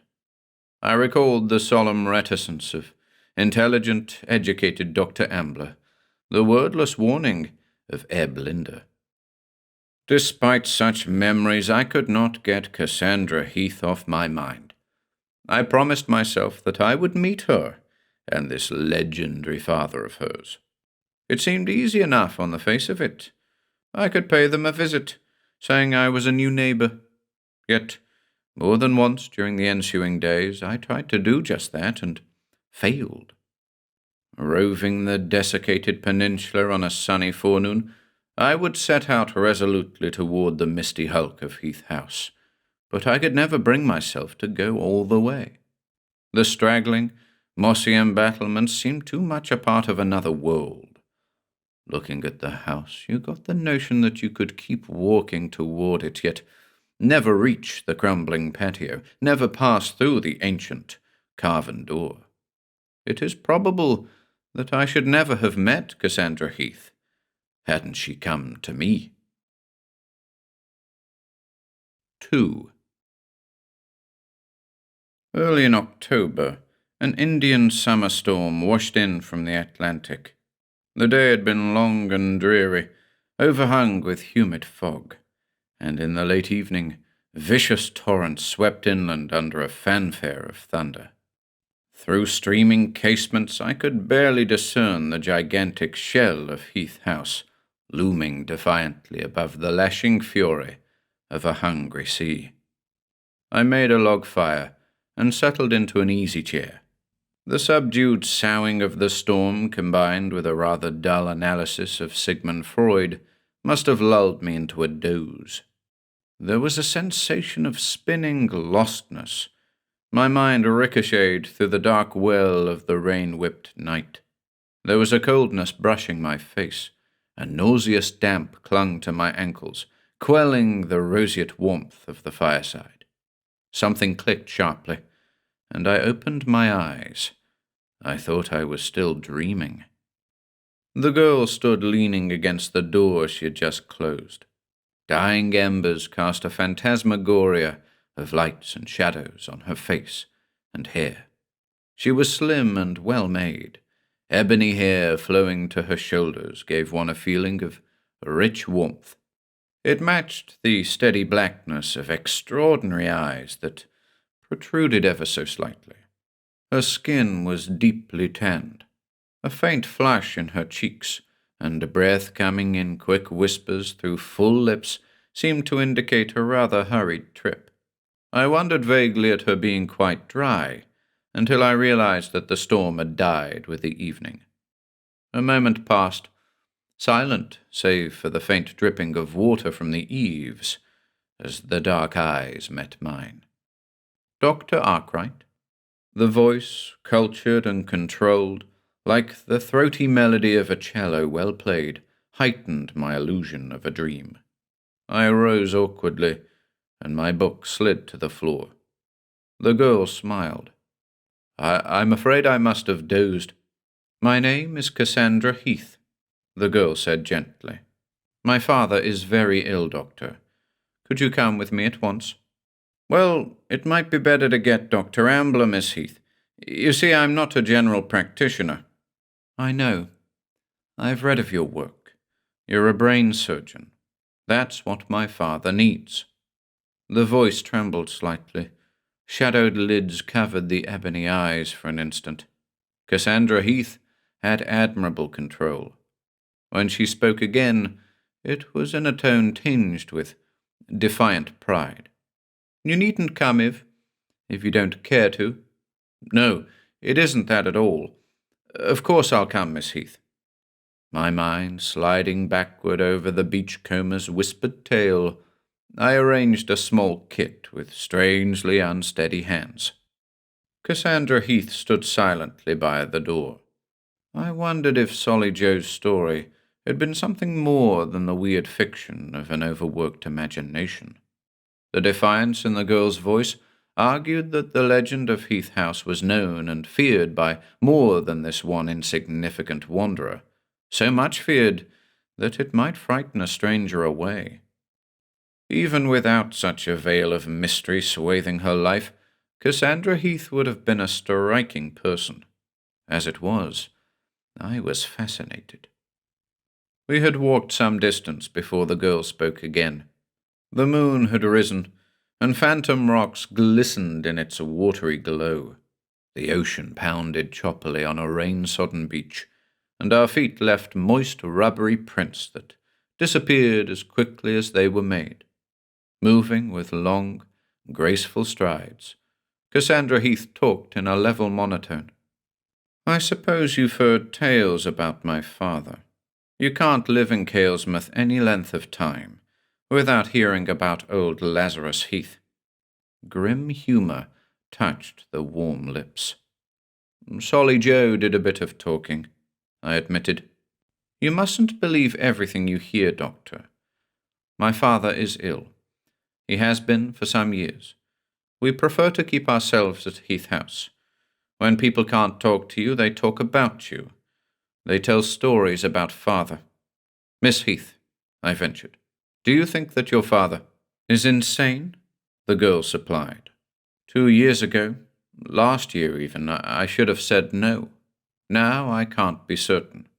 My father has led a strange life, Doctor, a strenuous one. Here of late he's been given to brooding. He was always moody and quiet, but this is something different. He's afraid of something, I think. Then, too, there are the disappearances. Disappearances? He's taken to wandering off at night. 4 times in the last couple of months I searched the whole length of the Strand, and couldn't find him. Maybe he'd gone to the mainland. I think not. Someone would have seen him. No, he went somewhere much farther away. For the first, a note of puzzled fear crept into Cassandra Heath's voice. Much farther. She seemed to come back with an effort. He did that tonight, Doctor. Just before the storm broke. I found him later, hours later, wandering in a small cove beyond the house. He was talking strangely and singing, a funny little tune. He's in his room now, still talking, still singing that song. Onyx eyes flashed up to meet mine. In that brief moonlit instant I saw all the doubtful terror, the puzzled anxiety, that Cassandra Heath would not admit even to herself. I had no time to question her further, to attempt to link together her last broken phrases so that I could guess at the real meaning that lay hidden in them. Kalesmouth Strand had suddenly narrowed, and now, on either side of us, midnight ocean licked possessively at the land. A tortuous path, tangled with sea brambles and rocks, snaked to the shadow-choked veranda of Heath House. Weather-wasted planks groaned in protest under unaccustomed footsteps. At a gentle pressure of Cassandra's hand, the ponderous mahogany door swung back soundlessly. Even before I stepped into the candle-lit, gloom-encrusted hallway, I could smell it. That loathsome, clinging effluvium of rotting marine flesh, of which Solly Joe had muttered. It swirled sickeningly in the clammy atmosphere of a foyer that was like the dusty nave of some forgotten cathedral, rising along lushly panelled walls to the sightless dark far above. A wide, twisting staircase wound upward to some higher labyrinth, and as I followed Cassandra Heath upstairs, whose ancient grey carpet was worn thin by the tread of forgotten feet, the fetter became even more powerful, more noisome. Through dreamlike corridors I followed the fitful glow of the candelabrum the girl carried. Another door opened, then closed behind me. I stood in a chamber that seemed drawn from the dark maw of lost eons. Tremendous oaken furniture dwarfed the figure sprawled limply on a dais-raised bed, and, though the small-paned casement stood wide, chilling sea fog swirling through them into the room, the stench was overpowering. Cassandra set the candelabrum on an antique cabinet de nuit. An eerie lustre flickered across Lazarus Heath's wasted visage. During his professional lifetime, a brain specialist is called upon to diagnose countless horrible cases. Yet they are the horrors of the nighted mind, or of blindness caused by a tumor. They are medical things, and can be understood. You cannot diagnose a fetid malignancy that goes beyond medical knowledge, rooting itself in the black soil of ancient hells. There was nothing medical knowledge could do for Lazarus Heath. Pushing back revulsion, I made a thorough examination. The massive body, little more than skin and bones now, gave off a reeling aura of putrefaction, and yet there were no sores. Sopping clothes that hung in tatters were tangled with dull green seaweed, stained with ocean salt. But it was the face that caught and held my attention. The skin, taut and dry, was the colour of aged jade, covered with minute, glistening scales. Staring into the candlelight, Lazarus Heath's pale eyes bulged horribly, and, as the great bony head lolled spasmodically from side to side, I made out 2 faint, bluish streaks, about 4 inches in length, running along each side of the scaly neck, just below the jawline. The lines pulsed thickly with the air-sucking motions of his salt-parched lips. Watery incantations bubbled upward into the dank stillness. They call for Lazarus Heath. Zothsira bewails her lost one. She bids me come home. You hear? The great ones of the green abyss hail me. I come, O beauteous Zothsira. Your lost one returneth, O weeping goddess of the green nothingness. Sudden power energized the lax skeleton, so that I had no easy time in holding him to the bed. Pallid eyes stared beyond this world, and Lazarus Heath's cracked lips warped in a hideous smile. Then, as suddenly, he was calm, the ponderous cranium cocked pathetically to one side, in a grotesque, listening attitude. You hear? The hollow voice gurgled. She sings to me. The song of Zothsira. Insane laughter tittered weakly. Heath's rasping voice dribbled into a strangely haunting threnody, a song that at once attracted and repelled with its subtly evil intonations. Zothsira calleth him who knows the green abyss. Men of salt and weed are lovers all. To the goddess of the green and swirling void, come away to Zothsira. Come away. Father! Cassandra's voice was scarcely more than a distraught gasp, but at the sound of it, the odious, hypnotic smile froze on Heath's parchment-pale face, then slowly decomposed into a twisted mask of sick horror. For the first time, something like terrified reason seeped into those oddly protuberant eyes. Cassie, Cassandra. Heath stared about him frantically like a child lost in the dark. Once again, he tried to raise himself, but before I could restrain him, crumpled backward into a voiceless coma. Half an hour later, standing in the shadows of the decaying patio, looking eastward to the moon-scorched desert of the Atlantic, I told Cassandra that there was nothing wrong with her father's mind. Perhaps I should have phrased it more coldly, and added, nothing that medical science can cure. But, sensing the free, vibrant life that flowed in the girl's body and brain, I could not bring myself to tell her that I thought Lazarus Heath was going mad. Too, I was not at all sure of my own diagnosis. I told Cassandra that I wanted time to observe her father more closely, and she seemed greatly relieved to know that I would consider the old man's case.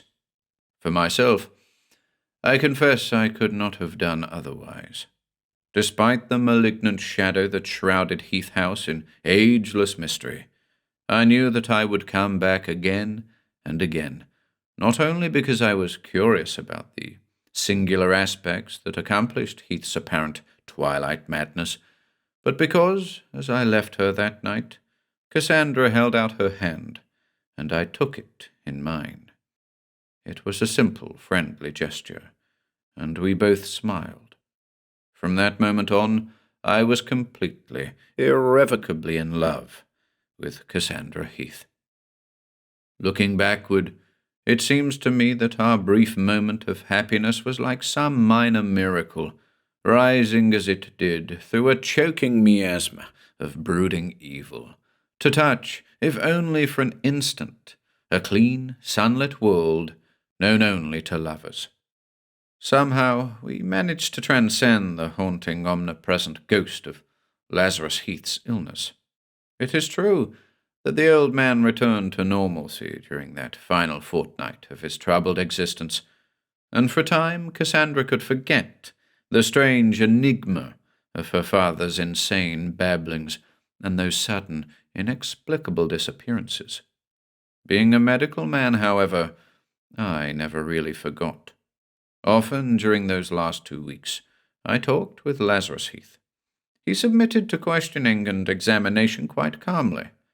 As to the peculiar condition of his skin and the odd lines on his throat, he professed ignorance, and the once or twice I mentioned Zoth Syra, he went gloomily reticent on me. He said the name meant nothing to him, yet never before or since have I seen a man so patently weighed down by some blasphemous, heart-gnawing secret as was Lazarus Heath. He ate little, and spent his days and nights slumped in a crotchety chair, staring into the bluish mist of the small cove beyond Heath House. Cassandra needed forgetfulness. As much as I could, I got her away from the sullen loneliness of the antediluvian manse at Land's End. With the passage of days, she relaxed and became her own charming self, a side of her nature to which, I think, even she might have been a stranger. For the foul legends that trailed after Lazarus Heath had cut his daughter off from companionship and the clear, untarnished joys of the extrovert. We spent the long sunny days together on the beach. Cassandra was like an imprisoned nymph suddenly set free. She swam with the grace of one born to the water, and ran the length of arid sand with the lightness of a child, her wonderful hair flowing wildly in the sea breeze.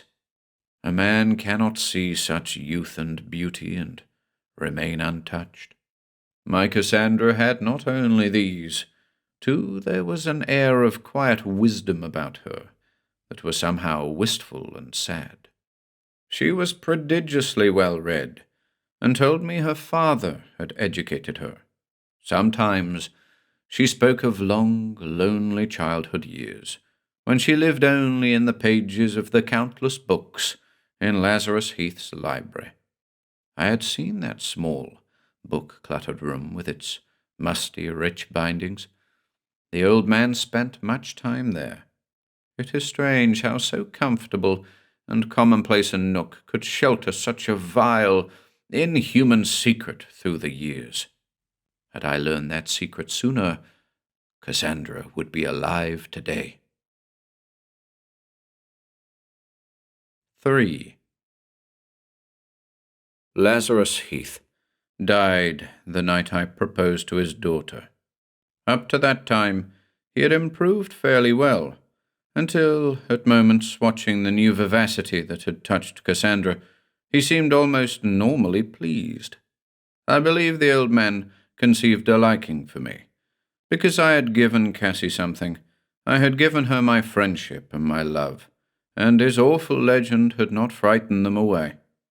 The night I asked Cassandra to marry me, it was balmy and quiet, and we had been walking along Kalesmouth Strand, watching the silver ribbons of the moon on the Atlantic. I remember I halted rather abruptly, mumbling that I had something to ask her, and then Cassandra smiled and kissed me. Her lips were warm and full of promise. "The answer is yes, darling," she murmured. We laughed then, a soft, rich laughter whose gentle, love-haunted echoes I shall never forget. Clinging together, we ran along the moonlit sand. That day, a last leaf of Indian summer had fluttered across the peninsula, and a wintry sea was already lapping hungrily at the land. Cassie chattered brightly about how happy her father would be for us, but somehow, as we neared the sepulchral tenebrosity of Heath House, a hollowness crept into her laughter. It was as though she already sensed the horrible discovery that lay before us. There was no answer when Cassandra called out in the hollow well of the foyer. We began our search for Lazarus Heath calmly enough, but now the laughter had gone altogether. He was not in the dusty sanctuary of his library. The linen of his tremendous oaken bed flapped in the wind that brushed through casements thrown wide to the rapidly chilling night. The look of utter terror in Cassandra's eyes told me we were reasoning along the same lines.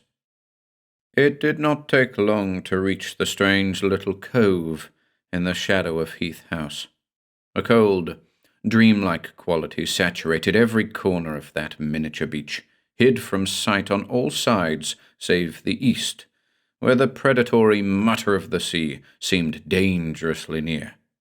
But you can awaken from the insanity of a dream. There was no such escape from the terrible reality of that night. At the center of the cove, edging into the water, stood 4 weirdly hewn pillars, placed so that each made the corner of a crude square. In the moonglow, they had the aspect of sinister medieval altars of sacrifice, reared to noxious, unnameable gods. Sprawled at the center of the evil square, face down in a foot of lapping sea water, lay the lifeless body of Lazarus Heath. I cannot rightly remember how I got the brine-tangled corpse into the house. There is a searing picture of Cassandra's face frozen with sick grief, and another of myself alone in that fetid bedchamber, performing an autopsy, listening to Cassie's distant, pitiful sobs the whole time. That night, I got down on my knees and prayed to God that the things I had discovered could not be so. Yet I had seen with my own eyes the increased scaliness of Heath's face, the horrible enlargement of his eyes. I knew that my first guess had been wrong. Lazarus Heath had not drowned, for those hellish lines on his throat had become long, oozing slits, like nothing but the slobbering gills of a tremendous fish. I had a sick feeling that Heath's weird mumblings might not have been the gibberish of a madman, but the delirium of one who had learned things no mortal was ever meant to know. We buried him in a sealed pine casket. If the morticians from the mainland noted the strange condition of the corpse, they gave no sign. With them it was a business. Death had myriad forms, each as cold and unquestionable as the last. With Cassandra, however, I had to be more careful. I knew the terrible effect that nauseous, bloated visage would have upon her. I told her the autopsy had been rather disfiguring, that it would be better if she did not see her father. She obeyed with the simple acquiescence of a child who is lost and lonely and in need of guidance. Once, she roused from a cold, apathetic state of shock to tell me that Heath had always wanted to be buried in the cove. It rained on the day of interment. Icy needles pelted forlornly on the unpainted wood as 2 uneasy men lowered Lazarus Heath to his final rest.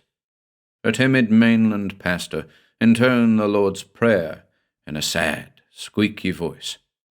That night there was nothing but the rain and the horrible stillness of forsaken Heath House. Sparse flowers wilted on the fresh clay mound in the cove. A clammy tide fingered slowly in, lapping at the edge of Lazarus Heath's grave.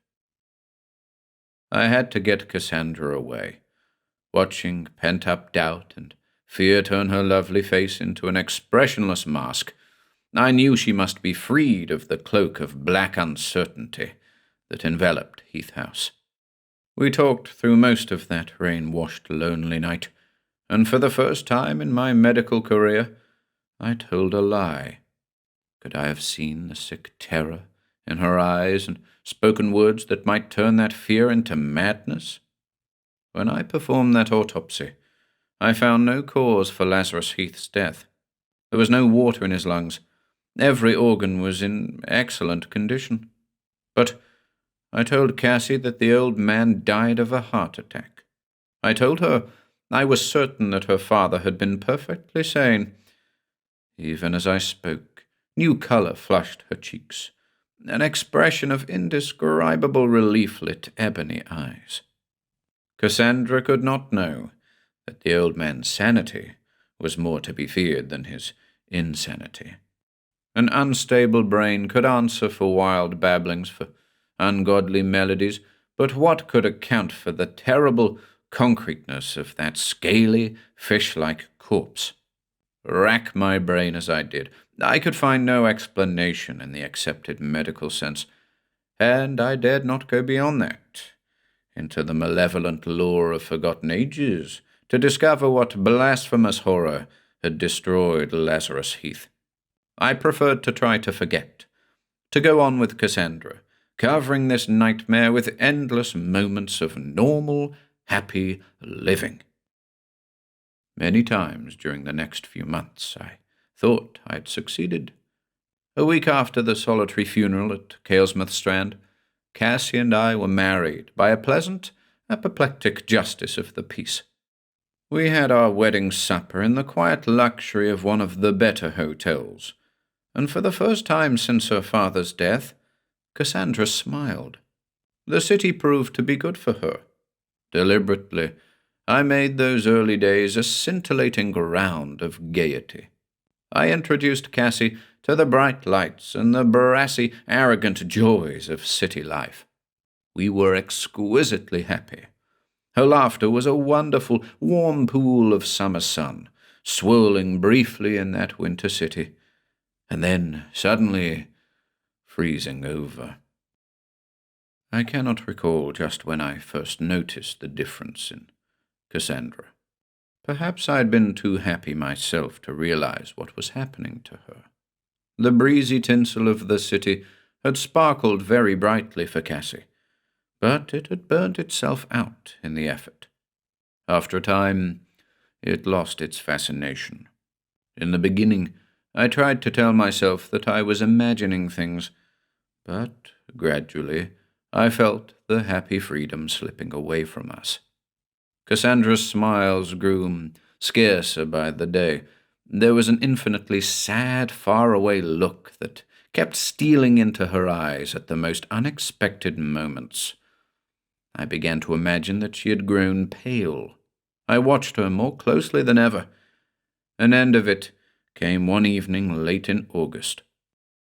I found Cassandra alone on the night-cooled terrace of our apartment, staring eastward across the summer-choked city. When I touched her shoulders, she gave a little start, then smiled sadly. "Can you smell it, darling?" she murmured wistfully after a moment. "What?"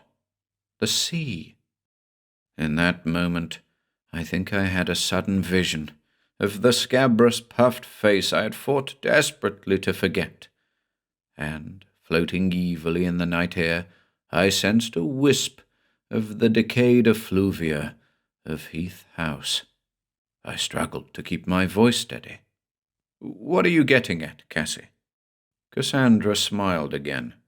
"Can't fool my doctor, can I?" Her voice was soft. "Darling, would you mind terribly if we went back to Caelsmouth, the Heath House?"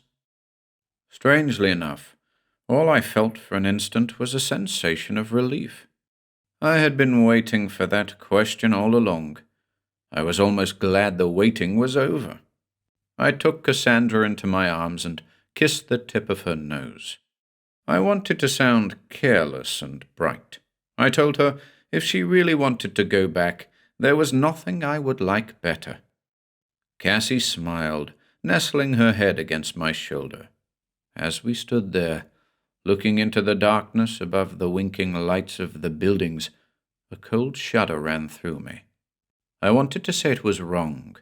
We couldn't go back. I said nothing.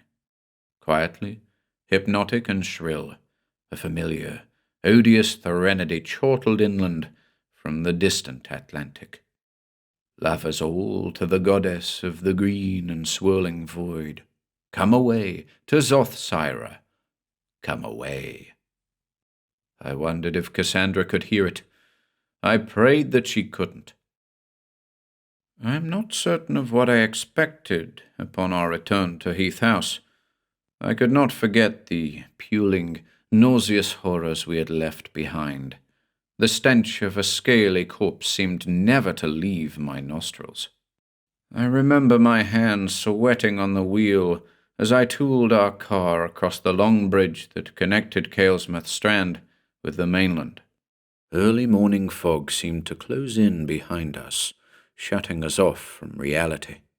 The baleful finger of the solitary macadam road that led to Heath House pointed with terrible certainty to the steely expanse of the sea.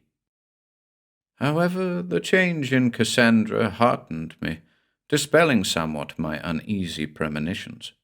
Already her complexion had returned to its former warmth and beauty.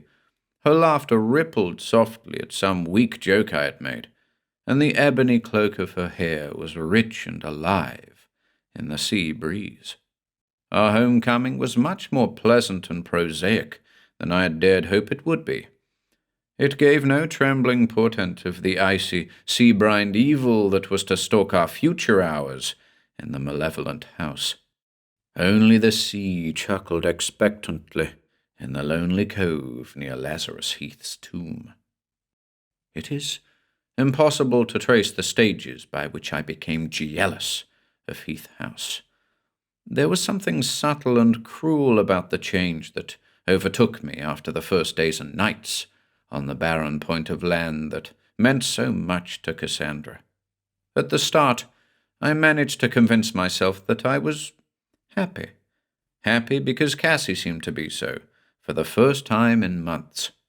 I even felt something like an uneasy affection for the old place, because it made Cassandra what I wanted her to be, full of a rich, wild life, touched with the mysterious charm that had first attracted me. We began to refurnish and remodel the house. The mundane clang of workmen's saws and hammers, the earthly smell of turpentine and white lead, seemed to breathe a freshness into the foul, antiquated halls and chambers. I told myself it was just another charming old house, where people could be happy if only they tried hard enough. But all the time, a new whispering voice within me clamored for attention. I knew I was losing Cassandra to a past of which I had not been a part. Heath House was reclaiming her. Cassandra herself seemed to notice no change in our relationship. She was gentle and full of a soft tenderness toward me, and still I had the terrible feeling that a barrier was rising between us, day by day, second by second. Cassie took to a habit that roused uneasy memories in me. Any hour of the day or night, she would be seized by an urge to walk quickly, unseeing, along the lashing edge of the sea. They were not the leisurely wanderings we had known in the past.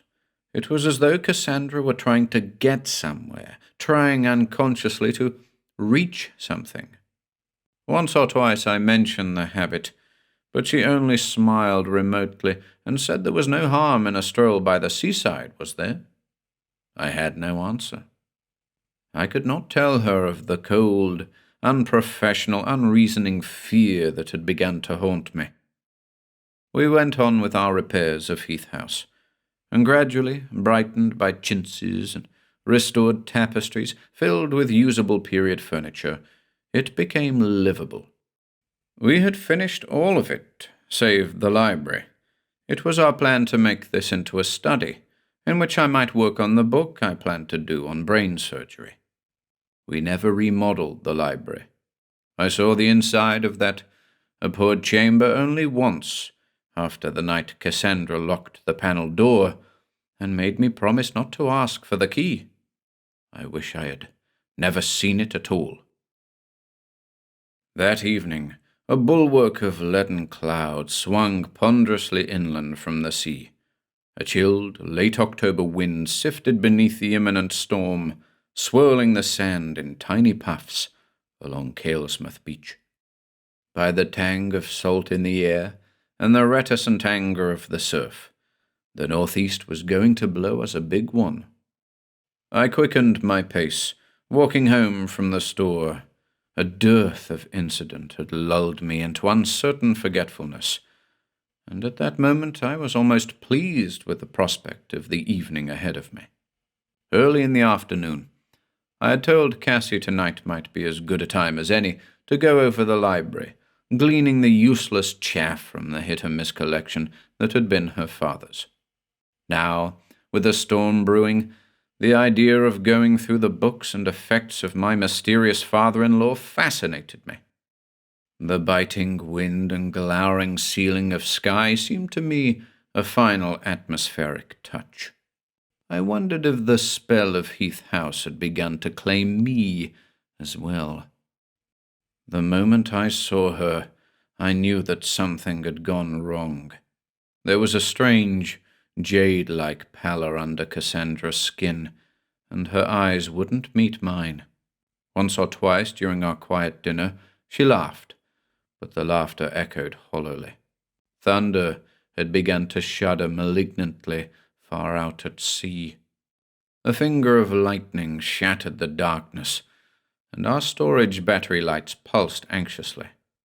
I saw Cassandra start and tip over her wine glass, the port spread like an oozing bloodstain on the Madeira linen. I looked at my plate, pretending not to notice her extraordinary nervousness. "I've been looking forward to tonight," I said. "Looking forward, darling?" That false, brittle smile was in Cassandra's voice. "Yes, I've always wanted to go through those fabulous books." The clatter of metal against china brought me about with a start. Cassie had dropped her fork from fingers that seemed suddenly paralyzed. She stared at me with unseeing eyes, and one slim hand raised in a futile gesture of protest. Her colorless lips trembled. "No, you mustn't!" A gnawing fear sprang into the emptiness of her gaze. She made as if to rise, and, in an instant, all life seemed to flood from her body. She slid soundlessly to the floor. What I did then was done with the unconscious habit of a medical man. Training overshadowed the sick, watery weakness of my legs. Somehow, I got Cassandra to our bedchamber on the second floor. Her exquisite face had a whiteness that whispered of death, but breath came in uneasy, whimpering shudders. I chafed her wrists, an agony of doubt whirling in my brain. Thunder slithered across the sky, crashing insanely over Heath House. The storm broke. Dark eyes were suddenly wide in Cassie's pale face. Her hand clutched mine so violently that her nails bit into the flesh. "You can't go in there. Nobody can go in there ever again. You hear? Nobody. Ever again." "It's all right, darling. Try to relax. Tell me what's frightened you." Her head shook dully. "I can't. I can never tell you. You've got to trust me. You can't ever go into that room. Don't ever try. I've locked the door. You mustn't ask me for the key. Please. Promise me you won't. Please." 4.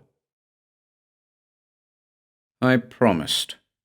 I heard myself saying the words over and over in a thick monotone. They seemed not to reach her. Her lips hung loosely, fear twisting the beauty from her face, leaving nothing but unreasoning hysteria. She went on pleading, unable to hear my reassurances. The sedative I gave her was not a weak one. My hand shook as I prepared it. I had to work in the dark. Our storage batteries had given out. There was nothing but pitch blackness and the babbling fury of the elements chewing at Heath House mercilessly. Perhaps it was only my nerves. Once I could have sworn that there, in the pulsing gloom, an overpowering stench, an effluvium that was almost tangible, brushed against me. At length, Cassandra's whimpering died away. She sank into a deep, fitful sleep. Lightning crashed maniacal brightness into the room. For an instant it washed Cassie's face and throat. There was a delicate, gold-dipped chain around her neck. On it she had strung the key to the library. You cannot always give reason to your actions. That night I could have stolen the key, I could have gone down the hall through the darkness and into the damnable chamber that held a secret ungodly enough to press my wife to the brink of madness. If I had, things might have worked out differently. Maybe I was a coward, afraid of the antediluvian horror that awaited me beyond the massive carven door. Maybe I did not want to know the truth. I told myself I had made a promise to Cassandra. I left the key where it was and stumbled downstairs in the Stygian blackness. Screeching banshees of rain begged entrance at the streaming casements. A fire burned fitfully in the sitting-room grate.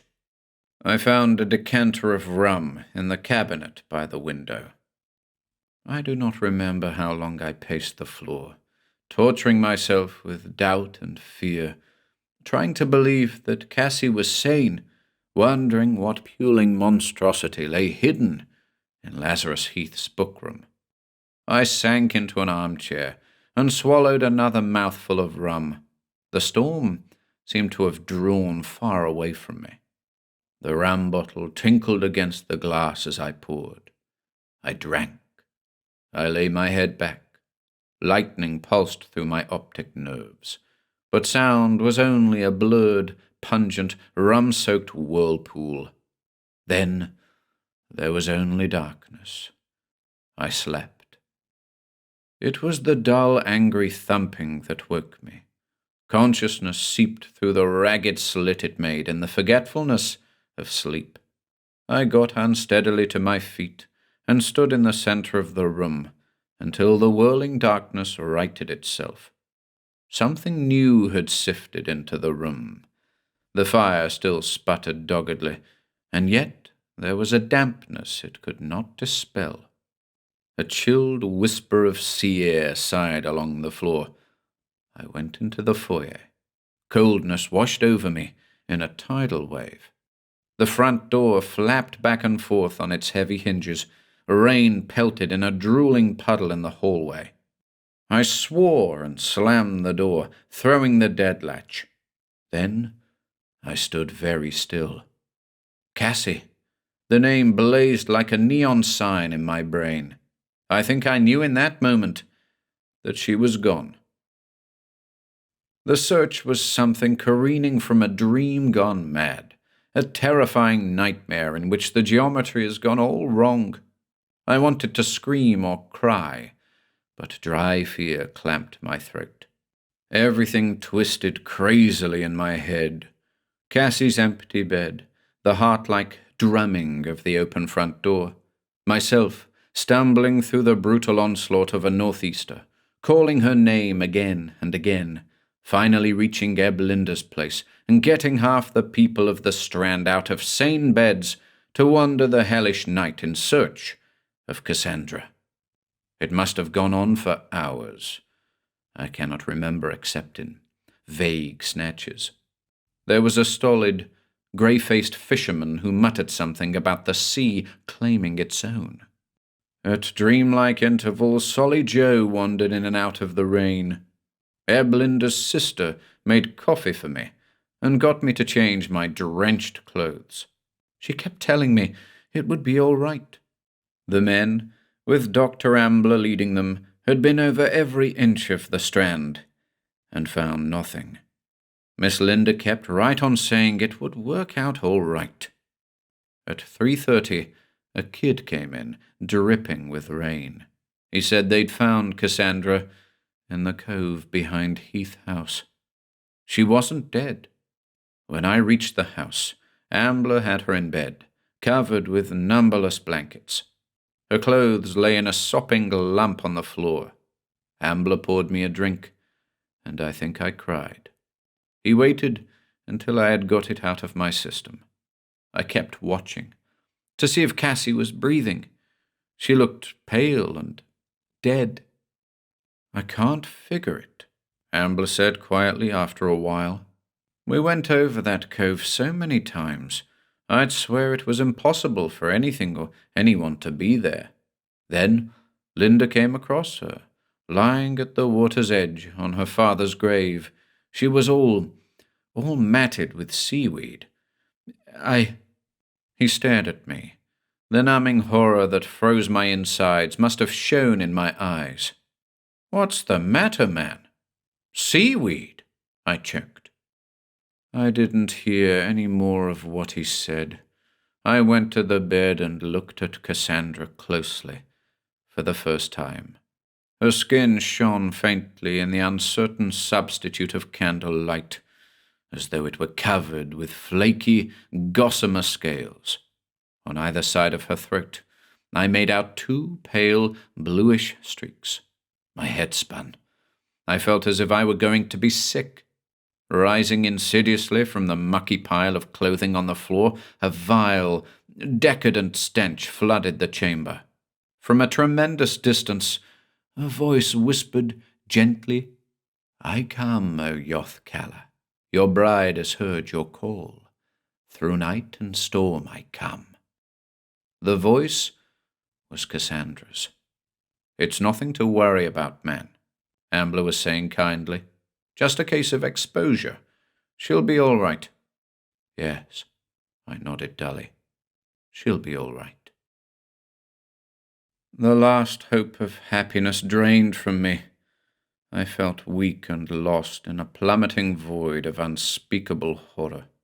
There were times, in the days that followed, when I had the sensation of living in an alien, frightening world, a world in which lay hidden the blasphemous secrets of death and the grave, a world that sang with the strange, blood-craving incantations of lost and murderous cults. There was nothing human in the terror that held me prisoner. You can fight evil if it is concrete. This was something that could not be touched or seen, yet something always at my heels, its stinking, flesh-rotting breath burning against my neck. I hid my doubts from Cassandra, trying to be cheerful. She convalesced slowly, under Ambler's care. For days at a time, she would seem to be herself. She would smile, and talk of how it would be when she was well again. And then, abruptly, her mood would swerve into one of black secrecy that made her eyes blank and hostile. She whimpered in her sleep, and took to humming the weird threnody that had been Lazarus Heath's swan song. More and more the feeling that I had lost her possessed me. Gradually, her body grew strong again. She was able to be up and about, to wander the Strand on sunny days, her face silent and secretive, her eyes shutting me out when I tried to reach her. A sick, uneasy spell pervaded Heath House. Cassandra began to be nervous whenever I was near her. She resented my intrusion on her solitary walks. It was as though she looked upon me as a jailer, and on Heath House as a prison from which she must somehow escape.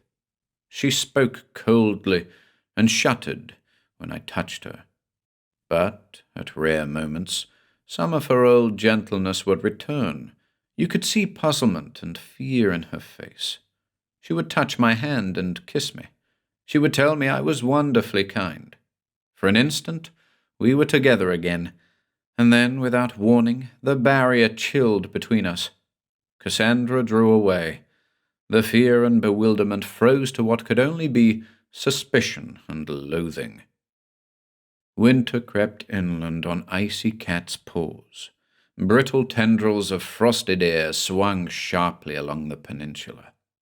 Even the afternoon sun had withdrawn behind a cool of December chill. The Atlantic whipped with predatory regularity at the deserted sands, scant yards from Heath House. I tried to work on my book, but it was no good. The severe cold had made it necessary for Cassandra to remain indoors.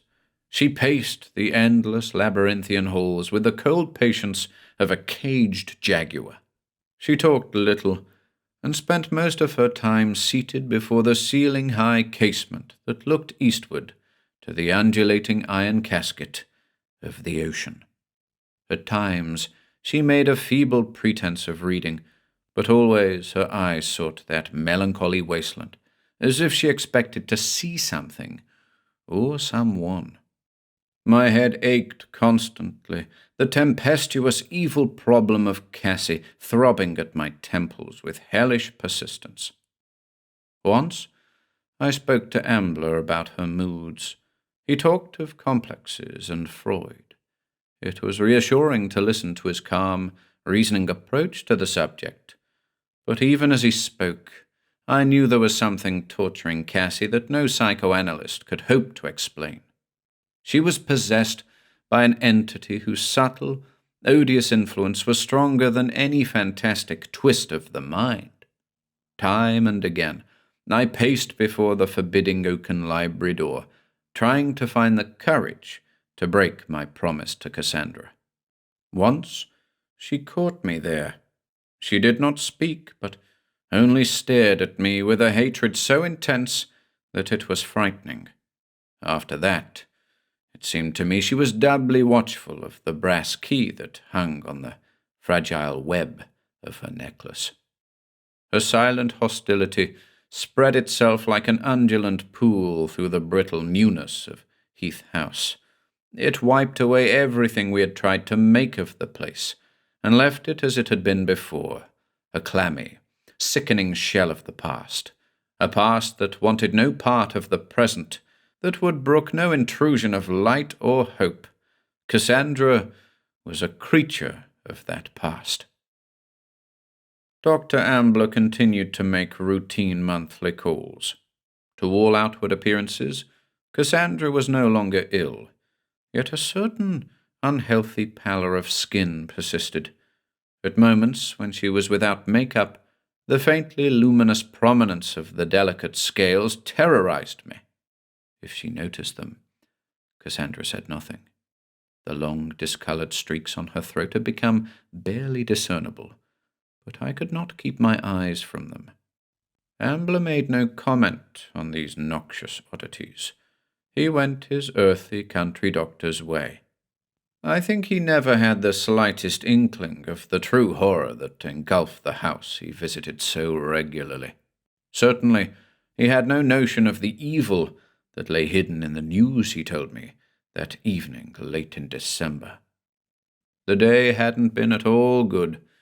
Midwinter sleet lanced across a dense fog that came slithering and crying against the windows of Heath House. I had spent most of the time alone, making a sham at reading, wandering restlessly from room to room, staring blindly from one fog-curtained casement after another.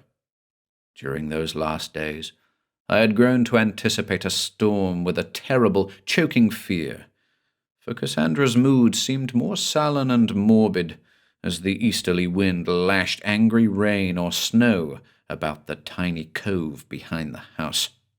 She would stand for hours, gazing at the water-eaten mound that housed a thing that I could recall only with a tremor of disgust, a wave of nausea that balled itself like lead in the pit of my stomach. I had seen her doing that all that morning. She muttered something about how lonely he must be out there, and then walked slowly down the hall. I heard her door lock click behind her. I had given up trying to understand her oblique remarks, brief whispers that seemed not meant for me, but rather vague thoughts, personal and awesome, spoken aloud only by accident.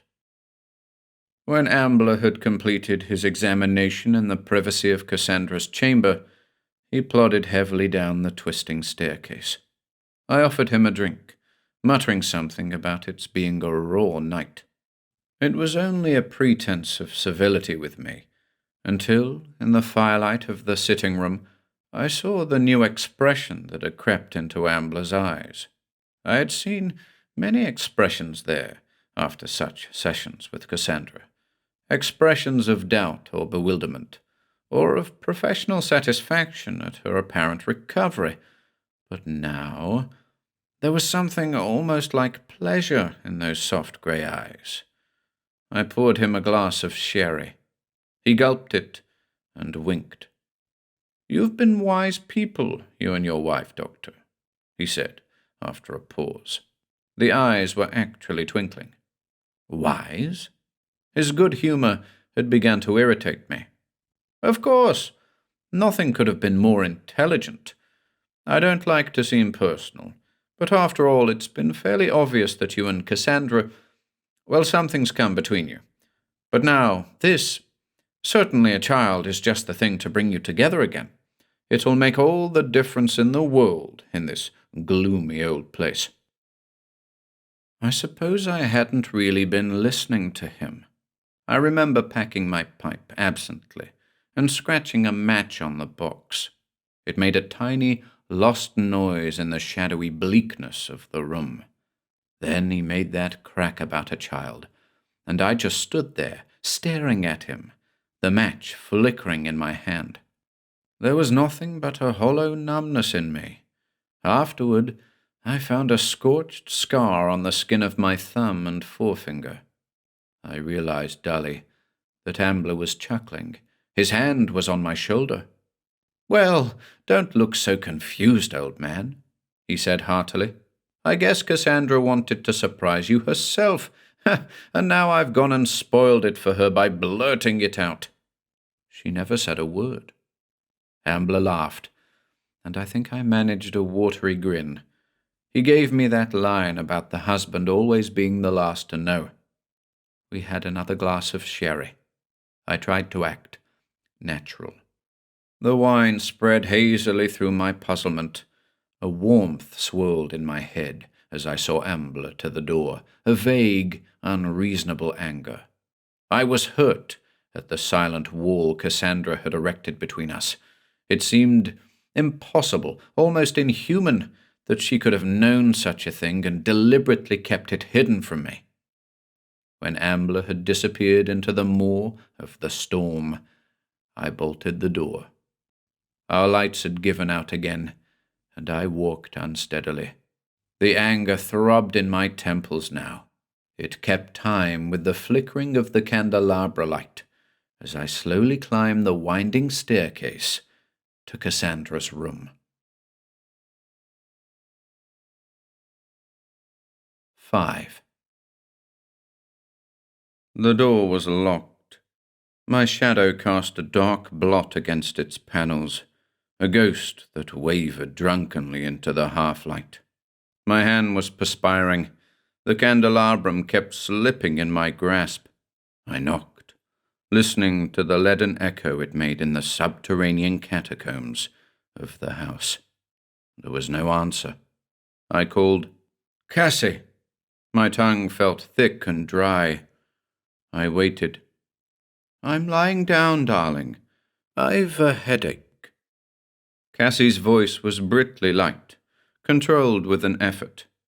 "I want to talk to you." Anger cut through my tone. For a long moment, there was nothing but the spectral whisper of the waxed candle wicks as they sputtered anxiously. Then a murmur of footsteps beyond, and the key turned in its socket. I let myself in, closing the door behind me. Cassandra was standing by the fireplace. The instant I saw her, anger ebbed from my mind. There was something terribly small and frightened about her lovely, small body in the gossamer softness of a negligee. I set the candelabrum on a table and went to her. My hands trembled at the warmth of her shoulders. She did not draw away. She did not move at all. "Ambler told me about the baby," I said gently. It was then that she turned. She was smiling, and in that moment all the falseness had gone out of her face. A quiet warmth touched it. She traced my lips with her fingertips. "I wanted to tell you myself." I did not realize then that the taut sham was still in her voice. I kissed her. I told her it was wonderful. I said all the foolish things a man has a right to say at such a time. And then, suddenly as I had begun, I stopped. Her mask had slipped. The warm tenderness was gone. A wall of nothingness blotted out the walls of her eyes. Cassandra twisted violently from me. "It's no good," she whispered hoarsely. "It's no good." "Cassie, I don't understand. She spun to face me. Blurred stains of tears streaked the sallowness of her cheeks. In the jaundiced candle glow, her eyes were abnormally bright. "Can't you see? Do you have to be told?" Trembling lips twisted in a coarse sneer. Her small, even teeth seemed somehow vicious. "You're not wanted here. Just go away and let me be. I never want to see you again." The hard grin widened, and unstable laughter bubbled hysterically in her throat. "Your child? Do you think I'd bear your child? Can't you see I've changed? Don't you know you've lost me? That I belong to him now. Ever since that night I went to the cove, to the abyss, I'll always belong to him. Always, always. The bride of Yoth Kalla." The maniacal laughter cracked off as I gripped her shoulders. My fingers chewed into her flesh. I could feel her breath against my face, hot and sobbing. "Cut it out," I snapped. "Stop it, Cassie." She stood there for an eternity, staring at me. The mood whirled and twisted, and childlike, bewildered fear was in her eyes again. She began to cry, her slight frame shuddering pitifully. "It's true, I tell you," she gasped.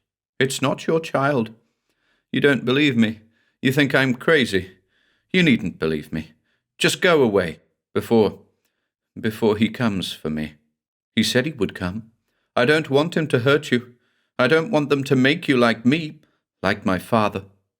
She was babbling senselessly, the words tumbling from her lips. "Yoth Kalla will come. I hear his voice. He sings. You hear? Calling me, his bride, the mother of his child. I come, O husband of the green-forehead. I come." It wasn't easy to hold her. I still have 4 parallel scars on my right cheek, where her nails bit in frantically. She twisted with a strength that was nothing human, her lips muttering, her high, cracked voice shrilling that loathsome melody that meant death and horror and endless unrest to any who heard it. Finally, I won. Quite suddenly, she stopped struggling. She peered childishly into the darkness beyond us, her head cocked pathetically to one side, listening. She took an uncertain step toward the window before she fell. There was no sound save the rustle of her negligee as she crumpled at my feet. A thread of crawling, spidery fog snaked in through the half-open casement, lingering like a shroud over her body. The stench was something from the bottomless, watery depths of the sepulchre, a vile effluvium that was somehow the embodiment of every malevolent terror that stalked Heath House. Cassandra and I were shadows playing a part against a papier-mâché background in a scene from the opiate-deep nightmares of Poe. I did things without stopping to wonder why. I can recall carrying her to the bed and touching her pulse with fingers so numbed by horror that they could scarcely detect the fluttering heartbeat beneath them. That was the night I came to an end of it. You can take just so much. You can go on hoping things will change, that you will awaken from this monstrous dream of falling through a void of unutterable terror. Then you hit bottom, staring at the chalky stillness of my wife's face, lost in the whiteness of the pillows. I knew I would have to break through. If I was to save her at all, I had to get to the bottom. I had to take this noisome fear in my hands and tear it out by the roots. I had to open the cancerous sore of the secret that ate at Cassandra's mind, the secret that lay buried in Lazarus Heath's bookroom. I was quite calm about it. When her breathing had become safe, I took the key gently from the necklace. With something that was more instinct than purpose, I got my revolver from the night-table drawer. It was fully loaded. I locked Cassandra in and went down the hall to the library. The gun made me feel better. It was something solid and sane to hold on to. A month later, the prosecution used the gun as Exhibit A. They called it the murder weapon. What I found beyond the massive chiseled portal was a thing that laughed at the puny human bravery of guns, a malignant, flowering evil that spawned itself in the pen-scrawled words of a man long since food for the gnawing maggots of an unspeakable hell. As I pushed open the door, staring blindly into the pit of darkness beyond, I almost wished for a stinking, flesh-born terror with which I could clash, an evil that lived and breathed and could bleed and die. I found nothing but a dusty, dry rot-smelling chamber that had been too long without air and sunlight. A mouldering, half-burned candle stood at the edge of what Lazarus Heath had used as a writing table. I held a match to it. A butterfly of flame sputtered to life, throwing mammoth shadows along the crumbling plaster walls, casting an unwanted eye of light on the endless shelves of books, long used to the privacy of night, untouched by curious hands. I wandered aimlessly about the high, barren room, gazing upon titles so antiquated, so much a part of a past beyond remembrance, beyond life and death, that I should have sworn it was a library straight from the flaming abyss of hell. They were books not meant for mortal eyes, tales told by cults that sank into oblivion before time was measured, cast out from earth, trailing the ruins of their hideous, bloodthirsting rites behind them. Here and there, more sane, understandable volumes came to view. There was a priceless collection of sea lore, and in one spider-webbed corner I found a yellowed, thumbed copy of the Odyssey. One section had been underscored, its battered pages mute testimony of endless reading and rereading. It was the passage describing the escape of Odysseus from the Sirens. God knows, Lazarus Heath had reason to be fascinated by it. The shrill tumult of Cassandra's wild babbling still thundered softly in my brain. I stood very still, thinking, this is the room. The root of it had to be tangled in the tomb-like dust of this shadowy chamber. But where? My mind echoed. Where?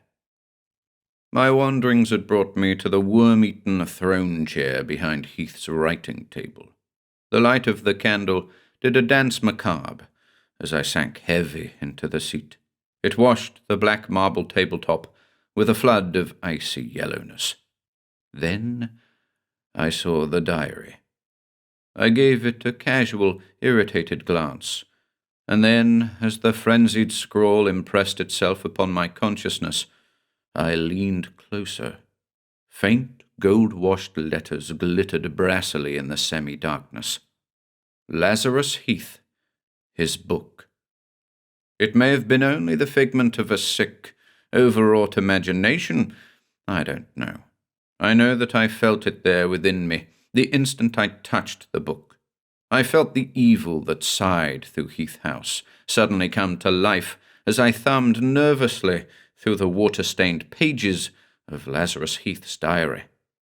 The demented tittering of the storm rose from a whisper to the howl of a rabid dog baying at the moon. Sleet lashed at high casement windows, and the silken portieres rustled anxiously. Even before I began to read that incredible unholy record, I knew I held the root in my hands. There was nothing sinister in the first entry. It was made in the steady, squarish script of a self-educated seaman, and dated February 21st, 1920-something. The words were sure and sane, with no hint of the hell-penned horror that lay in the final pages of the book.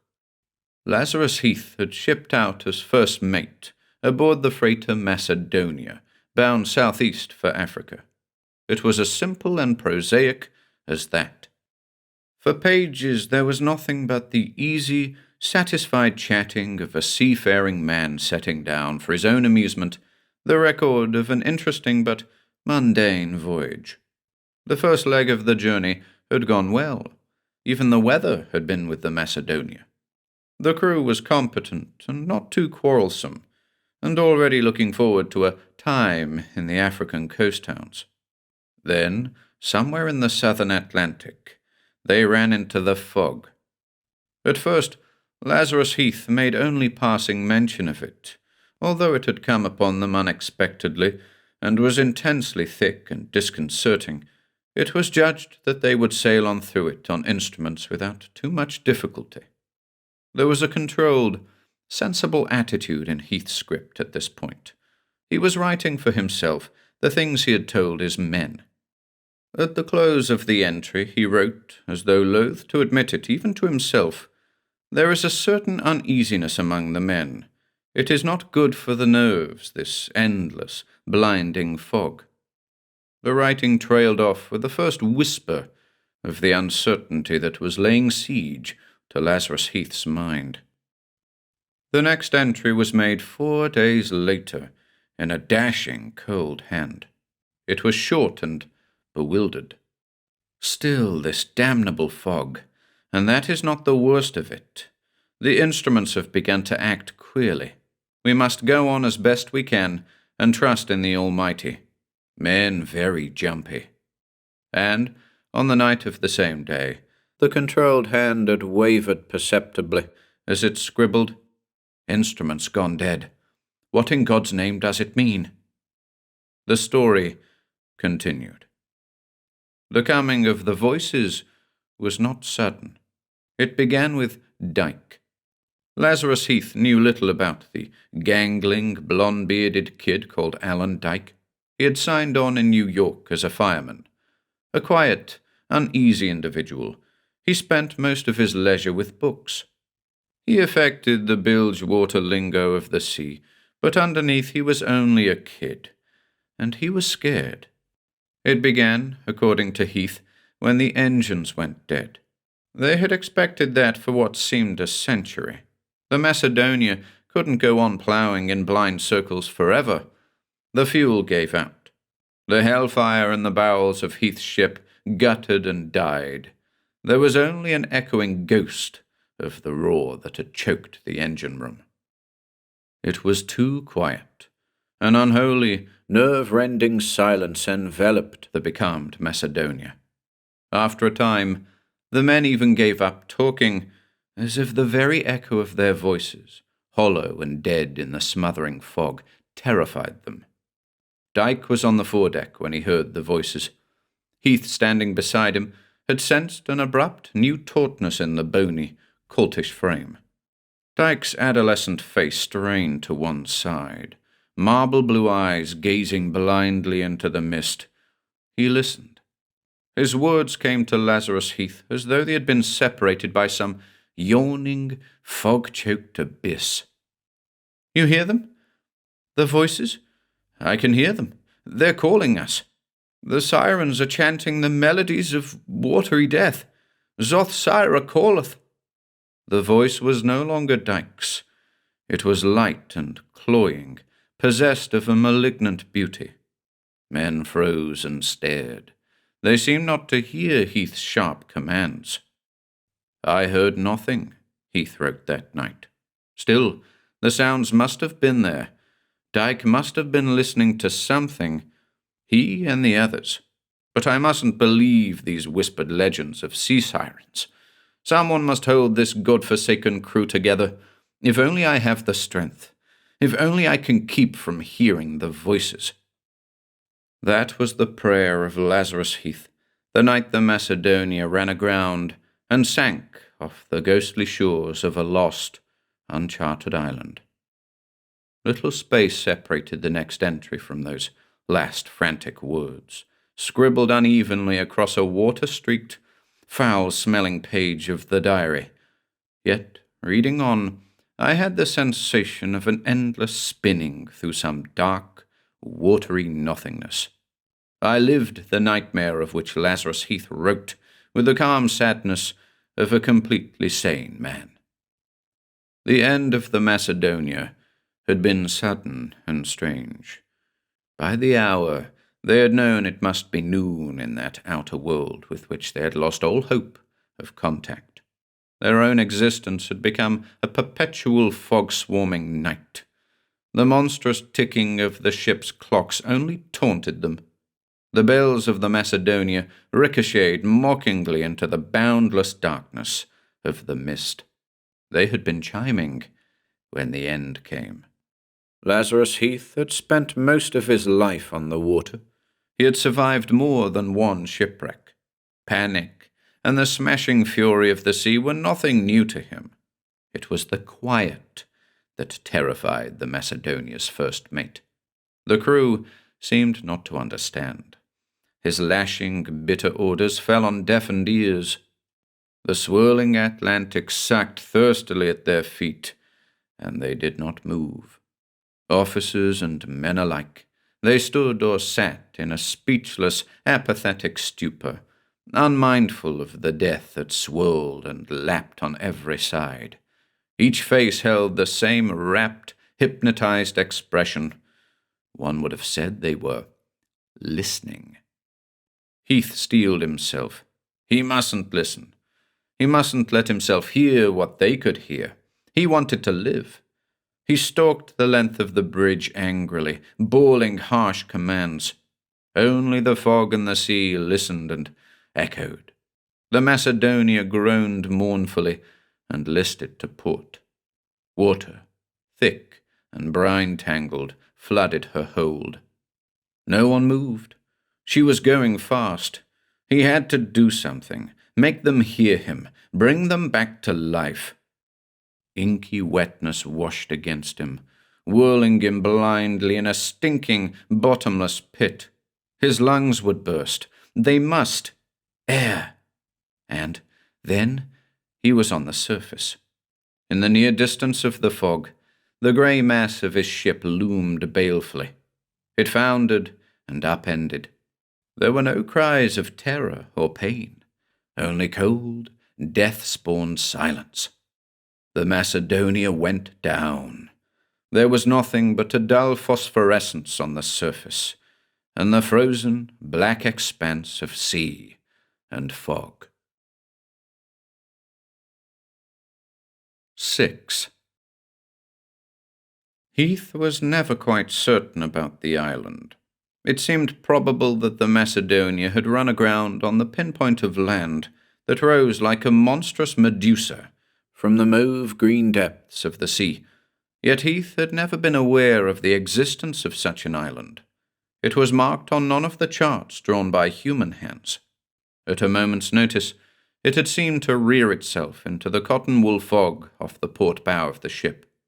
The water, lapping at its fungus-clotted shores, gurgled insanely as it swallowed the last of the Macedonia. Oil-stained brine tangled Lazarus Heath's limbs. Swimming was next to impossible. He never knew how long he was lost in the whirling eddies that licked about the island. It seemed an eternity. In the limitless, time-killing darkness of the fog, he struggled hopelessly, until finally his feet touched bottom. He slithered ashore, lashed on by the incoming tide. Salt burned his lips and eyes. He was between choking and crying. In the lee of a gigantic finger of rock, he toppled to his knees and sank forward, face down, into a thoughtless stupor. The fog never lifted. When Heath's mind crawled upward from the soundless depths of unconsciousness, he had no way of knowing how long he had lain, senseless, with the mossy, damp soil of the island clinging to him, as if it had some power of physical possessiveness. He rolled over on his back, his head throbbing and dazed. He was breathing more easily now. Some of the weary tautness had gone out of his limbs. Wincing at the effort, he dragged himself to a standing position. He leaned against that shadowy hardness of the rock. His hand came away coated with a malodorous, verdant slime. Heath wiped the hand clean, feeling suddenly ill at the cold dampness that crushed in on him. He couldn't be sick. Do something to keep his mind busy. Dragging one foot heavily after the other, he began to explore the island. When he tried to set down the incommunicable, barren loneliness of that lost outpost, Lazarus Heath failed.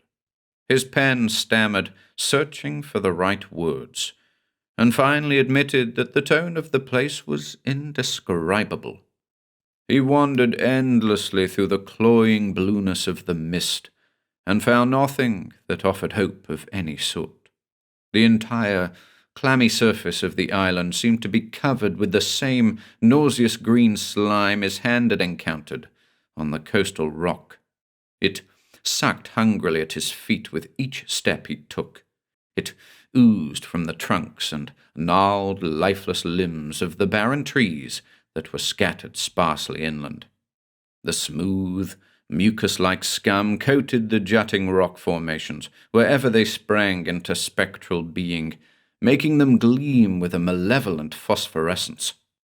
Lazarus Heath wrote one fearful sentence, the ghastly import of which he was not to guess until an age of horror had passed.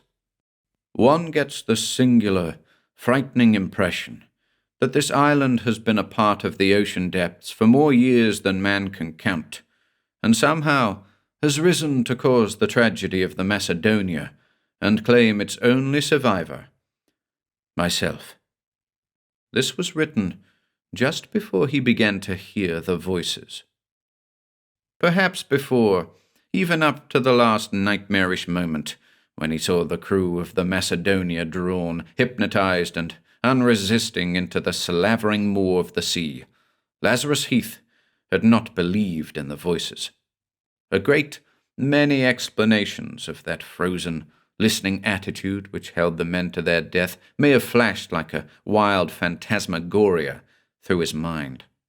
Most of all, I think, he believed the officers and men alike seized by some loathsome mass madness.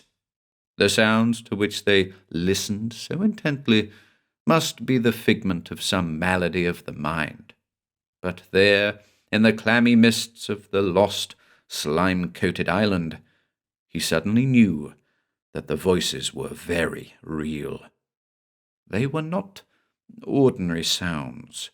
They were soft, cloying cadences that caught and held consciousness in a spider-web of evil beauty. They seemed uttered by countless alien tongues, echoing across a vast and fearful chasm, and yet, as Heath stumbled on in search of them, he would have sworn that their source must be there, just the other side of that next slimy knoll. He did not think of why he must find them. He only knew that this vile harmony had suddenly become very clear and understandable in his mind. "Come away," the voices chanted, with the sound of myriad Gehennan lutes. "Come away to your bride Zothsaira. Come away, away, to the queen of the green abyss." I staggered blindly onward, Heath wrote in his diary. The words themselves staggered crazily across the water-ruined pages, a mute reflection of the precipitous, hellish compulsion of his quest for the voices. I knew not where I was going, nor why. I fell time and again. My hands and knees bled with scrambling among the slippery, treacherous rocks. I came to the beach. Somehow the fog there seemed to lift, growing less dense, and I found myself on the brink of the ocean. I knew I must stop or drown, but my legs continued to pump with piston-like persistence. The voices were nearer now. They held a malevolent beauty more compelling than the sounds that echo through narcotic dreams. Panic-stricken, I felt the icy water rising about my body, and still I kept moving out to sea. Brine swelled about my chest. The voices chanted mad cacophonies in my ears, wild, discordant, irresistible. The water reached my neck, my mouth, and then my head was covered. And now, the maddest thing of all. Submerged, I continued to walk, to breathe, slowly, easily, not through nose or mouth, but through a pair of gills in my throat. I strode onward through the swirling, opalescent depths, ever toward the howling, evilly joyful singing, toward my bride, Zothsaira. Between these frenzied, staggering words and the next and final entry, there is a gap of several blank, brine-yellowed pages. But for this, one might have guessed through desperate, wishful thinking that the final episodes of that hideous record were dreamed of whole cloth, the fanatical ravings of a mind lost beyond rescue. No such guess can be hazarded when you have seen that last entry. It is dated almost 20 years later in Kalesmouth. The writing is spidery and precise. The words have the cold, terrifying ring of unquestionable, blasphemous truth. Lazarus Heath set down those final sentences with a calm, almost grim determination. The very bareness of the clipped, emotionless style he used has a numbing quality. God knows, I would rather have died than believe this unholy tale, but there was no choice. Even after 20 years, Heath could only hint at the monstrous dream which followed his descent into what he called the Empire of the Green Abyss. His tight, controlled words whisper of a world unknown to mortals, a submarine, slime-choked empire of strange geometrical dimensions, a city whose architecture was somehow all wrong. Entering it, Lazarus Heath was seized with an unutterable nausea, a repulsion that made him want to return, to go back somehow, and die as normal men would in such circumstances. But he went on. In some inexplicable manner, he had become a part of this world of loathsome, watery putrescence.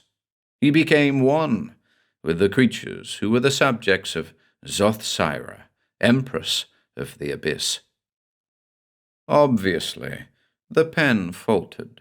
The words would not come, but lay stagnant and unspeakable in Heath's mind when he tried to describe these creatures. He could no more draw a picture of them than he could explain the evil charm they held for him, a charm embodied in the chanting, ungodly thing they called Zothsaira. Lazarus Heath was at once repelled and terribly, irresistibly drawn to this queen who had chosen him for her lover. In trembling, half-scrawls, he hints at the monstrous, primitive rites that were part of their betrothal ceremony. And of himself he writes with frightening simplicity, "I was helpless. I was part of those decadent blasphemies and knew it, yet had not the will to resist. I wanted only to go on listening to that hellish, sweet voice which belonged to my queen." There was no time. There was nothing but an endless, bittersweet madness from which he had not the will to escape.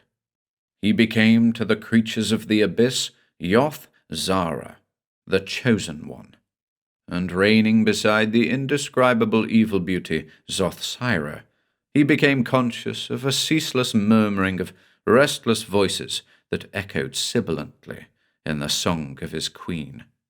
Perhaps it was then that Heath pieced together his explanation of that hideously magnificent underworld.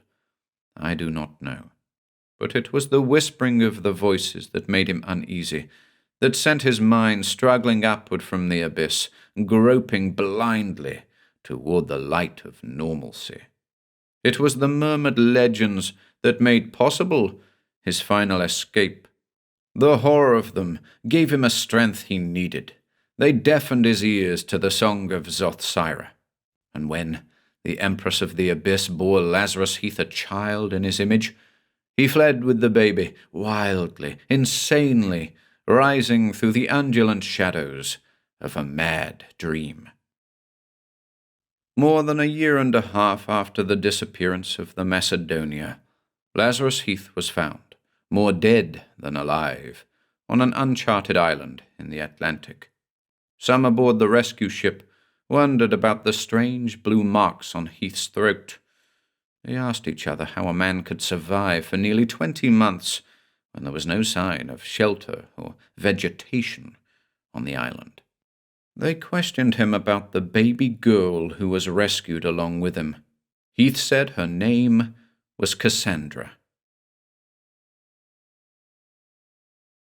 7.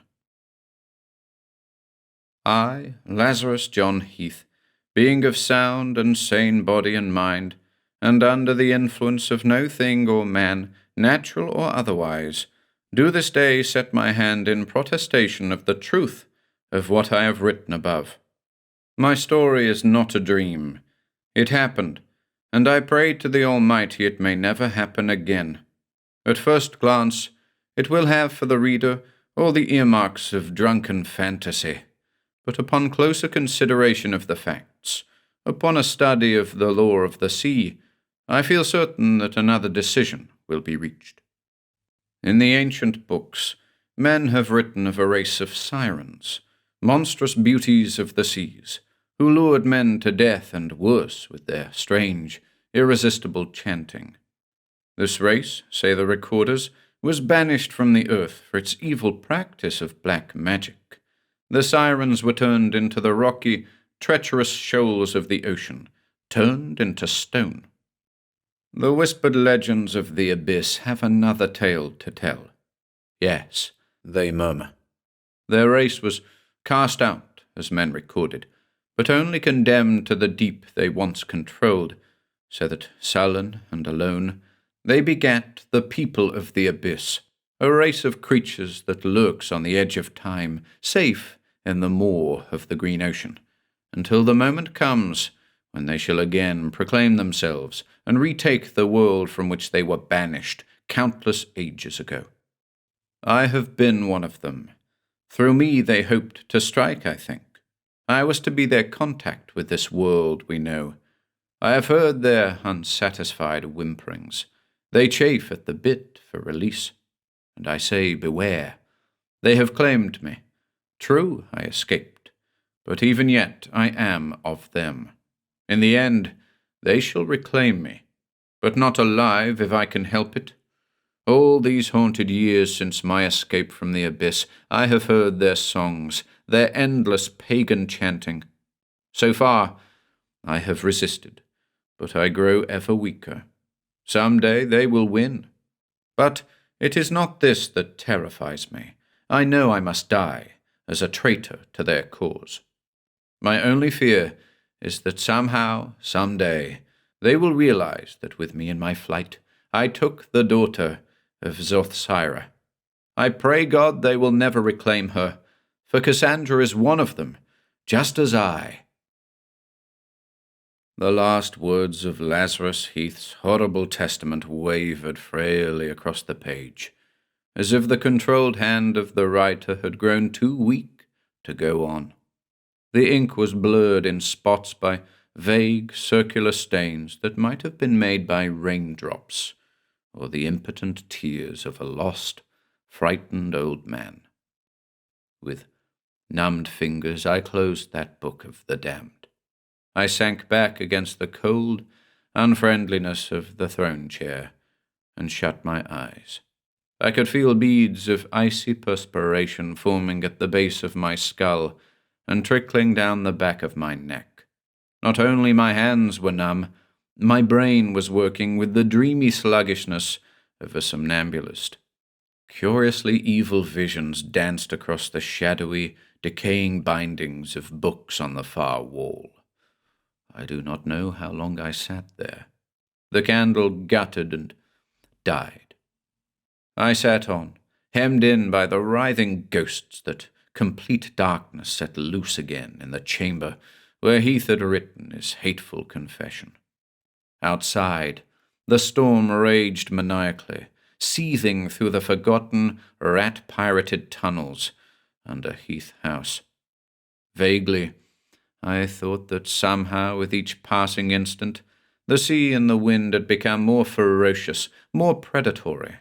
as though lashed on to devastating fury by some internal, supernatural disturbance. Then, slowly, through the screaming lunacy of the storm, I became aware of another sound. It was a high, soft threnody that was of the wind and lightning, yet a song in itself, a chorus of myriad voices that echoed from beyond life and death, that whispered hauntingly, evilly, of the secrets of the unknown. The song of the sirens, my mind muttered. Yes, their song. But for whom? They had Lazarus Heath now. They must be calling another. Even before I heard Cassandra's voice, I was out of the chair, stumbling toward the door. Then the first anguished wail of her ghastly litany froze my senses. For an incalculable moment, I could only stand and listen. That unbearable throbbing was not my heart. It was Cassandra's frail hands pounding madly on her chamber door for release. And always, steadily, her cry rose, shrilling through the shadow-crawling halls of Heath House, an obscene, awesome chant, at once wheedling, beguiling, and commanding. Slowly, painfully, I made out the words. I have heard you call, O Yoth-Kalla, my betrothed. I have seen the spirits of the abyss grown wild as presage of your coming. Their rejoicing has set loose the sea that is their empire. It echoes in the thunder, the black wind, and lightning. Come then, my husband and father of my child, claim your bride. Come to me through the cove of Yoth-Zara, my father. I wait. Come, come. The silence in which that last unholy plea died away was an eternity of horror for me, yet it must have endured only an instant. It was a strange, pregnant silence, fraught with impending terror. I realized dully that those countless voices that had risen a moment before above the howling wind had just as suddenly been quieted. Now, in their stead, another voice, single and terrifying in the very loneliness of its sound, rose from a murmur to a sharp nasal chant that sliced through the violence of the storm, as if it were a mere unruly zephyr. Someone, something very near, yet outside, was calling Cassandra's name. The cove, my mind repeated mechanically. Come to me through the cove of Yoth-Zara, my father. I staggered through the blinding darkness toward the single tall window of Heath's study. I felt the skin of my ankle torn as I stumbled over some vague, edged object. I swore and righted myself. My hand caught at the drape, and its dusty velvet strength supported me. I peered through the smeary, leaded panes into the streaming maw of the storm. Cassandra, that hell-spawned voice echoed. I come, O Cassandra, my bride. I do not know how I looked, standing there that night in the evil-sodden gloom, but I know what I saw. Perhaps, in the end, I shall be no more successful at putting the essential, blasphemous horror of that vision into words than was Lazarus Heath, but I must try. If I can transcribe only one grain of the actual loathsomeness of the abyss-born creature called Yoth-Kalla, perhaps then men will know why I destroyed Cassandra. The flash of lightning that rent the maddened heavens in that moment was nothing ordinary. It was like a sudden noonday sun at midnight, throwing into relief the hideous, turbulent cove where Lazarus Heath died. The cold stone of the sacrificial pillars cast gargoyle-esque shadows on the slimy sand. A torrent of cackling sea crashed inland and drowned them for an instant, then, suddenly, receded, and the thing was there. I do not remember what Wild conjectures twisted through my fear-tortured brain in the moment. Perhaps I thought I had gone mad. Perhaps I told myself I was letting my imagination run away with me. But I knew I wasn't. I cannot say the thing in the cove walked. It moved inland rapidly, but with a seemingly gradual, amoebic motion. It expanded and ebbed, gelatinous tendrils creeping over the sand of the cove, spreading like a stain of ink or black, poisonous blood. I saw no distinct form. I was conscious only of a monstrous, jelly-like mound, black and glistening with a slime-coated, nauseous putrescence. The thing slobbered onward to Heath House, covering ground with frightening speed, and from this hellish creature, through the whiplash of the storm, shrilled the high, hypnotic voice of Yoth-Kalla, calling his bride. The period of befogged waiting came to an abrupt end. I knew quite suddenly that the time for thinking and rational disbelief had run out. It was no longer a matter of guessing and wondering at the mad writings of Lazarus Heath. I myself had seen them come to foul, soulless life.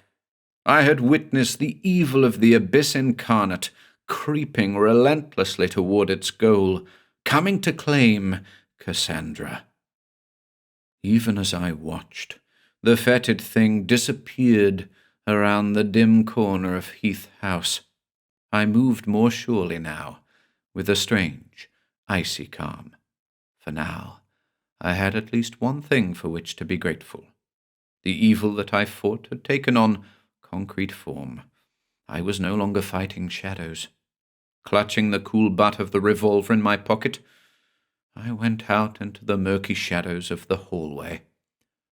I moved quietly, scarcely daring to breathe. I must reach Cassandra before it did. I must keep her from this creature of lost and carrion ages.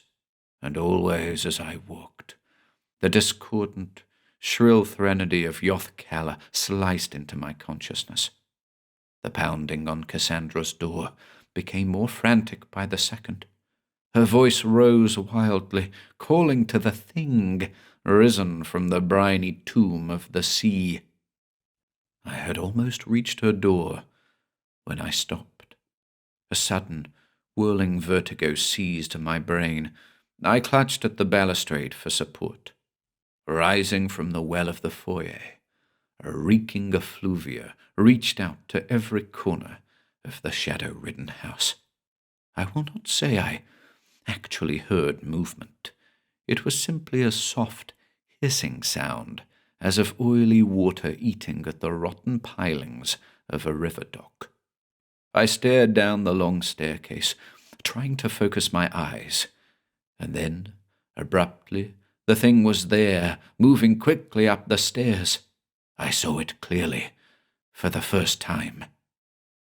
No one whose mind is cramped by cut-and-dried conceptions of form and the three known dimensions can possibly sense the vague, hideous shapelessness of that creature of the abyss. The form it possessed cannot be drawn in units of height or thickness or density. It seemed to undulate, varying by the second, rising gelatinously to a height of perhaps 10 feet, and then subsiding, swelling, spreading slimy tentacles forward. The whole of the rubbery outer skin was coated with a foul ichor, a tarry stickiness that seemed secreted from monstrous, leathery pores. I think it was this bluish slime that set loose the rancid stench that grew more overpowering with each moment, with each slithering inch of its progress up the staircase. At the approximate center of this putrid blue-black mass, a raw, slobbering hole, which seemed to be a rudimentary mouth, sucked in and out with obscene rhythm. It was from this opening in the reticulated reptilian hide that the cloying, mucus-choked chant of Yoth-Kalla emanated. Actually, there was no face, but nearly a foot above the wound-like mouth, there was a single serpentine tentacle that writhed from side to side, sensing rather than seeing, looking like some flesh-made periscope shot up from hell. At the end of the tentacle, I made out what might have been an eye, the squamous, dusty, expressionless orb of a snake.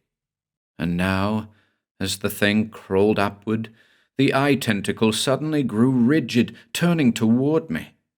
For a second, the huge, gelatinous form hesitated, then moved forward again, this time directly for me.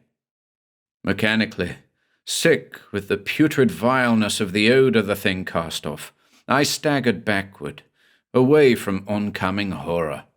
The eye tentacle wavered and followed me. The forerunning cilia of black, tarry stickiness flowed across the hall only a few feet from me. The stench was unbearable. It seemed to me that the pagan song of Yoth-Kalla had taken on a high, evilly humorous note. The slobbering mouth-hole spread in what could only be a hideous, anticipatory grin. Now, my back was against the wall. I could still hear Cassandra thumping on the panels of her door, crying her invitation to this loathsome lover of hers. But I was no longer thinking of her. I could think only of the long, jelly-like feeler sent out from the black, viscid mass, curling slowly about my waist, crushing. Perhaps I screamed or swore. I do not know. I remember plunging my hand into pocket and squeezing the trigger of that revolver. There was a smell of seared cloth as the bullet burnt through my coat. And then, sharply, a cry, almost human, of furious pain.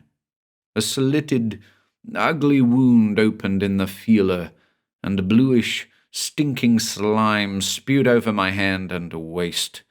This was the foul, putrid blood of the creature of the abyss, a thick, nauseous ichor that spurted like oil from the bullet wound. The feeler uncoiled in a tremendous reflex of agony, and I stumbled away, down the hall, fumbling in my pocket for the key to Cassandra's door. I slammed the heavy portal behind me and leaned against it, sobbing hysterically.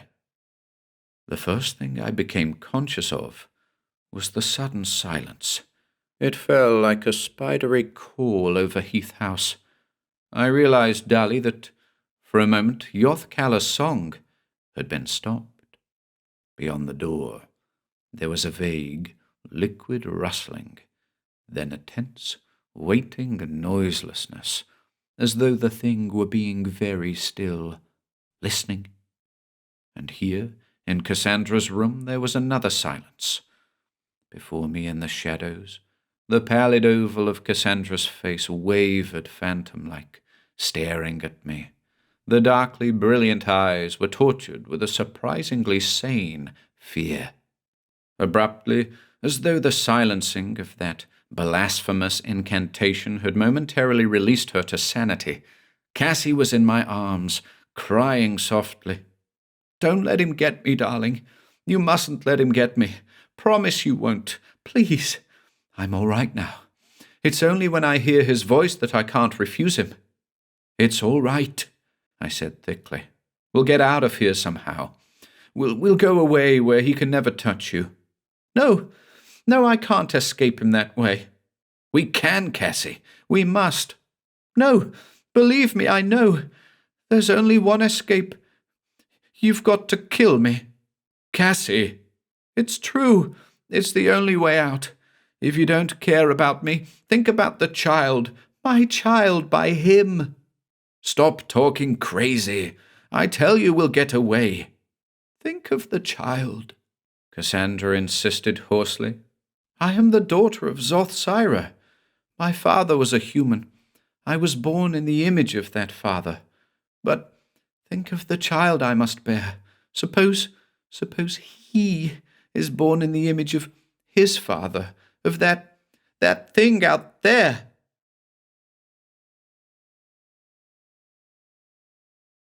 Eight.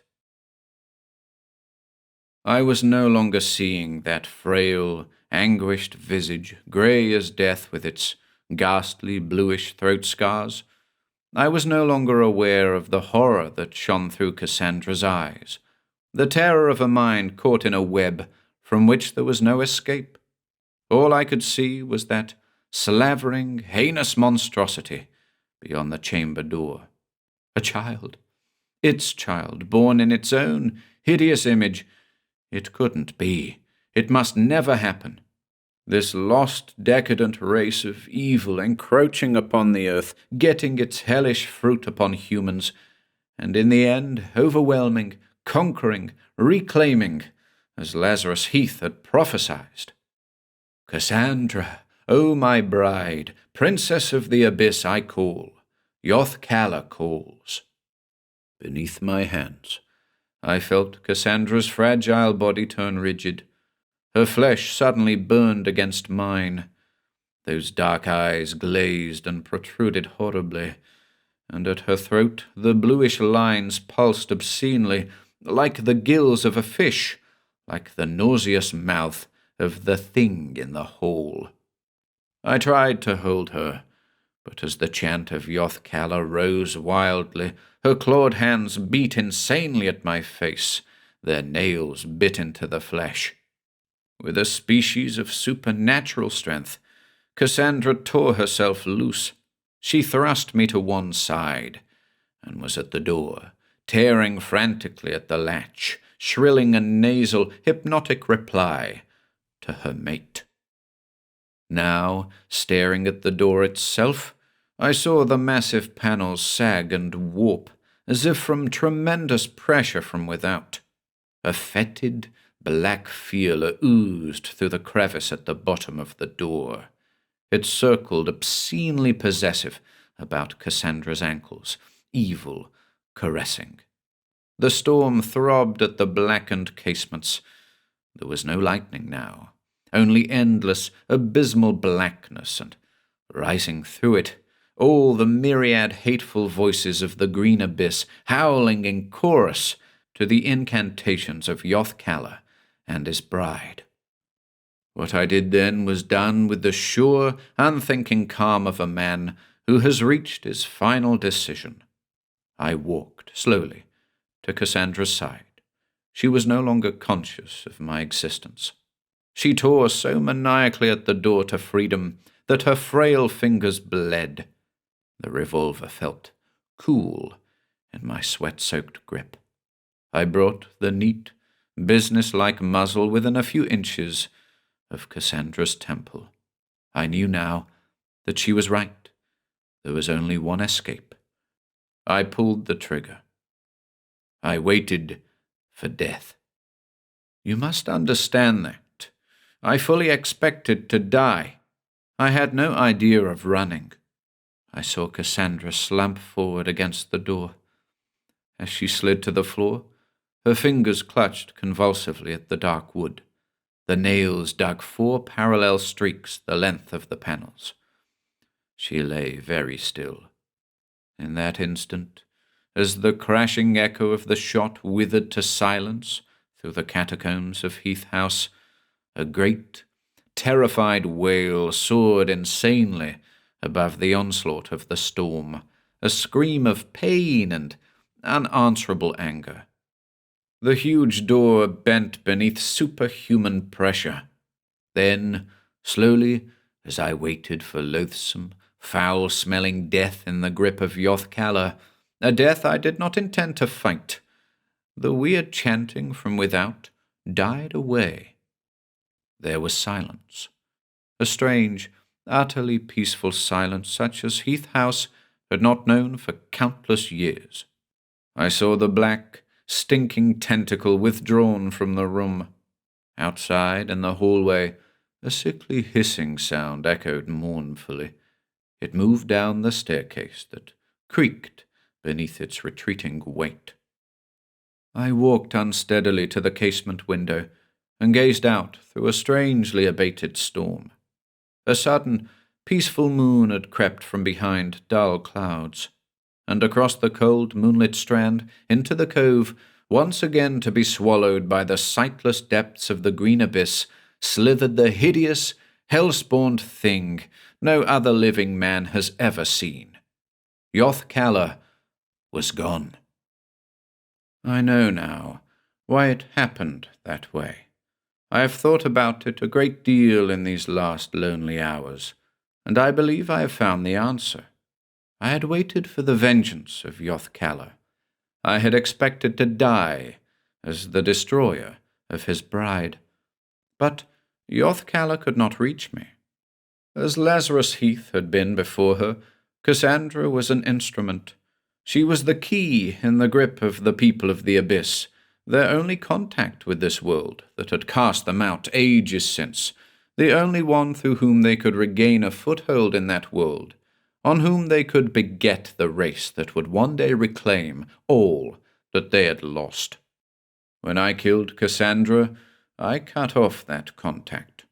Yoth-Kalla and his hideous breed were once more consigned to the bonded anonymity of the Abyss. This time, at least, the world had escaped their vengeance. I walked back to where Cassandra lay, calm and at peace. I sat down beside her and smoothed her soft, warm hair gently. I think I cried. The storm whispered a lost protest and died. I sat there with Cassandra until late the next evening, when Dr. Ambler came to call and found us. Only another half-hour until dawn. The cell block has been very quiet most of the night. Outside, in the greyish half-light, there is a sound of distant business that seems ghostly coming in through the bars on the cold early morning air. There is a creaking of wood, and then a sudden thud. This is repeated several times. They are testing the spring trap of my gallows. They say that prayers help. If you have come this far, if you think you understand the story of Cassandra Heath, you might try it. Make it a very special sort of prayer. Not for Cassandra and me. All our prayers were said a long time since. We are at peace. This prayer must be for you and all the others who must be left behind, who cannot walk with me up that final flight of wooden stairs to peace and escape, who must go on living in the shadow of a monstrous evil of which they are not even aware, and so can never destroy. You may need those prayers. Somewhere beyond the edge of the last lone lip of land, beyond the rim of reality, sunken beneath the slime and weed of innumerable centuries, the creatures of the abyss live on. Zoth-Sira still reigns, and the siren songs are still sung. Entombed in their foul, watery empire, they writhe, restless, waiting. This time they have lost their foothold. This time their link with the world of normalcy has been broken, their contact destroyed. This time they have failed. But they will try again and again.